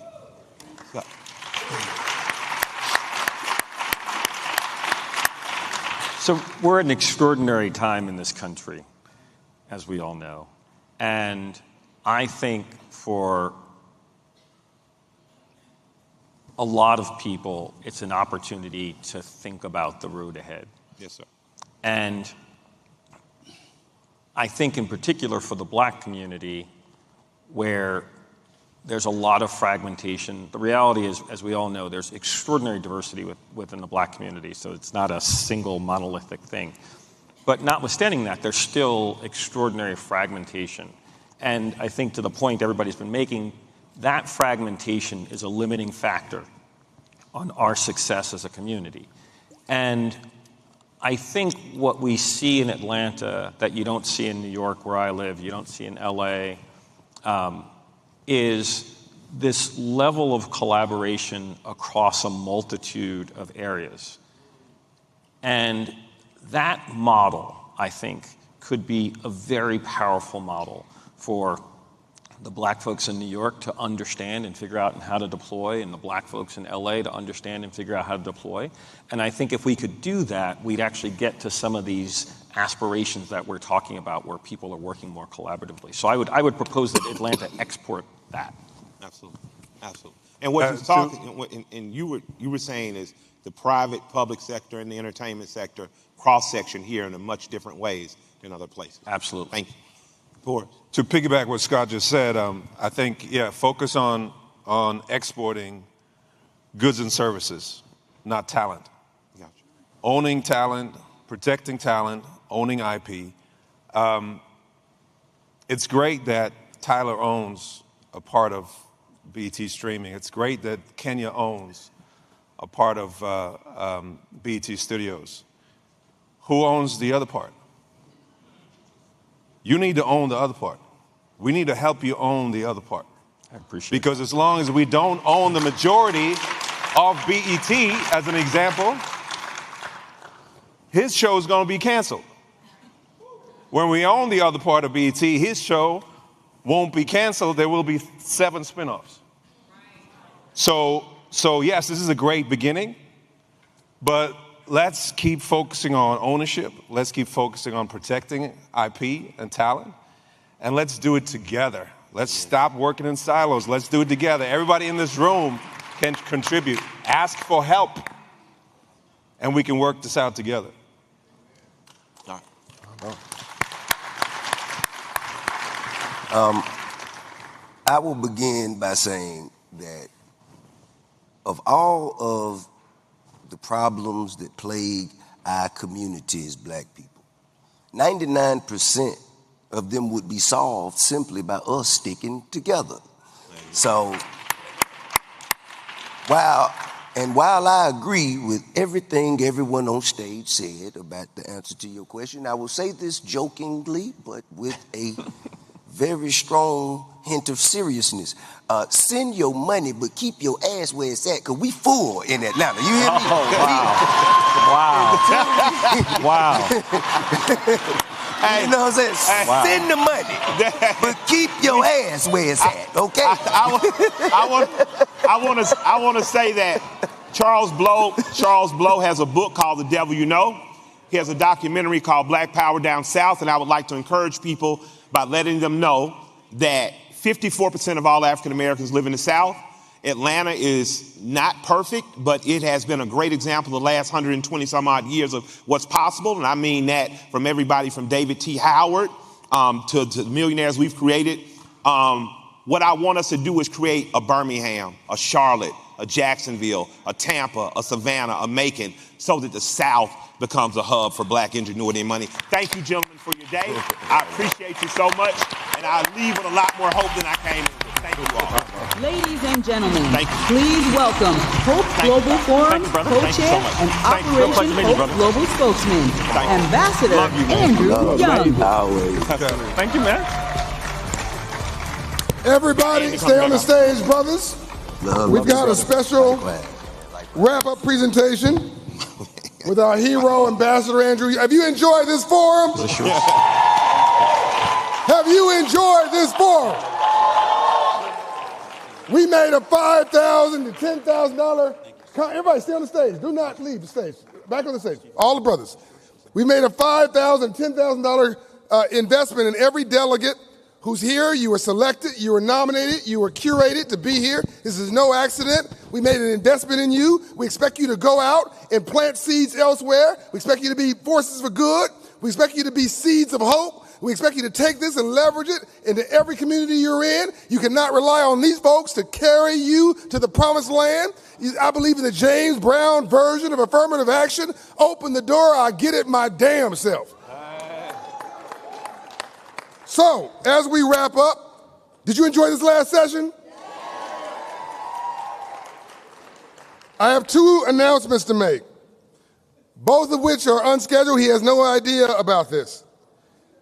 First of all, because of Ambassador Young's leadership and support in bringing me here to Atlanta and nurturing me and giving me and putting his arms around me and giving me support, that both quiet and not quiet, calling people, telling me I'm not completely crazy, and they can trust me. People did trust me. I never tried to raise money at the Hope Global Forum to help poor people. I'm obsessed with just doing it myself. I decided to try. So about a week and a half ago, I called my team and said, I'm going to raise $100 million. And they're like, you crazy. I stand here today, the 10th anniversary of the Hope Global Forum, and announce today we have commitments today in the last week. Delta Airlines this morning emailed and said, I'm in for $5 million. That's Ed Bastian. Navy Federal said we're in for $1.2 million. Shopify, you heard it yesterday, they're in for $60 million. That's the 1 Million Black Business Initiative. We're going to bring that to Africa too, Boris. Then Shopify called back and said, you can't do all this work with increase, so they gone from $130 million plus 60 million to 190 million commitment over 10 years. Why are they doing this? Yeah, they're good people, but they want customers. They want black customers, which is the right answer. They called back and said, it's going to be a lot of pressure on you, so we need to hire some people in Atlanta, not in Canada where we are. Here's another $1 million for staff. Truist stood on the stage yesterday, black man at Truist, one of the highest ranking in America, said, we're in for $20 million. iHeart said, Bob Pittman, we're in for $5 million. We need help get the word out. B of A said we're in for $4.6 million. Bishop T.D. Jakes is in for $450,000. That's a black man. Biller Foundation, $150,000. Target Corporation, $200,000. Southern Company, run by another black man, Chris Womack. The only, I think, one of the few black men, Fortune 500 CEOs, $300,000. Clayton Homes, $400,000. Then we have individuals like Eric Rushin, $10,000. Dan Hoffman, $25,000, $15,000. And individual donors, meaning you out there, here's $2,500. That's $20,356. And then Phil Griffin, I'm going to throw this in. Phil Griffin raised $1 million from Peacock and MSNBC. This is not my money. To do a documentary on the life and times of Ambassador Andrew Young.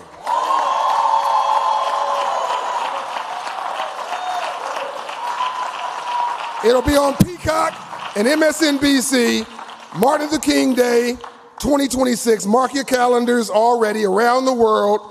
We raised, not including his $1 million, I can't claim that, we've raised, as of this day, $98,370,000. We're on our way. And I can't give you no money, but I'm going to give you an award.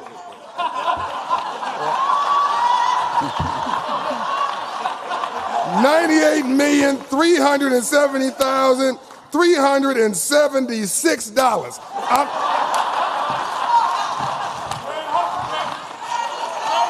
Where's the treasurer? You ain't getting this back. And this money is worn. He's been rubbing this in his pocket for like 3 years. This is a one toe up $20 bill. Let my interest accrue. Ladies and gentlemen, Operation Hope present to Ambassador.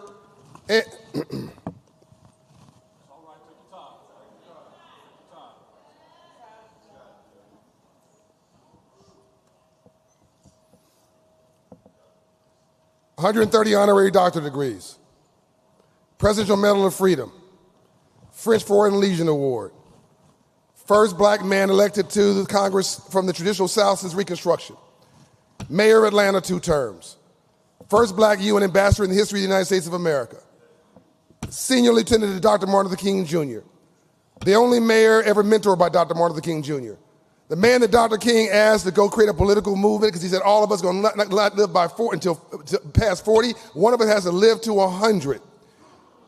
Him and his wife, and Dr. King's wife, Bernice's mother, born in the same little town.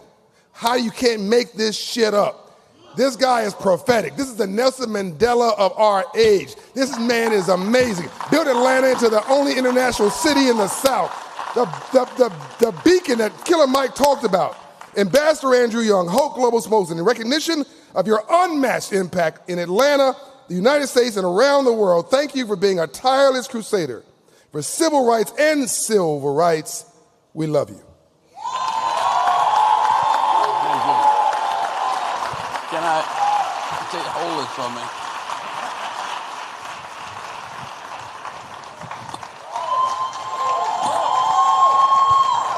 92 years young. I want to remind you of what you have experienced here these last 5 days.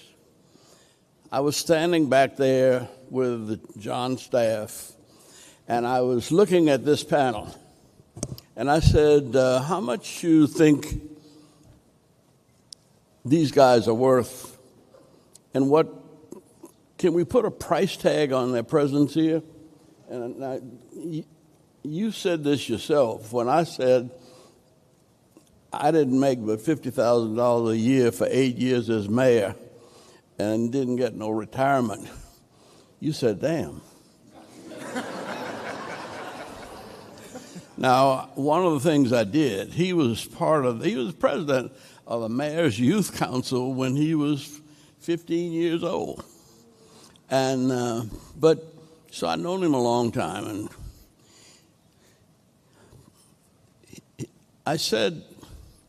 he said his wife made him cancel an engagement for a weekend where he would have made $400,000. Now, it took me 8 years to make that.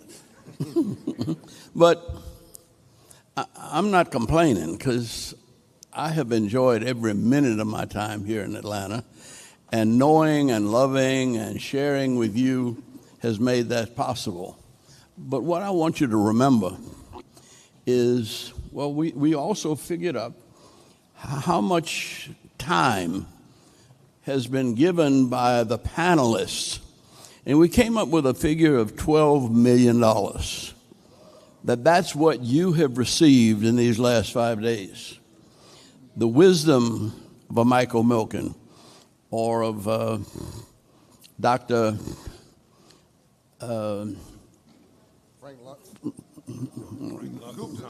No, I'm talking about the president of Morehouse Medical School. No, Morehouse Medical School. Valerie Montgomery Rice, a young lady from Macon who went to Georgia Tech and Harvard and came back to be president of Morehouse Medical School for the last 50 years. I mean, not for 50 years, but it's 50 years old. And you heard what they're doing in health, that the experience that you have had here is well worth a college degree. And I hope you've been taking notes. I don't know whether it's legal to record, but when you get out of here, write down some things that you picked up from some of the heroes and sheroes that have shared their souls with us and have made this week possible. Now, when I talk with John, I had a headache in Houston, but I don't know how many years ago, and I was looking for somebody to get me an aspirin. 25 years ago? Yeah, at least maybe 30. And he was a little raggedy boy running around, but he knew a lady who had a Mercedes. And he went and got a key. Let me use your key for a little while. And he came and took me to get an aspirin. That's how we started out. And I said to him, there's so many things going on in Atlanta, that you need to be there. But there are too many things going on in Los Angeles. And it'll take you too long to get a footing in Atlanta, but in Los Angeles. But if you come to Atlanta, we need your kind of leadership. And I don't know that I know anybody that has learned to love and to contribute to this community with as many diverse and wonderful people of all ages, races, creeds, and colors as John Bryant has done for the United States of America. And he's a new kind of leader. And I used to kid him. He's telling me to shut up. I didn't say it. But it says 3 minutes and 25 seconds down here.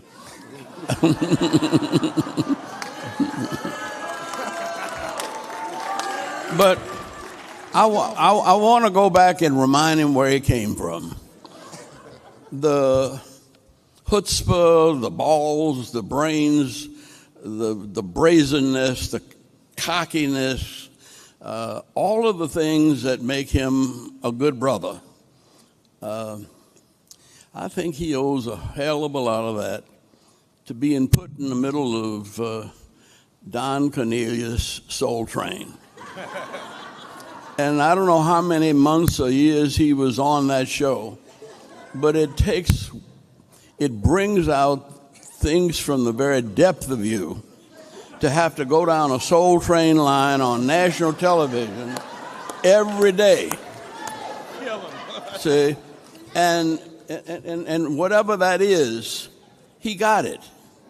And he brought it to us, and he shared it with all of the rest of us.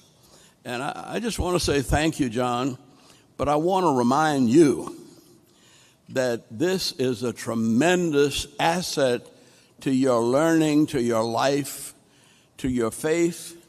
And I wasn't just clowning. I really believe that, and I learned this from your daddy, truth crushed earth will rise again. Truth forever on the scaffold, wrong forever on the throne.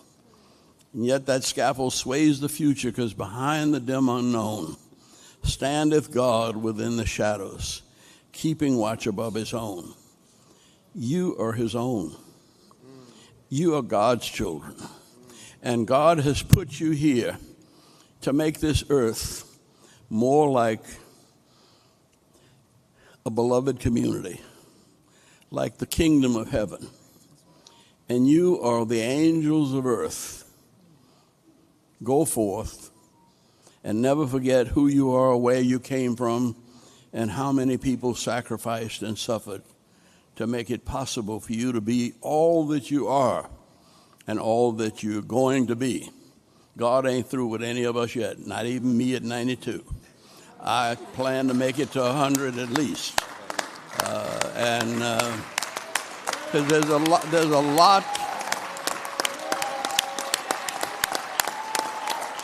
a lot that we've got to do yet. We are just beginning. God has blessed us. Go forth and pass around God's blessings.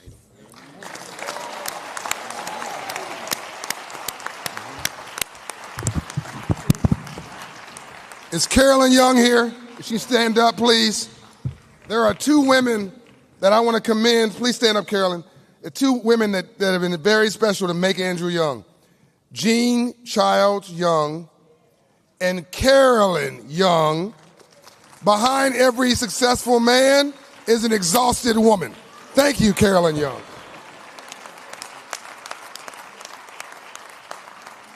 And we're wrapping up. Did you have a good time? This was a heck of a closing. Let's give them a round of applause for closing us out strong. Thank all of our sponsors. Thank the Signia Hotel. Thank Q&A Events for helping us pull this off. And thank you for being here. And I want to thank our wonderful MC, Donna Lowry. Let's give her a lot of love. Thanks. She's been doing this with us for a lot of years. Yeah. We appreciate you. Okay, thanks. Well, be good to each other. And remember, just put it on your calendar right now, December 1st through the 3rd, 2025, right back here at the Signia. Have a wonderful, wonderful December. Thank you for attending the Hope Global Forum's annual meeting. We look forward to seeing you next December.